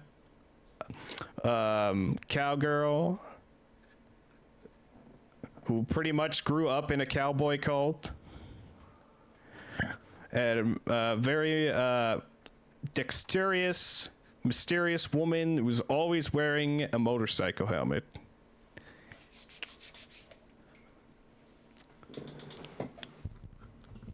Couple of Blues told me some amazing things. According to them, there are creatures living in the Nashville sewers, and they call shit goblins. They steal tools, ruin equipment, and fling the sewage around. But they can also lead you to ENCASED if you leave canned food after them.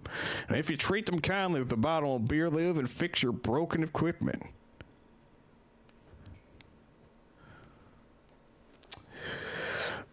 Stretch. Their presence can be recognized with barely audible swearing. Truly wondrous is the folklore of these simpletons.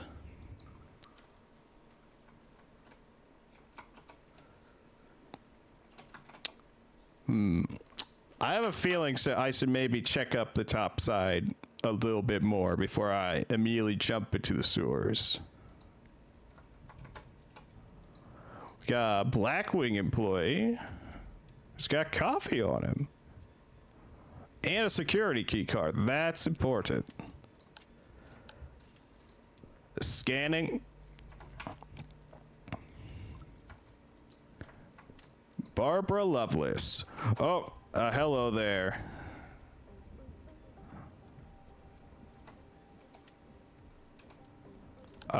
Throw wrench. Violator. Stop the attack. Okay, I don't know why I thought that'd do something. Surprise, indeed. Okay, you're saving an AP for next turn. I'm gonna run over here. Oh, I'm no longer in firing range.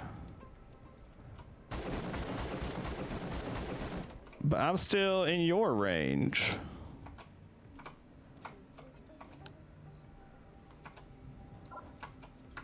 Out of range, okay. Let me load game.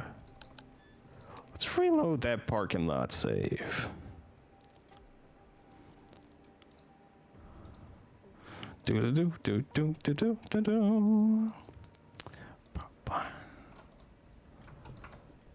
Okay, so again, scan the corpse.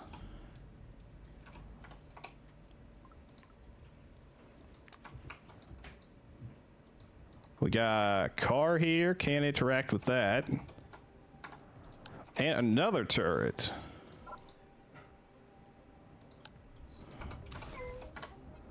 Gonna cause it some electroshock.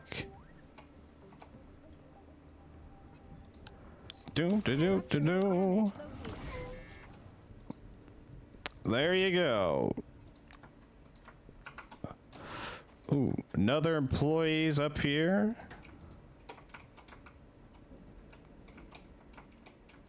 Turret there. Wet. Which means less energy resistance than normally would have. There's another manhole cover. Ooh, locked. Let's see. I do believe I have a lockpick here. Yes. Insufficient ability score. Well, damn. Wait. Reload? Okay. Reload. Can I blast this open?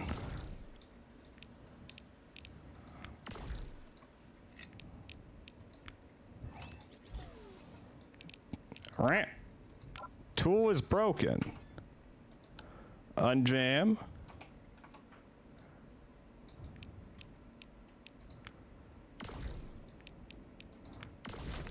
Okay. Breaking our way in. Ooh, this curry booth seems to have been abandoned in haste. Chairs are overturned and walls are riddled with bullet holes. Panels controlled in blood. Shock and awe indeed. Separated into 3 blocks, emergency indicators, security monitors, and the parking lot turret control board. The turrets are in paranoid mode. They'll fire on anything that moves. Reboot the system. covered with plastic cap. You push the button, hear an unpleasant sound, and then another one. All the lights on the board are flashing. From now on, the parking lot security system will recognize Cronus employees as friendly.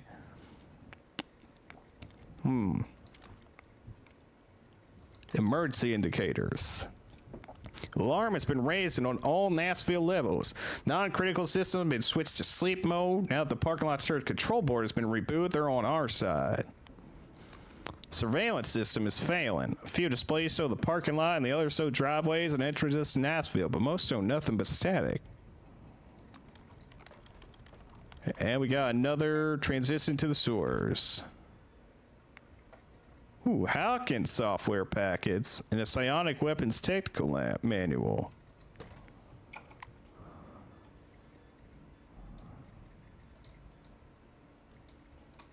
Allows you to perform an upgrade on the side glove.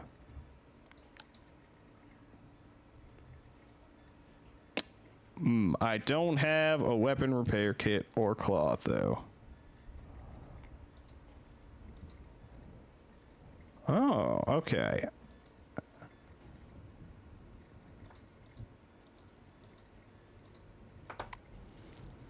What is in the other locker is locked. Can I lockpick it? Yes, actually. It's just some shotgun cells. We got some more bullets here and a first aid kit with some bandages. Okay, so now that the turrets aren't going to shoot at me. Oh, some airplane. Raises my psych and perception. And a lucky cookie. Okay, can we scan ya? Yes, we can, actually. That's Carl von Gruber. Hey, nothing up here.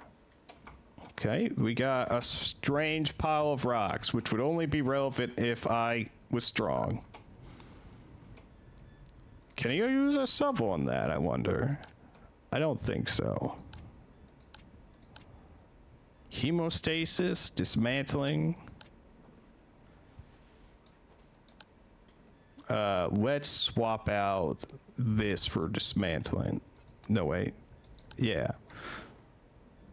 Dismantling here. And hemostasis here. And then this can be swapped out with the first aid kit.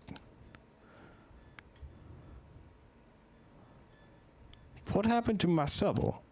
Oh, here, digging. Yeah. No.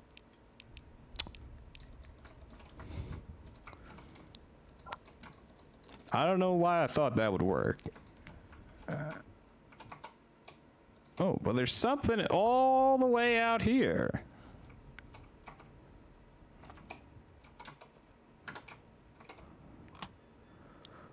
Sleep grenades and shock grenades.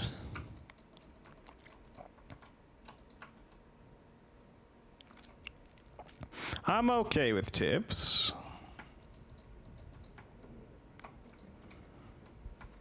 Oh, there's still this employee in the far back.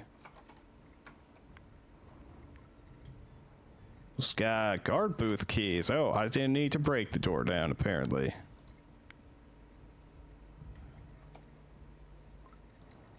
And there we go. More Cronus points.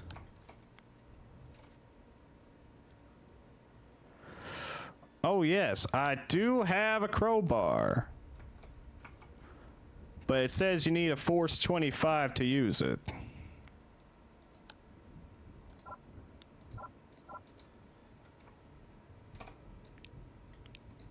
Let's see. Scan turret.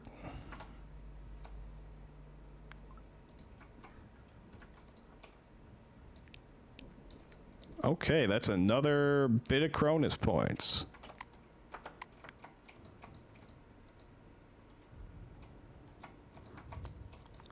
Yes, I'm very weak.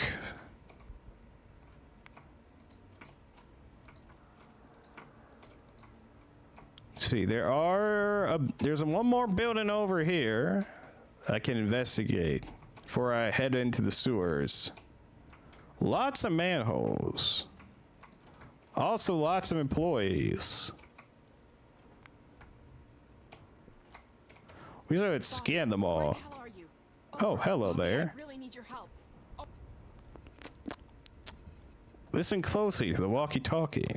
You put the device to your ear and listen carefully to the quiet crackling noise. There's nothing but silence at first, but then you distinguish a variety of voices.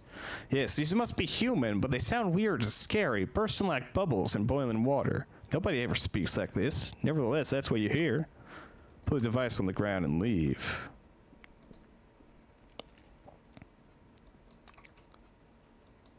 Oh wow, I had a bunch of dialogue options at my disposal, and I chose the one.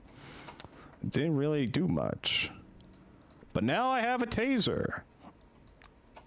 And what looks to be a knife? Yes, a shear blade. Could probably craft something with that. Now, I don't know if there's like some kind of different ending or benefit to, you know, non-violence in this game, but I was told about it from that one man at the in the opening area.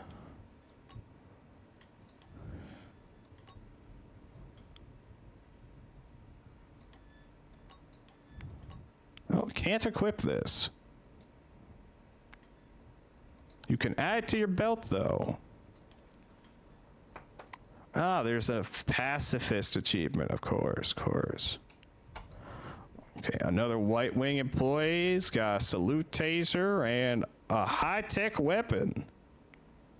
A wasp does biochemical damage. Might want to try that one on. Okay, it does about the same stuff as this, but it has less shots.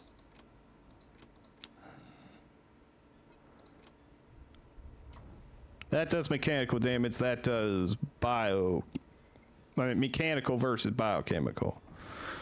I think I'll stick with my pistol for now.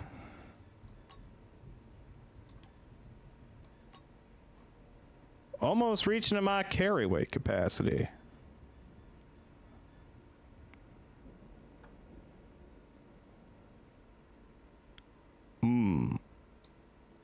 I'll equip these boots. Add to my belt.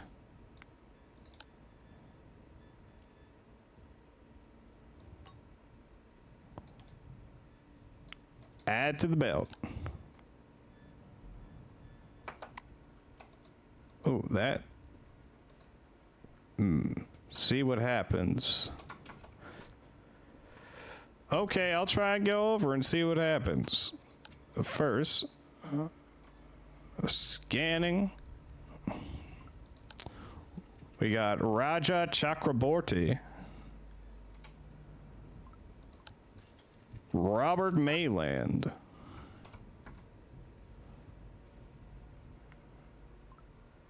Nicholas Carvonen. Ooh, keys.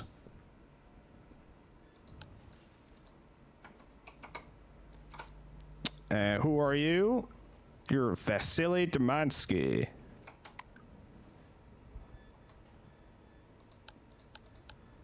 Let's see. A series of strange events.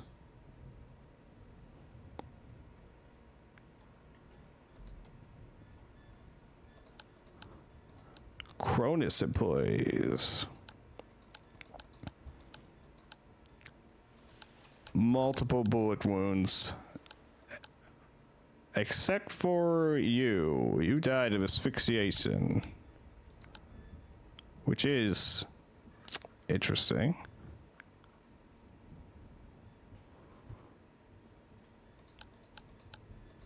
Ooh, you have a mysterious face. Wonder why that is. There is another corpse over here, though.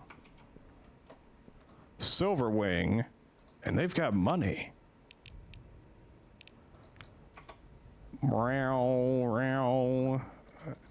William Dolman. Okay. And I think I got the keys for this door. Finders, keepers, indeed. What we got in here? Ooh. Boxes. With ammo.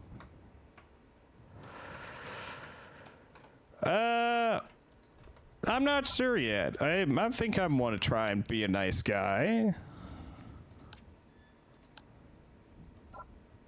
Ooh.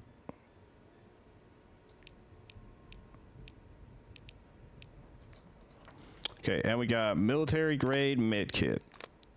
Okay, computer. What you got? Door creaking open.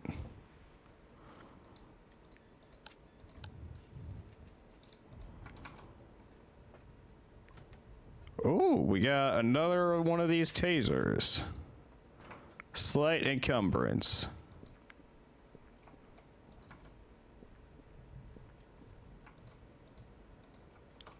Well, I guess I should check out the sewers.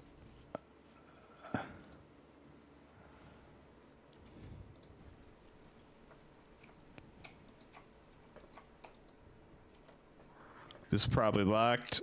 Yeah. Well, I can try blasting it. Right. There is an area map. I just have not been, haven't really been relying on it too much.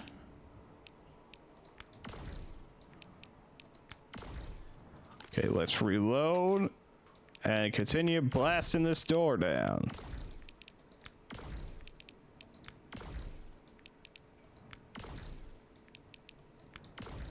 This door has a lot of health.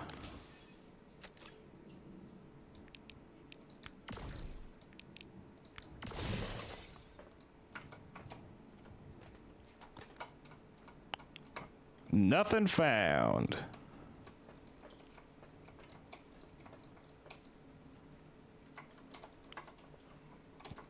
Do do do do do do do. This is a very nice looking sewer level.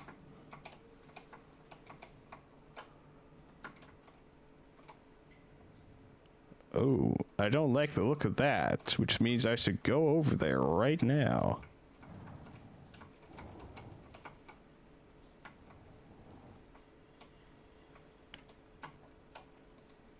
A bunch of rotten meat.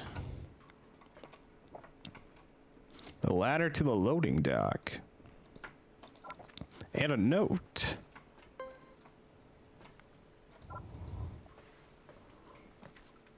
Skylar, Tree, and others. After reading this note, leave it in a conspicuous place. Many newcomers have joined our team lately, and now everyone knows where the tools, access cards, and keys are. As for the ventilation staff key, I have it, and it's to be used under my supervision only. If I discover any secret copy of this key, it means someone's getting fired. Benito Vinici. Okay, ventilation access.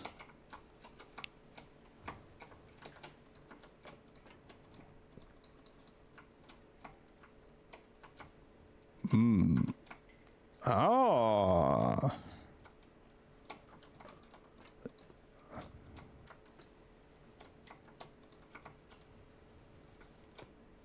See, there's a box over here.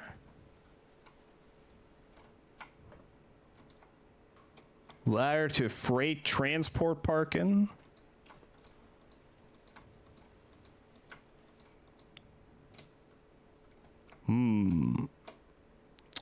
Ladder to the generator. Some doors might just be very strong against energy. Locked.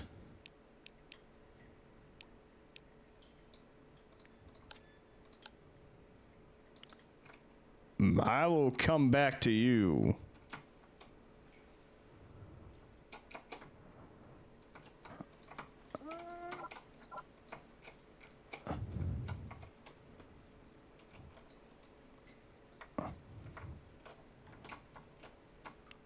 Okay, and I want to check out what that box is about.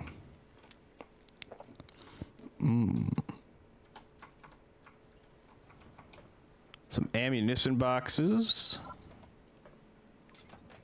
Don't really need them because I'm not using regular firearms at the moment. Oh! Huge rat!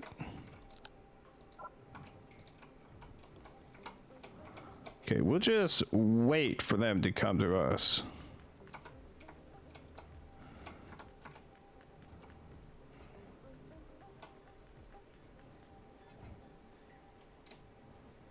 Okay, we'll do some burn damage.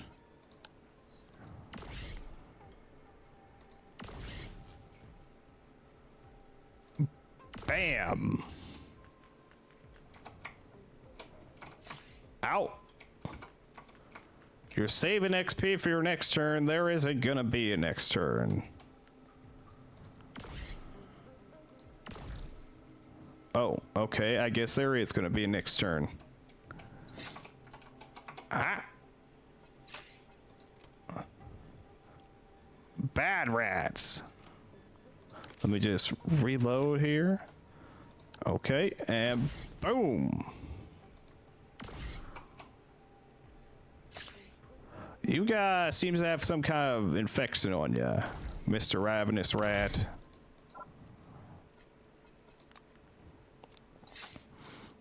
Ooh. I should really heal.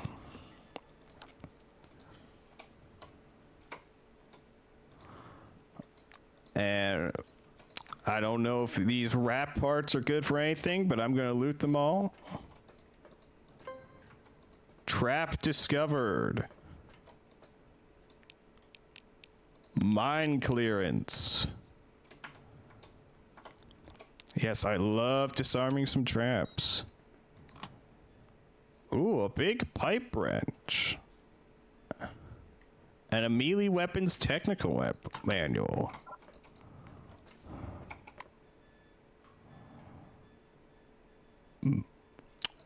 Consume some crayfish candy. And how are all my... I have radiation. I have a good deal of radiation.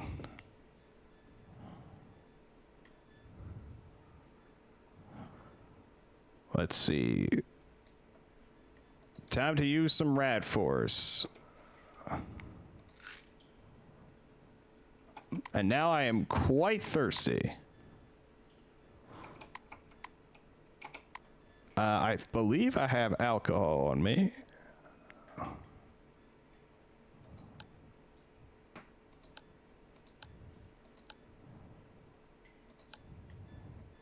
Oh boy. There we go. We got empty beer bottles. We have homemade grenades. Oh wait, yes. Here we go. Morning Dunes beer.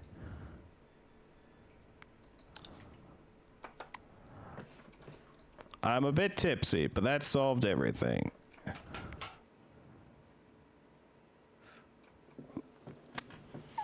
Yeah, pragmatism. Main alleyway. Oh, this... I don't know if I'd call this an alleyway game. Wait, I think I opened the front door. There's also a ladder. But I think anything over here is for a strength character.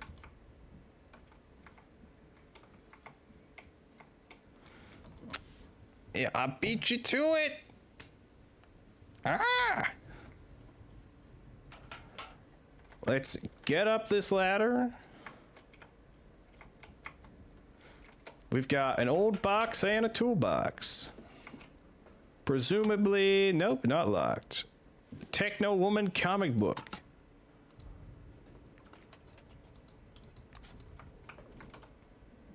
Ooh, ventilation access.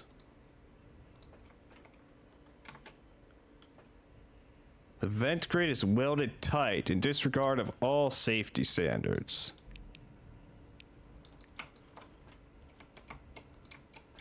Okay. Well, can we go in? Nashville's main elevator doors. Yeah. Drawn out screech. A harsh smell comes from the dim, dirty compartment. The smell reminds you of a quartz lamp. That's As you step onto the very elevator specific. platform, you notice a woman in silver winged uniform. She's standing in the corner, facing the wall, head down. Examine. You examine the chevron on her jacket sleeve. Apparently, she's one of those responsible for the Nashville site excavation. Your eyes are drawn to her hands, where dozens of tiny lights are moving under her skin with a faint twinkle. You stand silently for some time, leaning against the elevator fencing. The strange woman suddenly turns, her eyes wide open. In them, you see brightly glowing white rings around the iris. There's a thud. Something heavy falls down behind you, making the cabin shudder. You reflexively jump aside just in time. A body lands where you were standing a moment ago with an unpleasant crunch. Crunch! And then another one, right next to it. People begin to fall onto the elevator platform from the darkness of the shaft above. The elevator platform is shaking. A speaker on the wall comes alive. Caution, overload. Please vacate the platform. Caution, overload. Please vacate. A strained overhead cable snaps with a blaring twang. Oh, survival. From the platform in time, it plummets. Whatever remains of its emergency braking mechanism screeching unbearably. You lay down on the elevator floor to soften the blow as much as possible. The elevator car comes to a sudden halt as it crashes into something soft with a loud splash. Faint emergency lights illuminate a heap of torn limbs and crushed torsos smeared on the floor. The smell of blood is thick. You stagger to your feet. The elevator door opens onto a dark corridor. You have arrived at your destination. Welcome to Nashville. Wow. If there were as many surveillance cameras in London as the Nashville facility, crime would disappear entirely. I've never felt so safe. Everything here is based on sound principle of design and organization. Elevators never get stuck. Blackwing is always politely competent, and the walls are thick enough to withstand an atomic blast. Fortunately, there's no one to go to war with. You know, it just occurred to me, I should have gone to talk to the lady in the truck. What was my last save? Autosave.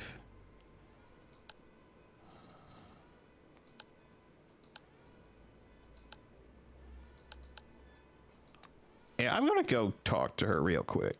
Let's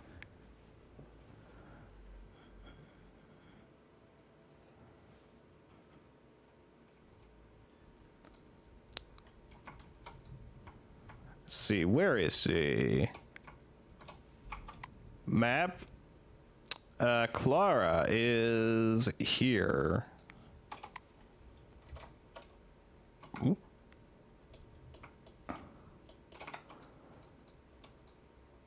Oh, and there's one body that I didn't examine before. Also this whole area I haven't been to. Yeah, let's scan this corpse. Benito Vinci. Oh, hey, you're the guy with the ventilation key.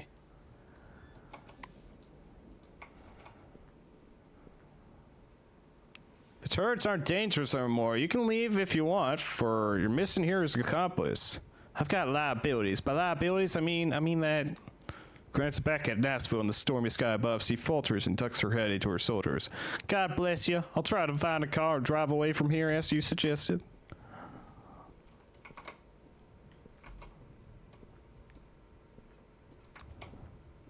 I mean, I would prefer to have you as a companion, but that doesn't seem to be an option. Take care of yourself. He won't leave you. There's a mixture of shame and pity in her gaze.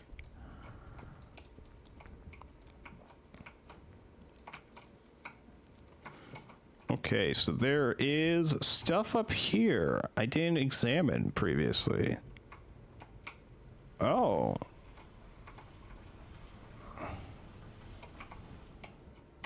That must be the generator. Okay.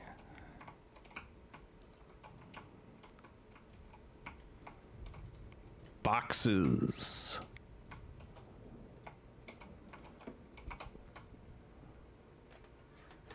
What is in this? Yeah, it's ammo. Okay, good as always. Slight encumbrance.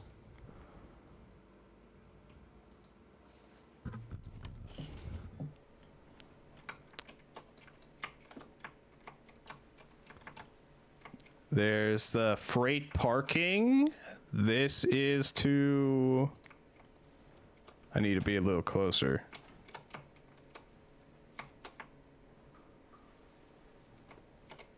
That is to generator. Okay. Take me up to the generator.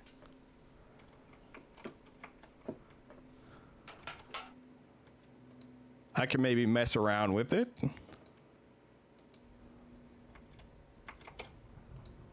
Oh, and a gunsmith and workbench.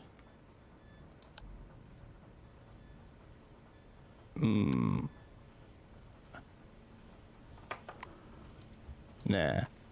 Toolbox, though. Another lockpick. Very handy. Tech 40. Use your technical know-how to overload this generator. I mean, there's not much point now that I've fixed the turrets, but I suppose it would be more experience.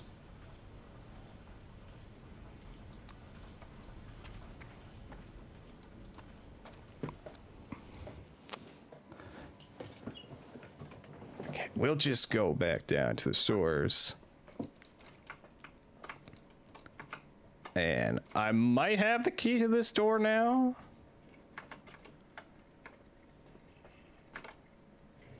Yeah. Stacks of equipment. Nothing found. Various devices. Nothing found. Ooh, it's an Andromeda. And a safe. You need a big lockpicking skill to open that, unfortunately.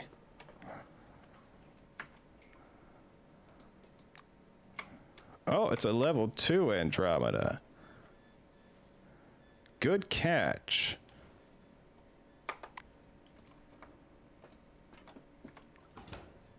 We've got some hacking software packages. And an empty locker. What do these packages do exactly? Ah, just some... Well, no, I can equip them to my belt. I assume they help me with hacking. Oh, and there's a terminal. Access denied.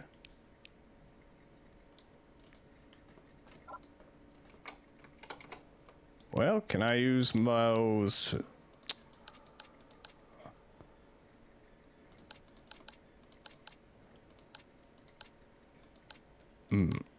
Here we go. Can I use you? Yeah. An old computer drone sleepily on an empty desk covered in coffee cup rings. Greetings, Benito. Please select an option from the following menu. Safe open. There's a sudden sound behind your back resembling both a trigger being pulled and a clock ticking. Enter mail to view the plumbing crew emails. The next time I get screwed over because of this, I'll personally screw you. The key must be stored in the safe, not in a mug on your desk, not in your pocket, not in the safe.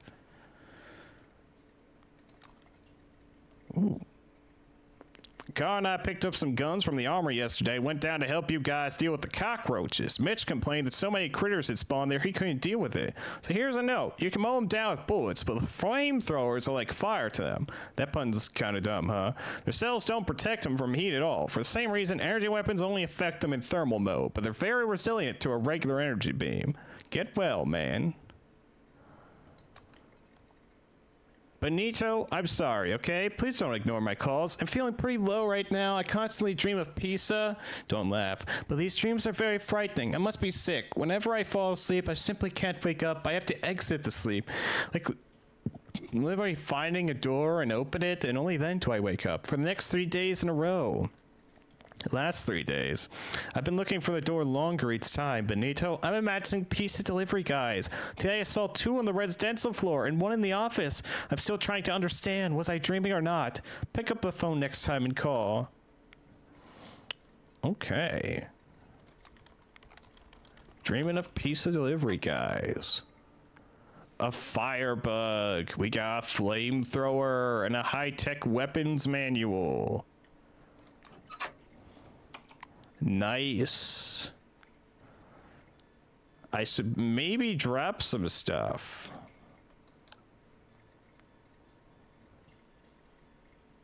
Maybe, no, I should probably hold on to these weapons for, like, selling purposes? But I could maybe, I don't know. We have, like, 3 of these tasers. No, I do not, actually.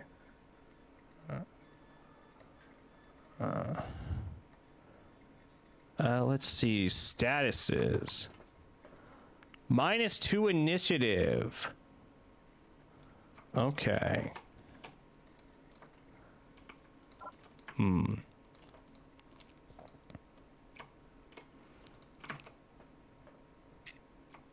Okay. Can't get that open. But we can just walk around it.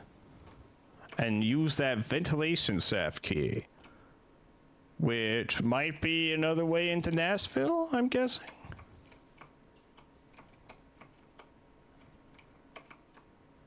Where'd you go? There you are. Oh. Also more enemies and cockroaches.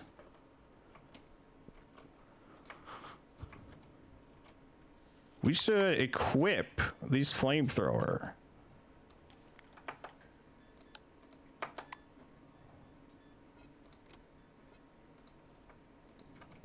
Come out.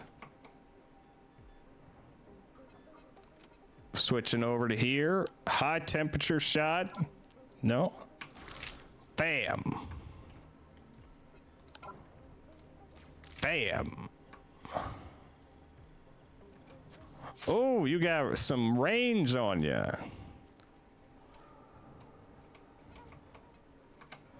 Okay, well, I'm just gonna shoot you, because I already was Mr. Acid Roach. And you're done for.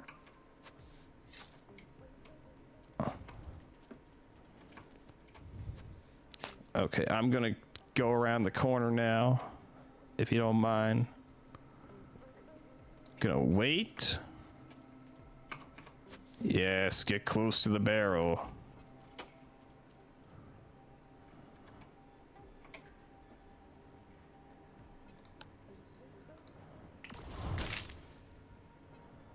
Not a lot of damage since it's cryo, but it's better than nothing.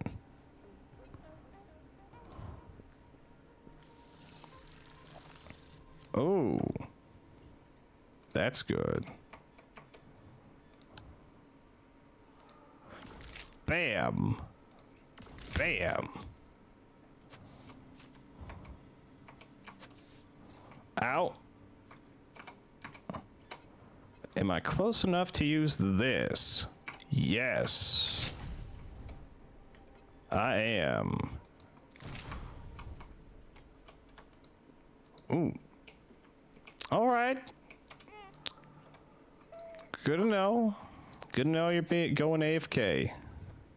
I know some channels have a lurk command. I lack one myself. Nothing of much of value here, except just some killing for the sake of experience. I should probably heal.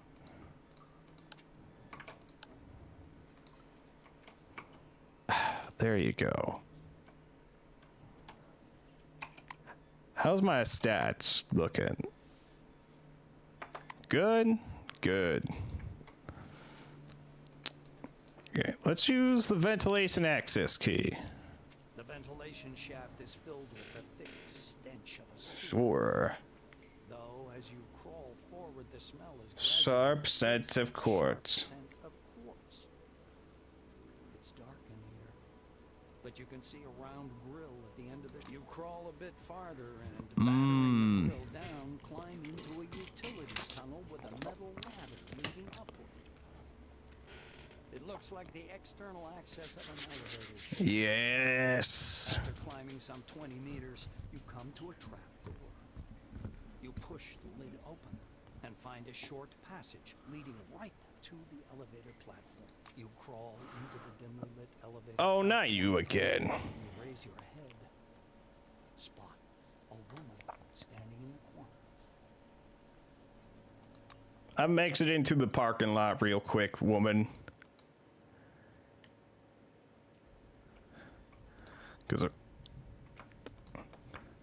Well, it was a nice little side excursion. I remember that because I reloaded my save, I didn't get the stuff that was on the roof.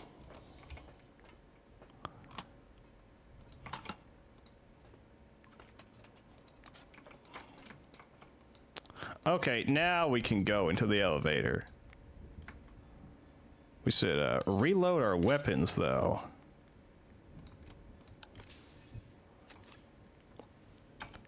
See, almost up to level 5. Okay. All right, I'm ready. You return to the Nashville elevator cabin. It still reeks of quartz, and the strange woman is still standing in the corner with her face pressed to the wall. I'm just gonna push the button. The button responds with a loud Okay. but the Sure. stranger makes no reaction, even as you grab her shoulder and turn her around. She looks weird. He looks weird. Slack, as though she were under the influence of a powerful anesthetic. Her eyes are wide open, though. Bright white rings glow. That's neat. There's a thud. You reflexively jump aside the elevator platform. The strained overhead. Okay, yeah. Survival's my only option. There's many surveillance cameras. Knocked out. Whew. Let's see. You're going down. Suddenly a collapse. Remember that there's no other elevator to the surface. When you're done here, you'll have to look for another way out. Okay. Before I do anything else, gotta scan ya. Anna Breslin. Thank you for the Selectron. Hello, anyone home? You got a servo cell. Well, don't mind if I do.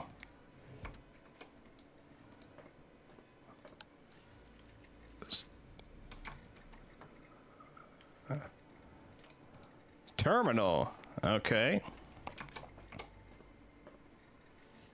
Access denied. I don't have the hacking ability yet. Wait, how do I get the hacking ability, actually?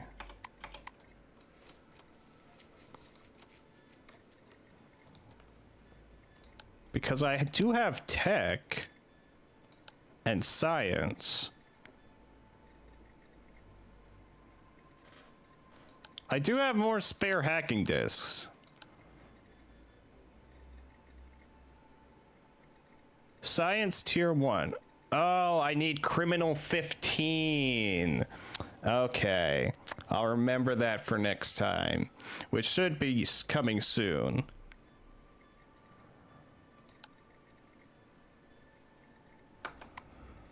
Okay, so for now, though, hacking disk.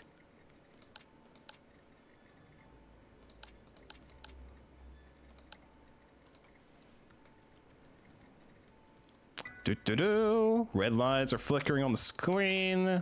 Attention, levels 2 and 3 switch to isolation mode. Use the security terminal to unlock doors and elevators. Open. You plug the electronic key into the receptor on the computer case. Door's been unlocked.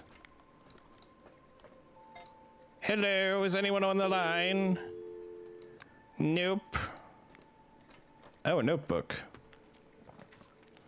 Sachet of Betamine crystals, pack of Wayward extra cigs, short iron bar, sharpened edge, and handmade grip, weapon type shiv, 2 units. Item of unknown origin in use, 1 unit. If it's a relic, send it to the ENCASED. They get the big salaries, let them earn it.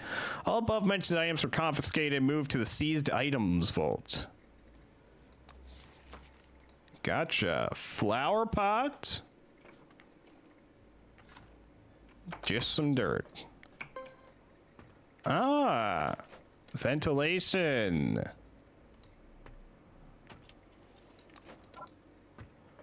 Rusty air ducts.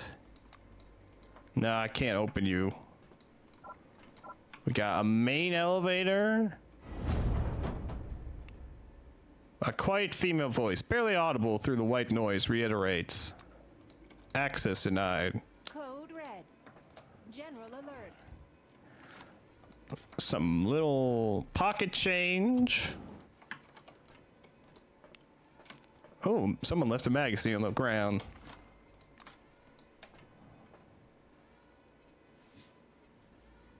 Pick up the magazine, flip through it.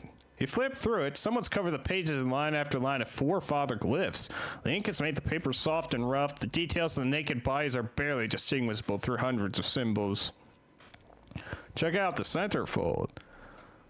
It says the centerfold is a gangbang orgy that barely fits in the frame. It's as if the forefather glyphs try to follow the shape of the naked bodies here, curving into spirals, bending into waves, and shooting out in straight lines.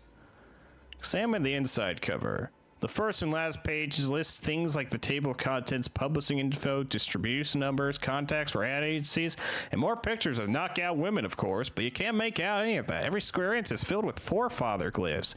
Occasionally, they even overlap. Look at the spine. Dense line of glyphs run along the spine. Something about them seems familiar. Taking a closer look, you realize some of the writing resembles the Latin alphabet. Suddenly, something legible emerges from the foreign characters. Help. Drop the magazine and move on. Ooh, a briefcase. Has a key for the security room and a stack of documents. Row, row. Oh, secret. Ventilation. Woohoo! That's what I get for being perceptive. A note. I consider this note my official report. I, Major Seymour Hobbs, take full responsibility for all decisions leading to loss of life. I activated the final protocols and locked the door to the security room. I'll remain here to stop anyone attempting to break through or interrupt this protocol. I act as my duty demands, but I cannot live with it. I don't know what else to add. Tell my family I love them. Major Seymour Hobbs, Blackwing. That would be you, then. Well, I'm still gonna scan you. Oh, big Reaper shotgun.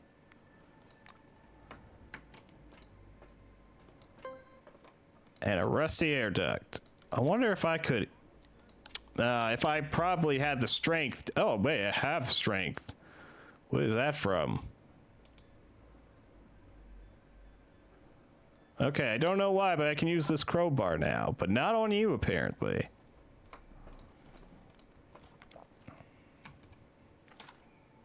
Some dirt.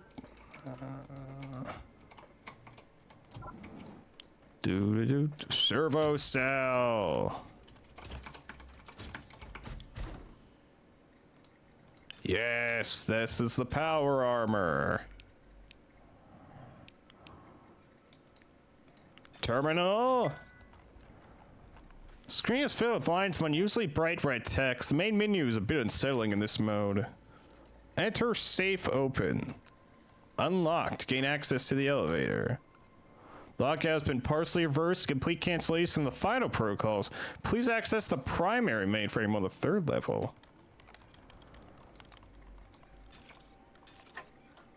Ooh. Inspection zone relic. Some beta mine.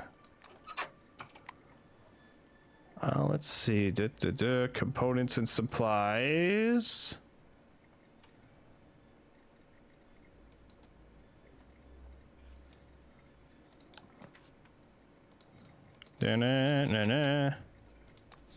Strip it.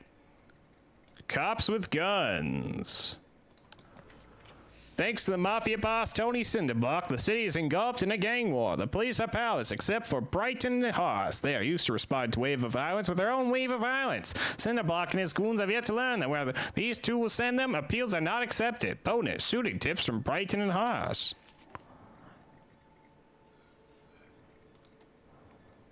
So where is this relic? Here it is. I can't equip it. Do I have any relics? Let's see, this adds hand-to-hand and tech.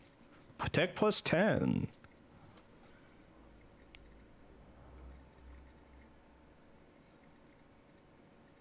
No downside to irradiated work gloves.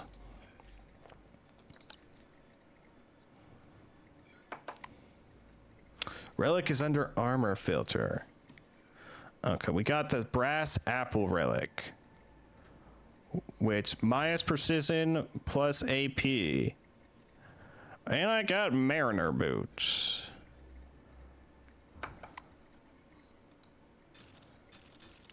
There is a downside to irradiate. I hear.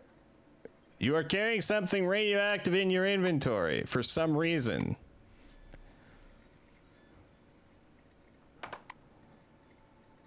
Mild psychic irradiation. Unidentified radiation somehow sharpens the senses and causes a slight weakness. Minus 10 resilience.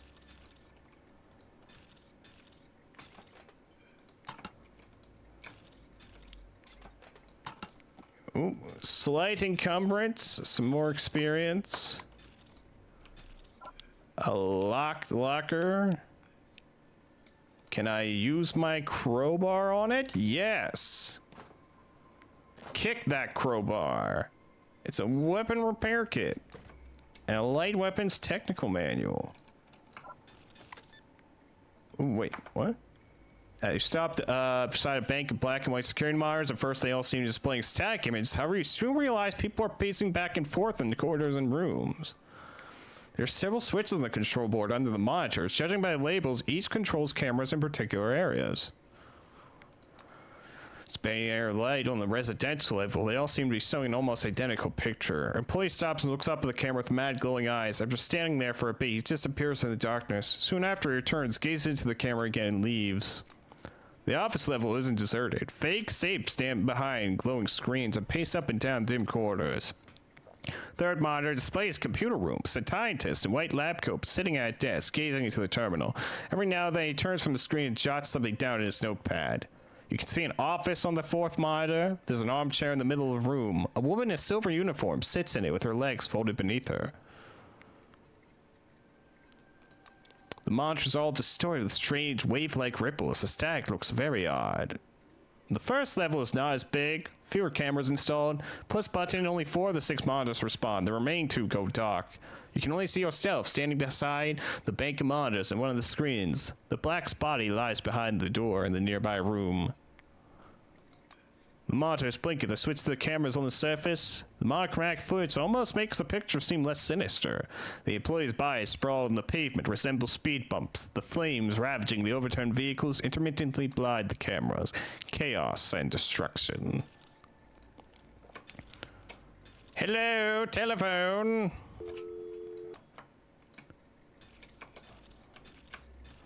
Bow, bow, bow, bow. Oh, a broken vending machine. Give the vending machine a shake. You hear a dull noise inside the machine and something rolls out into the tray. You take your reward. Shake it a bit harder this time. Nothing more to gain from this.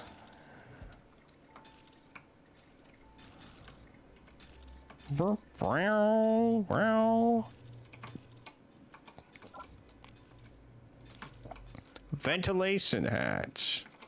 Cannot use this while server cell is equipped. Okay. Up to the residential area. Down to the residential area. As soon as the elevator touches the interceptors, a bright light flashes you.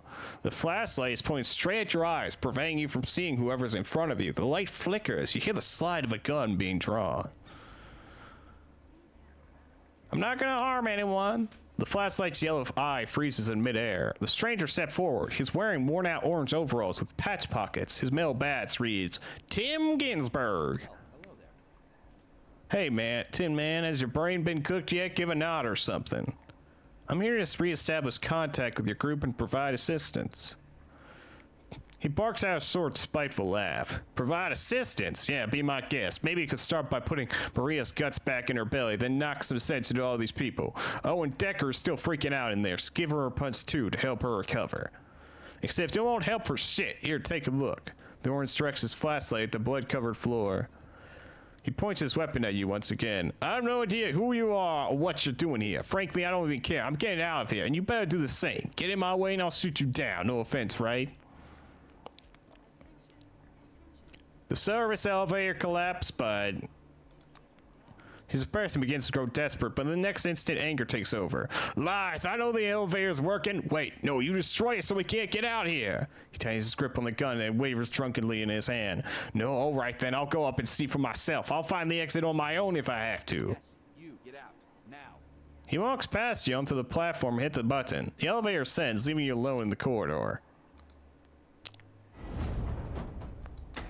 I'm gonna go check up on him. Hey, bud. You good?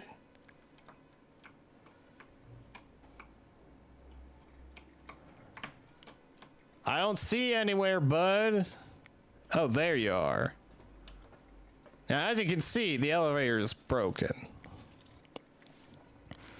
Standing beside the fallen elevator, Ginsburg resembles a Christmas tree. A few chains are dangling from his neck, and he's wearing a lady's gold watch on his left wrist. Things are looking shit around here. The elevator's crashed and I haven't found any other exits so far. Maybe you know where to find one? Where do you get the gun? The barrel of the gun is held to your forehead. It feels cold. Decker doesn't even know where the bullets come out. What use would it be to her? Any more questions? Where you get the watch of jewelry? Are you lecturing me or something? These folks' brains have turned into popcorn. It's not like they need these trinkets anymore. He nods in the direction of the elevator with a glare. Can we barter? You got canned ham? Well, shit, I'll take some canned ham.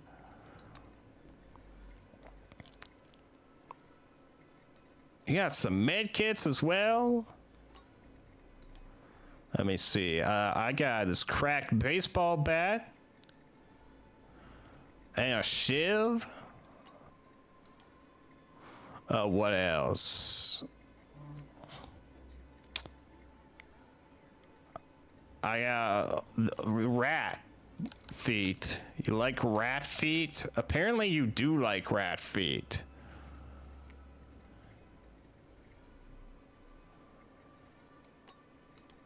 Would you like some rat tails to go along with that rat feet? Maybe some rat eyes?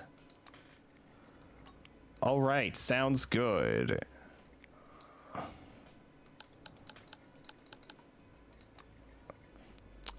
Five more. There, here you go. Accepted. Thank you for the canned food. Anything else? I don't think so, it's a medicine. For item stacks, you can hold down instead of spam clicking the plus and minus. Yes, yes. Should I hold on to these weapons for companions, or should I just get rid of them? Maybe strip them for parts.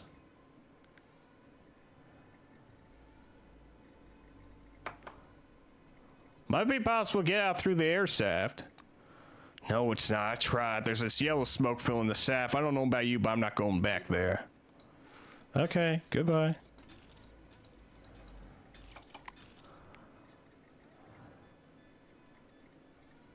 I'm gonna strip this pistol for parts. Pipe wrench might be handy to keep around.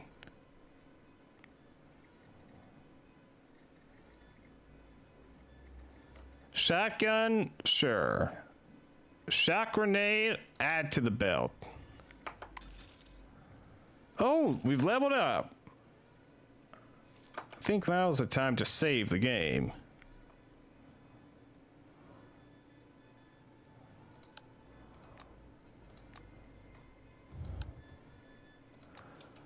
Gone to shit. Okay. Finally, we've reached level 5, and what we were discussing last time, we're gonna raise criminal up to 15, so we can finally get the hacking skill. Let's see. If only I had more charisma. Now, if I raise my criminal all the way up to 30, I can get higher movement speed and the lockpicking. Which, you know what? That seems kind of ideal right now. Lockpicking.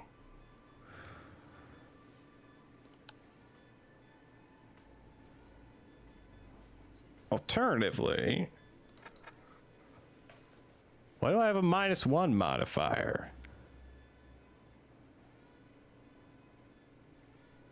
Oh, because I'm tipsy? Is that it?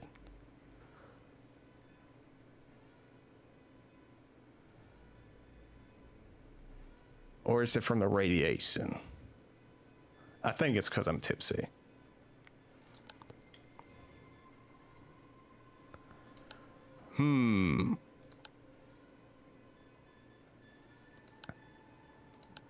Heavy weapons.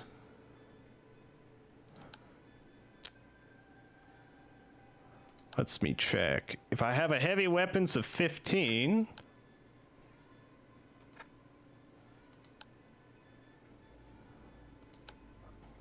No, I don't have a natural heavy weapons of 15, I'm afraid.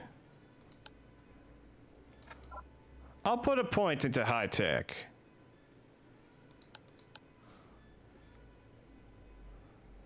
Save.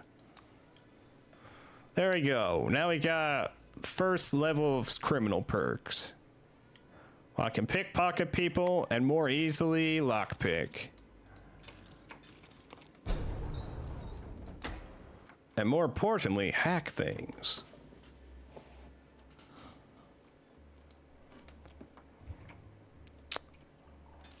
Okay, time to start looking around. We got a big area. Locked. Can force it open. Bam. Bam. Hell yeah. Ooh. Wasp. Hello there. Lean, attractive, dark-haired man in business attire, leaning with both hands on the sink and gazing into the mirror. A touch of self-satisfaction occasionally crosses his face. Looks like he quite enjoys the view. He's expressing modestly the impression he makes, but only a little. The dark-haired man is wearing a distinctive uniform of silver, a study in style over practicality. Squarely pinned badge informs anyone who cares to know that this is Harold Fing Jing Tao. The title below says he's deputy head of the Nashville HR department. Your diligent attempt at starting a conversation is in vain. The man keeps staring into the mirror, content to examine his own reflection. He ignores every greeting, shouting at me, and taunt you through at him. You figure it can't hurt to assess your own appearance. Unsurprisingly, everything about your reflection seems more or less familiar. You're satisfied with some parts, content with others, just an ordinary reflection. Except you feel something odd when you divert your gaze from the mirror, as though someone else is being reflected apart from you and the dark-haired man. You turn back to check, but there's no one there.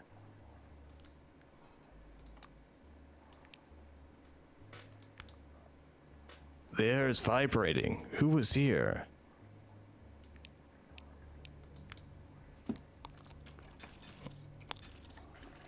I'm just gonna flush the toilet. And maybe equip these gloves that aren't irradiated.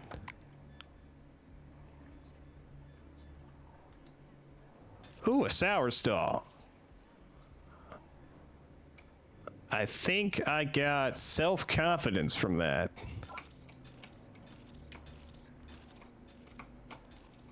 Oh, a sink and a stove. We can finally cook our ham.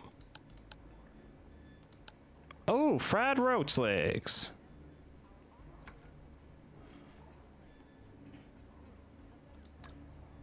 Fried cockroach eggs. How we do? Oh, hello, Narasani. Welcome home from your gathering. How is my food? I'm not really that hungry or thirsty, but I am fatigued. I could probably stand to rest a little.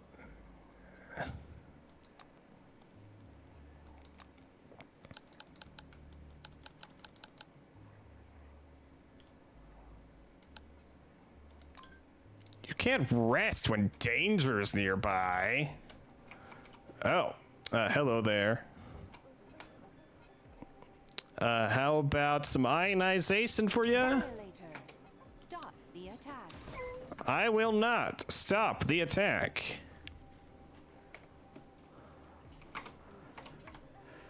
Yes, hello, good friend and mod, Narasani.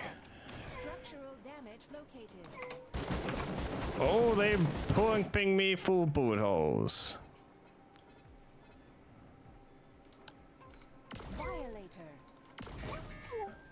Okay, well that's one less turret to worry about. By the way, is there anything I need to scan around here? I don't think so. Not yet, at least. Flower pot! It's dirt! Can we brute force this open? Yes. Crowbar. Yeah. Some experience for our troubles. A backpack, yes. We finally got a backpack.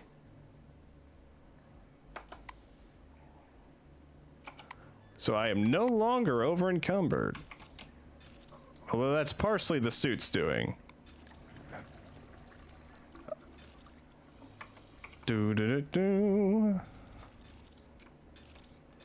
Anything in that flower pot? Some cash, some pocket change, as they say. We got some stuff in this fridge. All right. Ventilation access. Can I use while in the servo suit?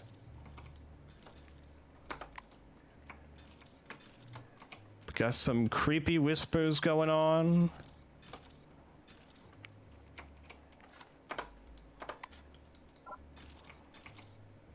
Ooh, okay, force this door open. Servo suit, ho!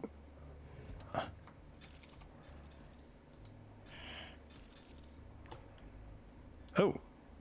I'll just take that, thank you. Terminal? No. Okay. Hello, John Kovacs? Oh, you're really fucked up. A man standing beside the open refrigerator, lost in thought. He's holding the door and mumbling to himself. His eyes are glued to the shelves, unblinking. Take a look at the fridge. Shelves are empty, nothing there, not even some expired canned stuff. Whatever the man sees exists only in the land of imagination. Except there is a key card on the bottom shelf. This is a ruddy, robust, blonde man whose badge says Jan Kovacs, mechanic. If he wasn't ignoring you so persistently, you'd say he was doing just fine. You give a wave, introduce yourself, and gently touch the refrigerator aficionado soldier. No result, except she starts muttering a bit louder. Yes, clearly, or pancakes. Nah, it's too much. How about a salad? Now, there's a good idea. Good idea. There are traces and fractals. I'm gonna take their key card. The fridge owner completely ignores you, just like before. Okay, I thought you'd go loco on me. But, no, there is food in here. Why you lied to me, game?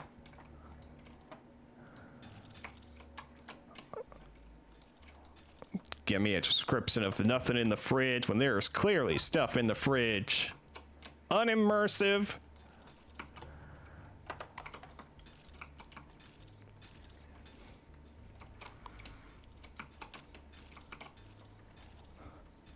Ooh, flower pot.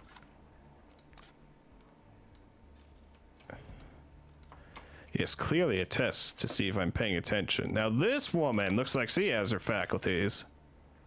Oh, no, I was mistaken. An angry woman standing in the middle of the room, flapping her arms and speaking to someone in a loud voice. That someone only exists in her imagination, though. You are the only person in the room. A short, pale, lively-looking woman with short hair dyed bright red. Her name tag says Elizabeth Nadasti.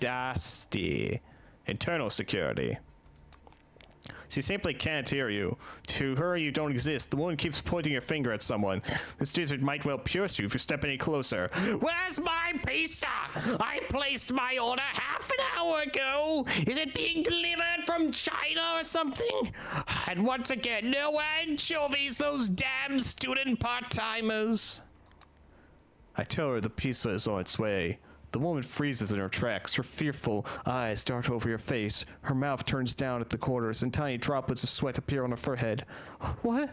No, where? She shakes her whole body like a dog, wipes her forehead with one sleeve, and resumes her aggressive stance. Anyway, I'm still waiting. If our delivery boy isn't ringing my doorbell within 10 minutes, I'll be on the phone to head office, capiche? You poor... a pizza-hungry woman. Ooh, universal boots. Oh, no, I don't want to store. I want to take. Also, I might as well use this toilet one more time. Yep, everything is coming up, Millhouse. Creeped out. You looked in the mirror and saw something terrible behind your back. You will feel uncomfortable for a while. Oh, what's this? The screen shows nothing but static. Trash bin. Some cola. I can make some heated ham, which I think I will. Also, a boiled egg.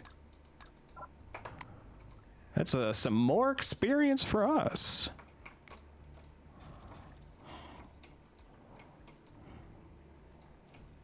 Hello?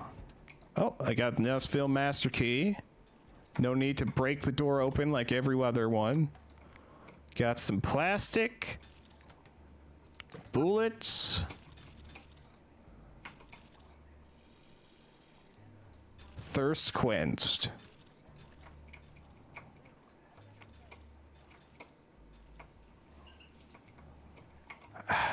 Okay, one more toilet use. This character really needs the bathroom. And yes, as opposed to plastic bullets, we got plastic comma bullets. Ooh, we got disinfectant and a piece of cloth. Cannot sit while in a servo suit. Or shit. Hello? Is anyone here? We got a terminal. Dr. Grau, records on the condition of station dwellers, with comments and illustrations. Ooh. There was a long queue for aspirin at my office today. True. Good point, Nezu. Like in East Germany, I'll have to place my next order ahead of schedule. Lita complained of faintness and anxiety. I examined her, but found nothing amiss. I gave her a mild sedative. At last, I have a few minutes to listen to some Wagner. Lydia came again this morning and said she wasn't able to sleep. She said many others are having the same problem. I had a heart-to-heart with her, and she admitted the brigade stumbled upon something psionic. People have been showing up all day long asking for sick leave, almost all with the same symptoms: indigestion and cirrhosis. I'm mortally tired, but who will do the job if not me? Who cares if I have to slave away all day without a break? I should put on some list. He always refreshes me. A weird day. She just knocked on my door. I opened. There's Lydia with her own eyes and her own hands. I looked around. Everyone was just passing by as if nothing had happened. I asked her what happened, and she said she didn't deserve to see. I tended to her wounds and sent her to the Magellan at once. It's awful. I'm going to listen to some Bach. Something happened. Noah's been coming for a long time. I looked out of the office. There was some inadequate people walking around. What are they doing? This is my yard. They should go away. Dr. Grau came with complaints of solitude. I prescribed him all the medicine I had left and stabbed him with my scalpel in the stomach. Now he's sitting at this computer and typing this message. I think he reads my thoughts. You too have fallen. Ooh, a sour saw. Ooh, a medcom. Can you remove radiation from my body and possibly any addictions?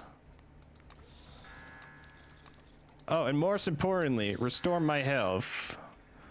Thank you.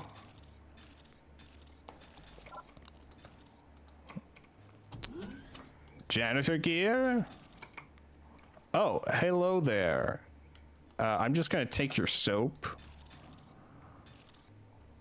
A woman in blue wing overalls is standing in a closet. She looks like she's pondering whether to give the floor a good wash or just mop up a bit. The soap box she's examining is empty. She's raising and dropping the lid monotonously in her hands, a rhythmical, useless, aimless action. The woman's badge says Marguerite Stallworth. Below her name, Ordnance Technician is inscribed in a smaller font. Her dark face glistens with drops of sweat. The wits of barely blinking eyes stand out right, round and brown. You greet the woman, introduce yourself, and ask if she's all right. She almost ignores you. Almost, because she eventually fixes her eyes on your face, struggling to focus. Perhaps this is an invitation for a chat.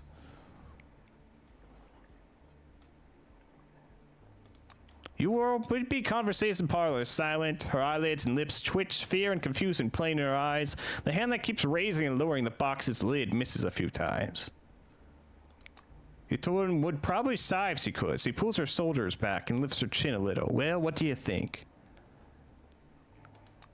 You touch the woman's arm, and she pulls away, slowly but determinedly. Her eyes regard you steadily, as though she wishes to tell you something, but for some reason can't. You try to throw your hands up and yell at her. The blue's body convulses once and she glares at you, first in rage, then confused, and finally in understanding. Yet neither of you is any better off than before. I leave her to her business. Having grown and... Oh, hello! As I was saying, a newfound understanding between us.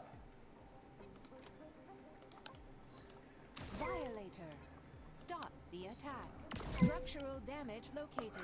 I will not stop the attack. Wait, not... Oh, right, I need to reload. Okay. Bam! Bam! Ooh, you missed most of your shots.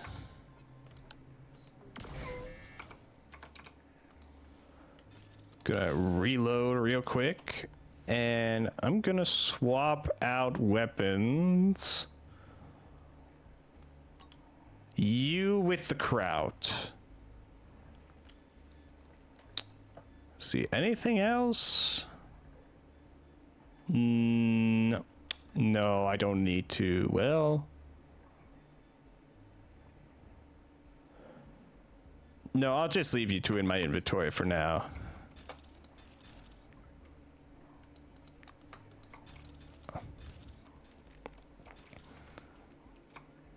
Oh, that guy looks like he might be just as crazy as everyone else, but we'll go talk to him anyways.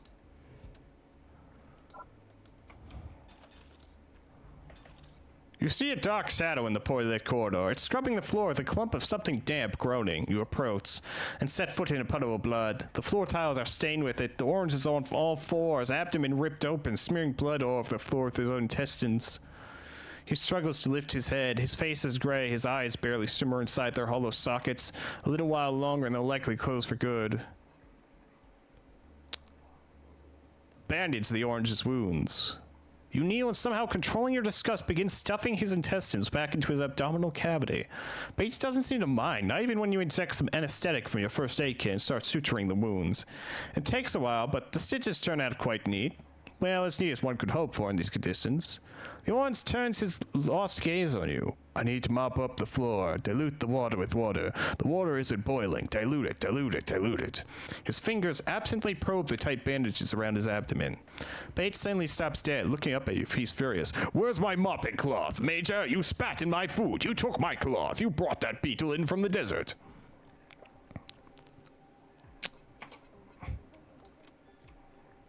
Well... Goodbye, Terry.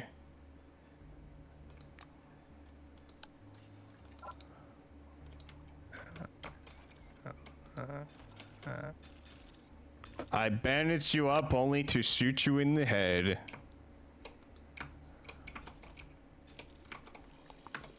Refreshing.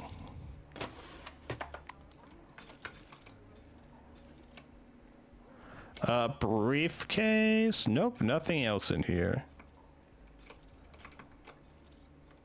We got one last room.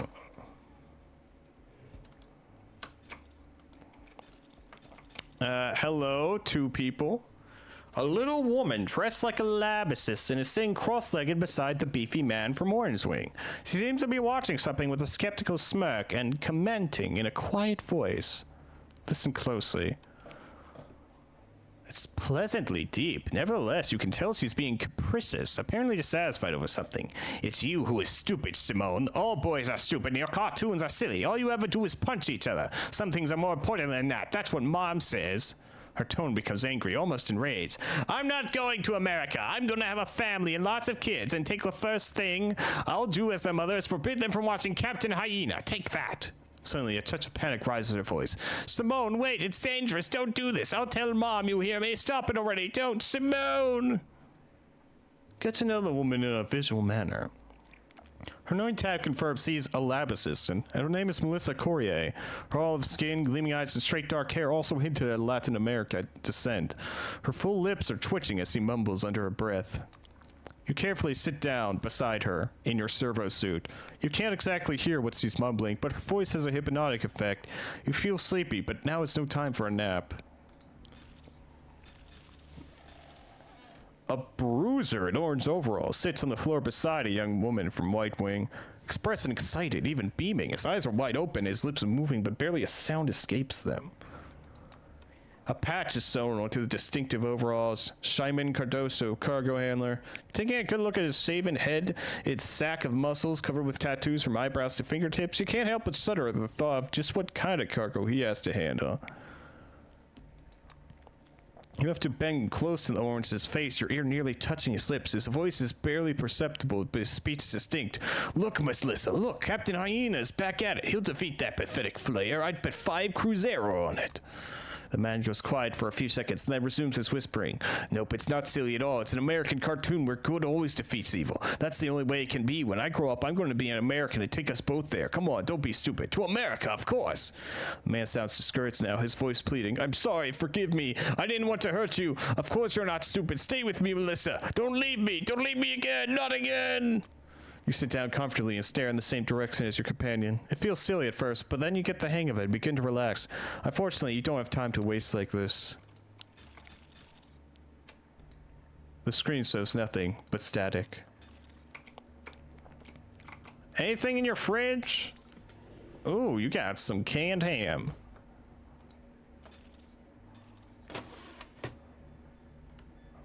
I can make pulled pork.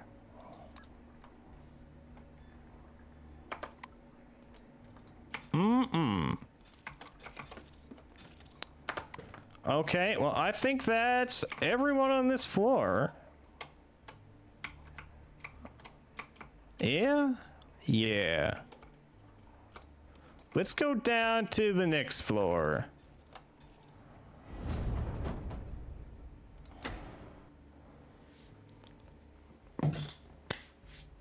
Fair forefathers, you're finished. The top brass kindly shared with me their plans for the dome. Using the technology of the dome itself, in the near future, we will turn this whole place into one huge quarry from which relics will be extracted on an unprecedented scale. Soon, every person on Earth will enjoy the use of at least one item created with the benefit of forefathers' technology. From the Diary of Monty Collingwood, Silverwing.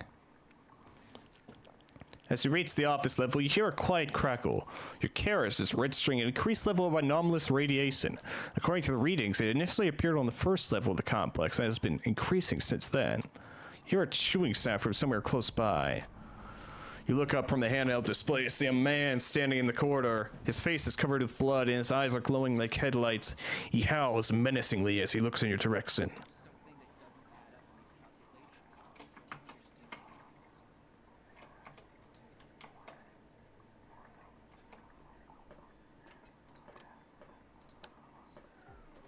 I'm gonna get the first shot here. Oh wait, not enough accent points? What?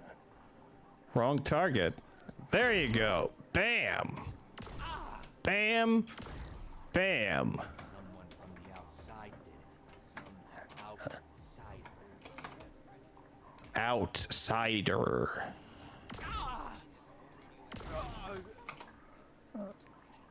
I'm just gonna loot your body now, sir. And break. Actually, they think they're all hostile, so maybe I should just leave that be for now and try and talk with this one intellectual gentleman. Ooh, a relic. This decreases the bonuses from the other relic.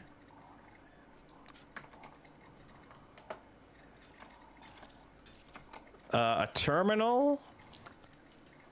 Haha, I can hack now. Doodly, doodly, doodly, doodly. Hacking successful. Introductory fragment of the article Psionics. The nature of the so-called psionic effect exhibited by a subset of relics remain obscure. For all we know, the hypothetical particle, dubbed Psion in our lab, might be completely unrelated to the four known types of physical interaction.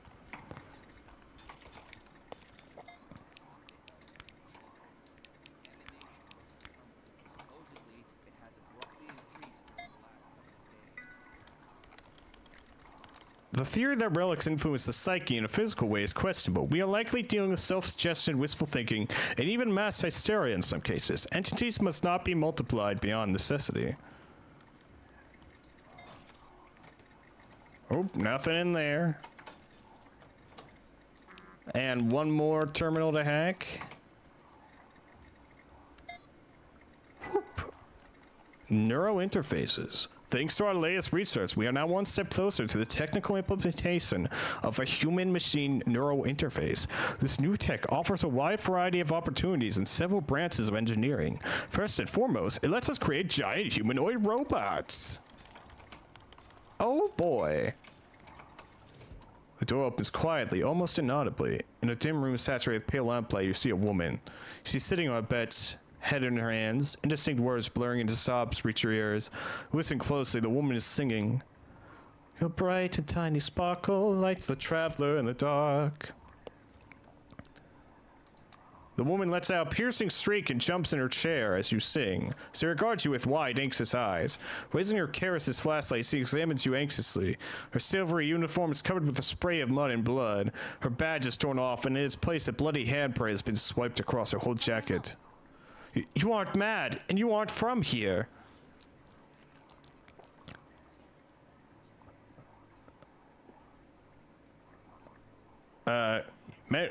Ginsburg mentioned a woman named Decker?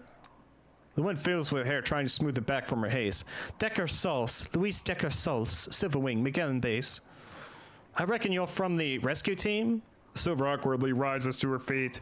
As the expedition leader, I'll bring you up to date. The mission has failed. Our technician is dead. Guard disappeared. Orange suit ran off. The white is glowing mad. That's my short report on the mission results. If you need more info, feel free to ask.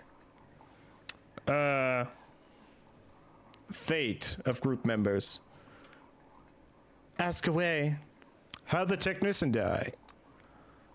Lips tremble. She barely manages to compose herself. I report Maria Werner. See, they ate her. She forces the words out and begins sobbing. She was already thoroughly dejected, but now her face grows even darker. The black, it was me who gave the order, sent him to find help.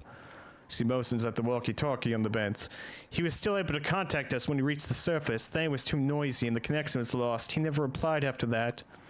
Her lips begin to tremble treacherously. I found Bob's body at the entrance. No, that... The Silver lets out a silent gasp. She looks as though she's trying to catch her breath. She throws her head back and starts fanning herself with one hand. Tears are streaming down her cheeks. She's struggling to speak. Bob was the only one I could rely on. Tell me about the orange who fled. Her tear-stained face freezes in a grimace of distaste. Bastard, I'm glad he's gone. Decker Saltz pats her pockets distractedly. Where did I put my gun? Have you seen it? Find out more about the scientist who's going mad. She glances around at the closed door. It started as soon as we got here. He saw these people and started laughing. He kept laughing and saying, Sorovsky was right. He approached them and touched them. I realized he was off his rocker right away. She says in a low voice, stutters in fear and glances again at the door at the end of the room. I locked him in that hall, figured it'd be safer this way. Who is this Sorovsky? Does it matter all that much right now? Look what's going on here. Does it really matter what a madman was thinking? She seems confused, even irritated. Can I talk to him? A glint of concern appears in her eyes. Talk? Okay, he's over there, behind that door. You can talk to him when we're done. I want an account of the situation from the start. We really want to hear what it was like? We arrived before the storm, 9:20 a.m., I believe. Connection was already lost by then. There was something wrong with the people. No, not something. Everything about them was wrong. Head of security, he greeted us. He reported communications with the Magellan were down and needed to be restored from command on the 3rd floor. He gave no details, just said there was a problem. She blinks rapidly. Hobbs took us to the 3rd floor, went back upstairs. Maria went to command. Then these people, they just rushed at us. They devoured Maria. Bob shot several of them and locked the rest in the hallway. They're very weird. They don't seem to feel pain at all. She lowers her eyes. What else is there to say? Now I'm here. Ginsburg yelled at me and ran away. Bob went for help, said until they arrived, we had to talk to Hobbs, active isolation mode and steal the bunker. He still hasn't returned. And Ron, something's going on with him. Didn't I mention that yet? Did I? Oh, I keep forgetting things. I've learned enough. She dabs her eyes with a handkerchief. I'm not a scientist or a doctor. I don't know what's going on here, but I do know that according to protocol, we have to contact our superiors at Magellan first chance we get for further instructions.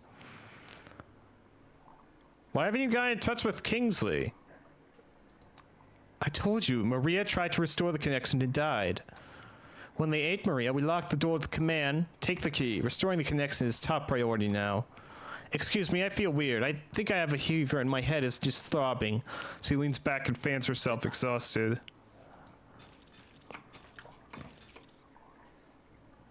Put your ear against the door and listen. You listen closely and pick up on a calm voice barely audible above the humming of the mainframes. The dependence is linear. You can hear a keyboard clacking, voice pensive. That much is clear. The differing reactions of different organisms can be attributed to physiological factors. Obviously not weight, and apparently not age or gender. We'll use this formula to calculate. Another click follows. After that, the voice is silent for a long while. No, maths won't work here.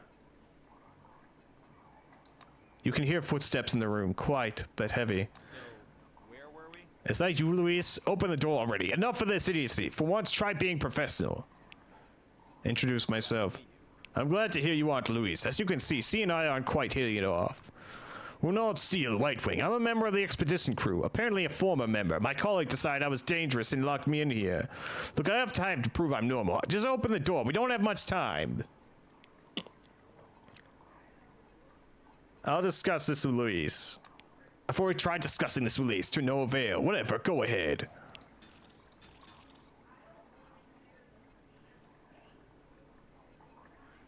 So, where were we? There's a closed door in the hallway lead command. Get comms back up and then go to the video conference room. Contact Kingsley and let him know that all is bad and the operation has failed. What is this head jerks? Are you insane? He's like the others in the corridor. He's mad. Do you understand the risk? I know a thing or two about madness, and Steele doesn't show any of the symptoms. But he was laughing and he was acting all weird. What was I supposed to think? Silver approaches the door and presses her selectrone to the broken panel. A green light flashes. The Silver returns to her bed, keeping her eyes on the door as they slide open. The person who emerges from the dark computer room looks nothing like a scientist. His broad shoulders and military bearing resemble those of an elite forces officer. Only the silver badge that says Renaud Steele, physicist, and the lab uniform suggests he works for White Wing.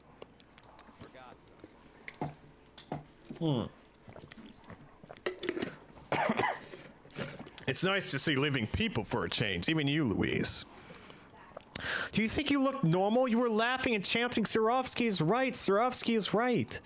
That's because Surovsky was right. Everything he said was right. This halo eye effect isn't an autonomous phenomenon. It's a link in a chain of symptoms. If anyone but his colleagues listened to Gabriel, none of this would have happened. He spreads his arm in agitation. His angry outburst ends as quickly as it started. Anyways, let's decide what we're gonna do. We're sitting on the proverbial ticking time bomb. Ask Ron what he proposes. Let's stick to the protocol. First of all, you must contact McGillen. Then the main phase of the operation can begin. I did the calculations. Turns out the base is in a kind of bubble. The strength of the radiation inside the bubble is uneven, and the nature of the wave propagation suggests that the source is down there in the excavation zone.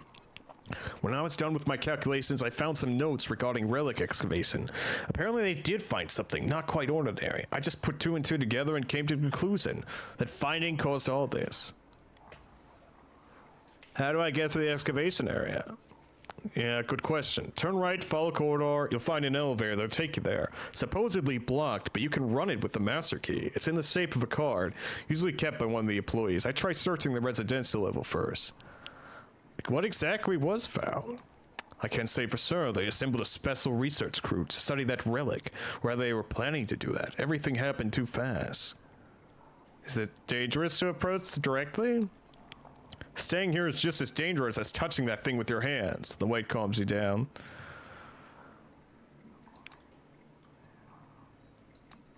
Take the left corridor, blah, blah, blah, blah, blah, blah. Okay, it's settled. I need to go down and find the radiation source. Good, let's go. Quick, Louise, are you ready? I can see you're not feeling well, but you need to pull yourself together. Louise? Decker's crows, Deckersol says in a resounding voice. Grab her shoulder and shake her. The Silver lifts her head. Rings of white light are beginning to flicker in her eyes. Did you see how many of them flocked to Massville? Some even managed to make it down here. You and Steele exchange looks. A grimace of frustration spreads over the White's face. Shit, let's hurry it up. The relic is down there somewhere. Okay, but first, is there anything in here? No.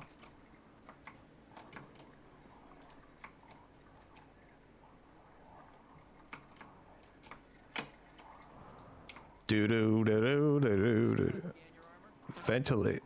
Oh? No. Was I should I have scanned my own armor? How do I get out of the armor? I never thought about that.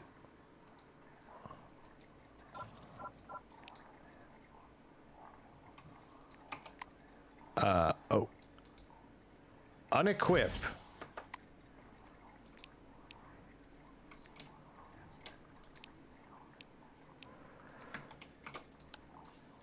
Scan.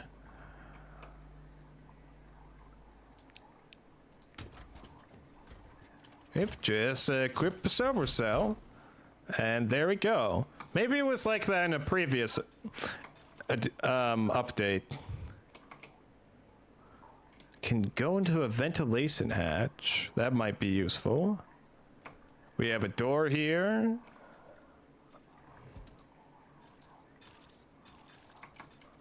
Might as well see where the ventilation hatch goes.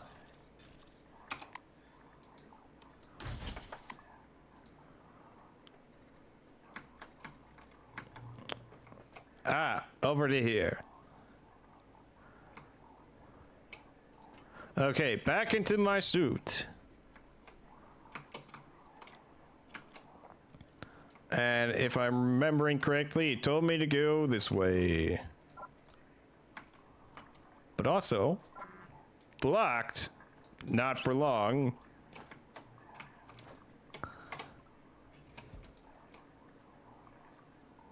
Search. Locker. Ooh, office outfit.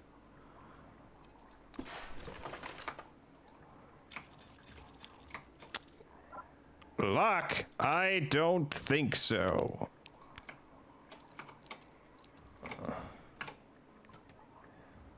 Ooh, science mag. And a weapon repair kit.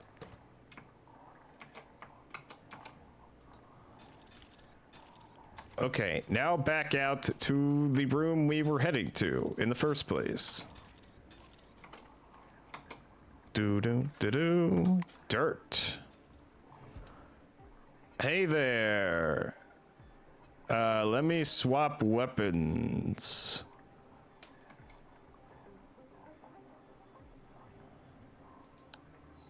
Here's a cleaving dart.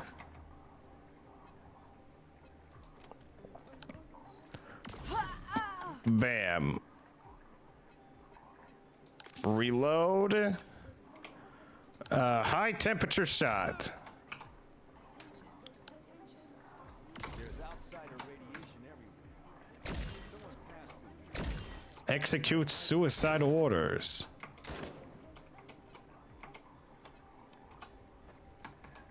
You are still burning, my friend. Bam! Bam! I'm just gonna wait. Ow! Ow! You are still burning.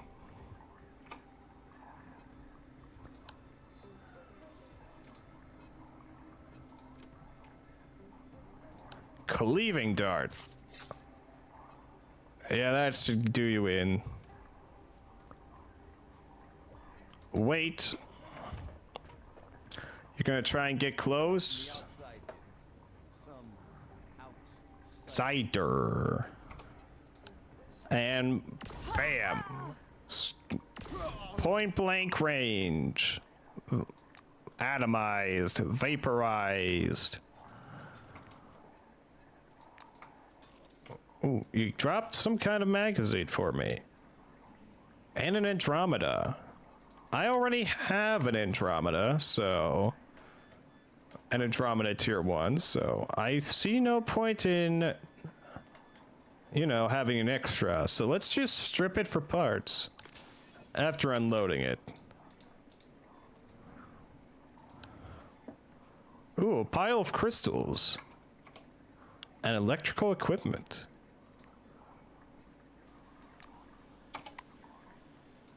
We've got some Neo Cytab, which raises brain.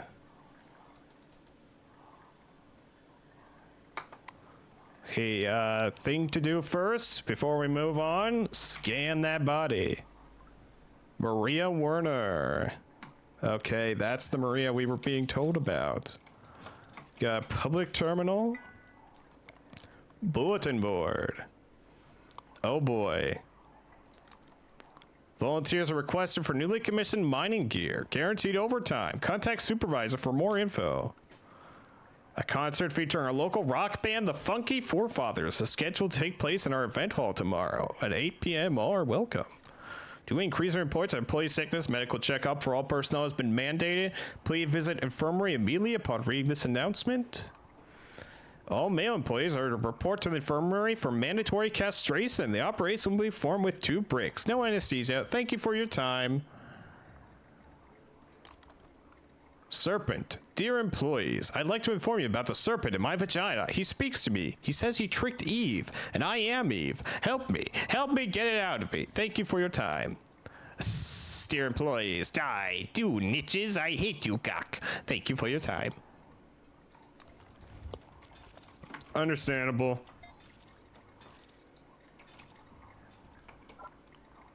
Ooh. Can't lockpick that. Can I use a crowbar?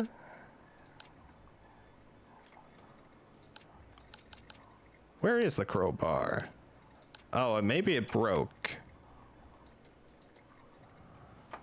Well, I can't break this open or lockpick it open, I'm afraid. It's just too powerful. Bulletin board. I already read about your bulletin board, I'm afraid. What's this? Some fiber optic cable. Nice.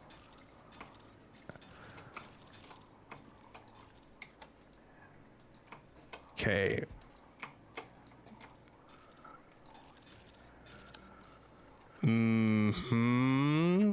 Control terminal. Enter unlock to cancel emergency protocol. Enter uplink to reestablish connection with Concord. Quest updated.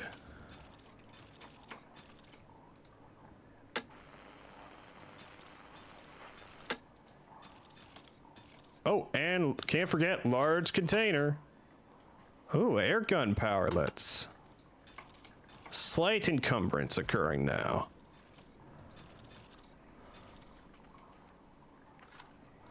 Oh, yes. There is someone in a servo suit.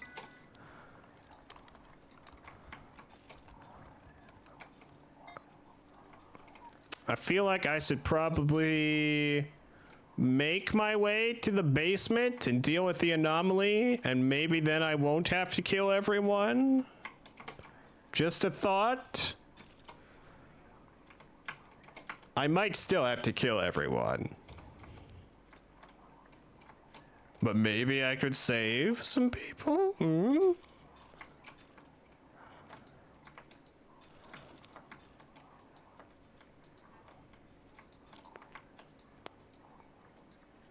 Hey there, I think I've reestablished connection. Hello again. That's a background rate is increasing, albeit slowly. Let's hurry this up. A thin stream of saliva streams down her cheek. All right, let me just save the game. Boink.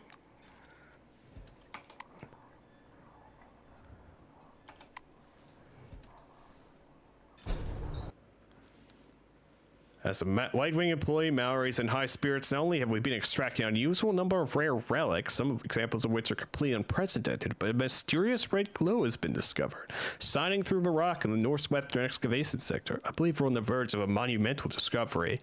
From the diary of Monty Collingwood, Silverwing.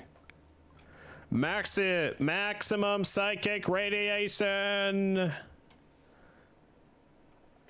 Is there anything I can do about that? Brains, detoxicates, airplane, psyche.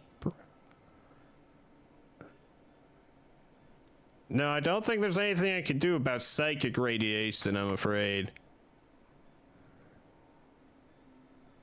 But I do have increased psych because of this.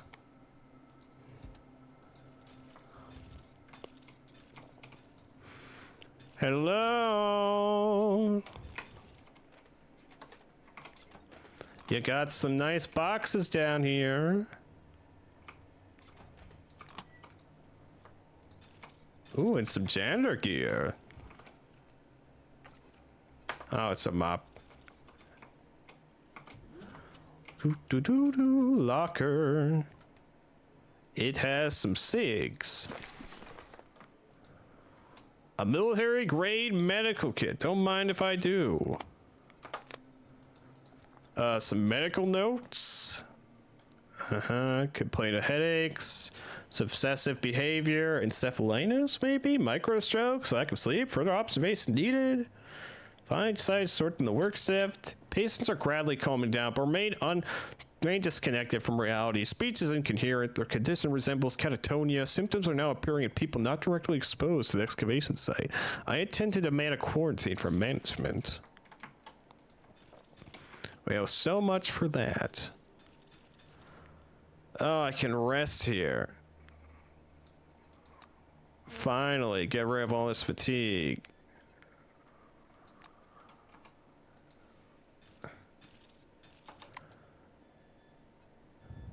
And now I'm a bit hungry, which is good because I've been saving all this food up.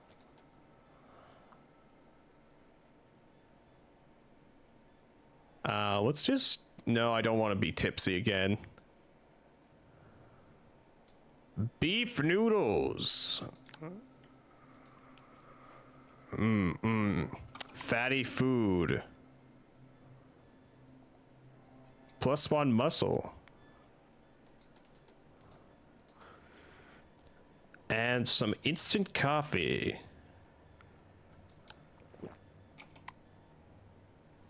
+2 initiative. Nice. Hello, large container. It's a torpedo, electrokinetic, and side glove. Psionic weapons technical manual. The briefcase locks were hastily, clumsily busted. There are no relics. Some briefcases aren't touched. Looks like the robber simply didn't have enough time to finish the job. Let's dismantle this terminal. Nice. Some fiber optic cables, some money.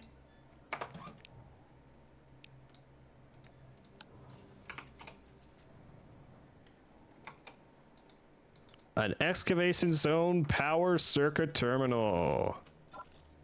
Oh, this is locked, but I can't break it open.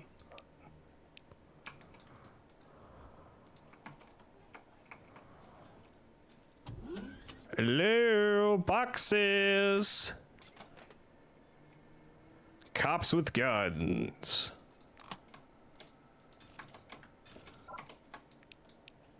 Can I can break these open. Thankfully. Some a cleaning rod and handgun cartridge casings. Cooldown at the moment for force.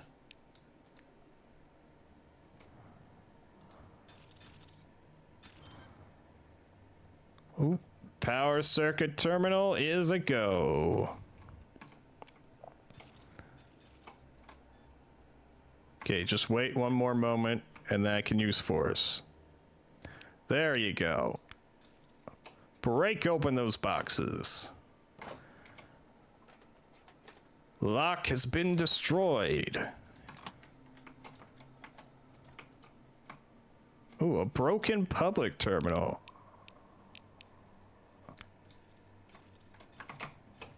I can dismantle that.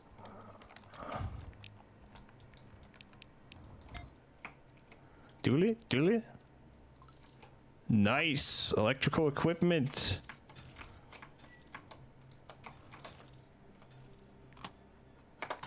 Scientific zone power circuit terminal.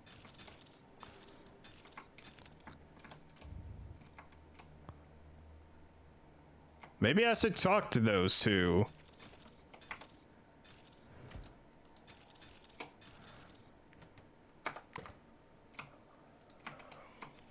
Yeah, let's see, just a bunch of TV sets. So many TV sets.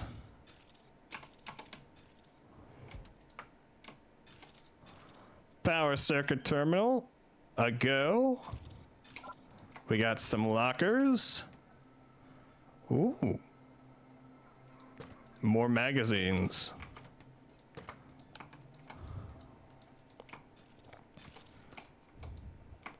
And there's the last terminal. Pressure over there is really strong. My eyes are boiling. I'll take a picture. Blah, blah, blah, blah, blah, blah, blah, blah, blah.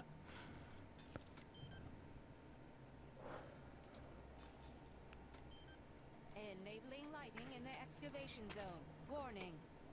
Damage to power system detected. Start the emergency generator. That's no good. So, what do you think, Ronald? Forgot something. Are you gonna help me find the relic? Would you like me to drag her all around the excavation area? Here's what we'll do. Once you locate the relic, just quickly take a look at it and call me right away. The wave power is even out, meaning there are almost no natural obstacles between us and the radiation source. Go ahead and search for it. We're close. Anything I should know? The White hesitates before replying. Nothing save for the strange report I saw in the computer room. It was compiled by a physiologist from Nashville who observed the halo eye symptoms in himself. The report's author states they found something alive in this cave. The relic communicated with him and kept talking until the medic completely lost his marbles. A sound of doubt is apparent in a skeptical and crooked smile. Don't take these hallucinations at face value. That's just something for you to keep in mind. How are you doing? His unfocused gaze listlessly tries to follow the yellow light. Steele turns off his flashlight. I'm no doctor, but I think she's getting worse. Sound freezes in the air. Can you see it too? Okay, one more circuit terminal to turn on.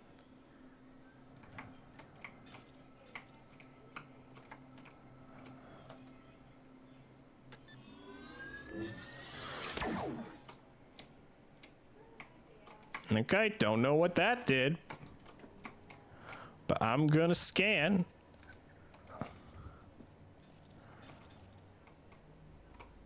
Boop, boop, boop, boop, boop. Broken relic sphere. Actually, I'm curious to read that. Let's see. Fourth class relic. Presumed function communication device, diagnostic device, cognitive system image, emits weak radiation of unknown force.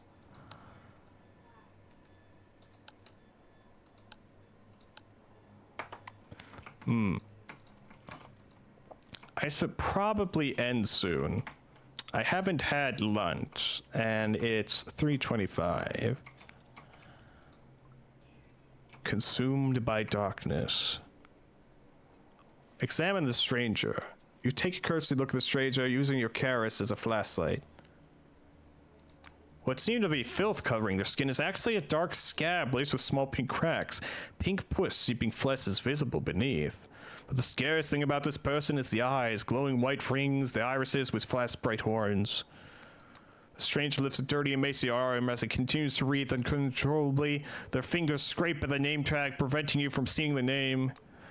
Shine. The stranger's voice is direct and clear as they watch you with their fiery eyes. After that, they don't utter another word. Where are you, creature? Who are you, creature? Geez, I thought I could pickpocket these people, but no. Milkman. Oh.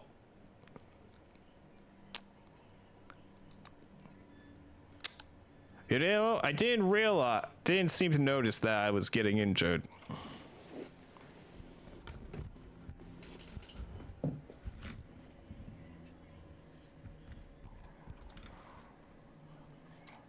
Where was I last? No?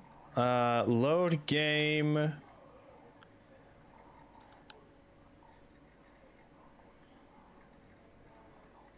Nashville Cave.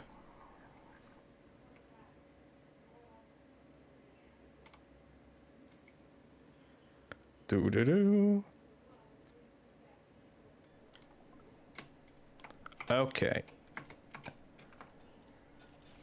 I will have to redo some things next time. Because I forgot to save before going in there. Whoop.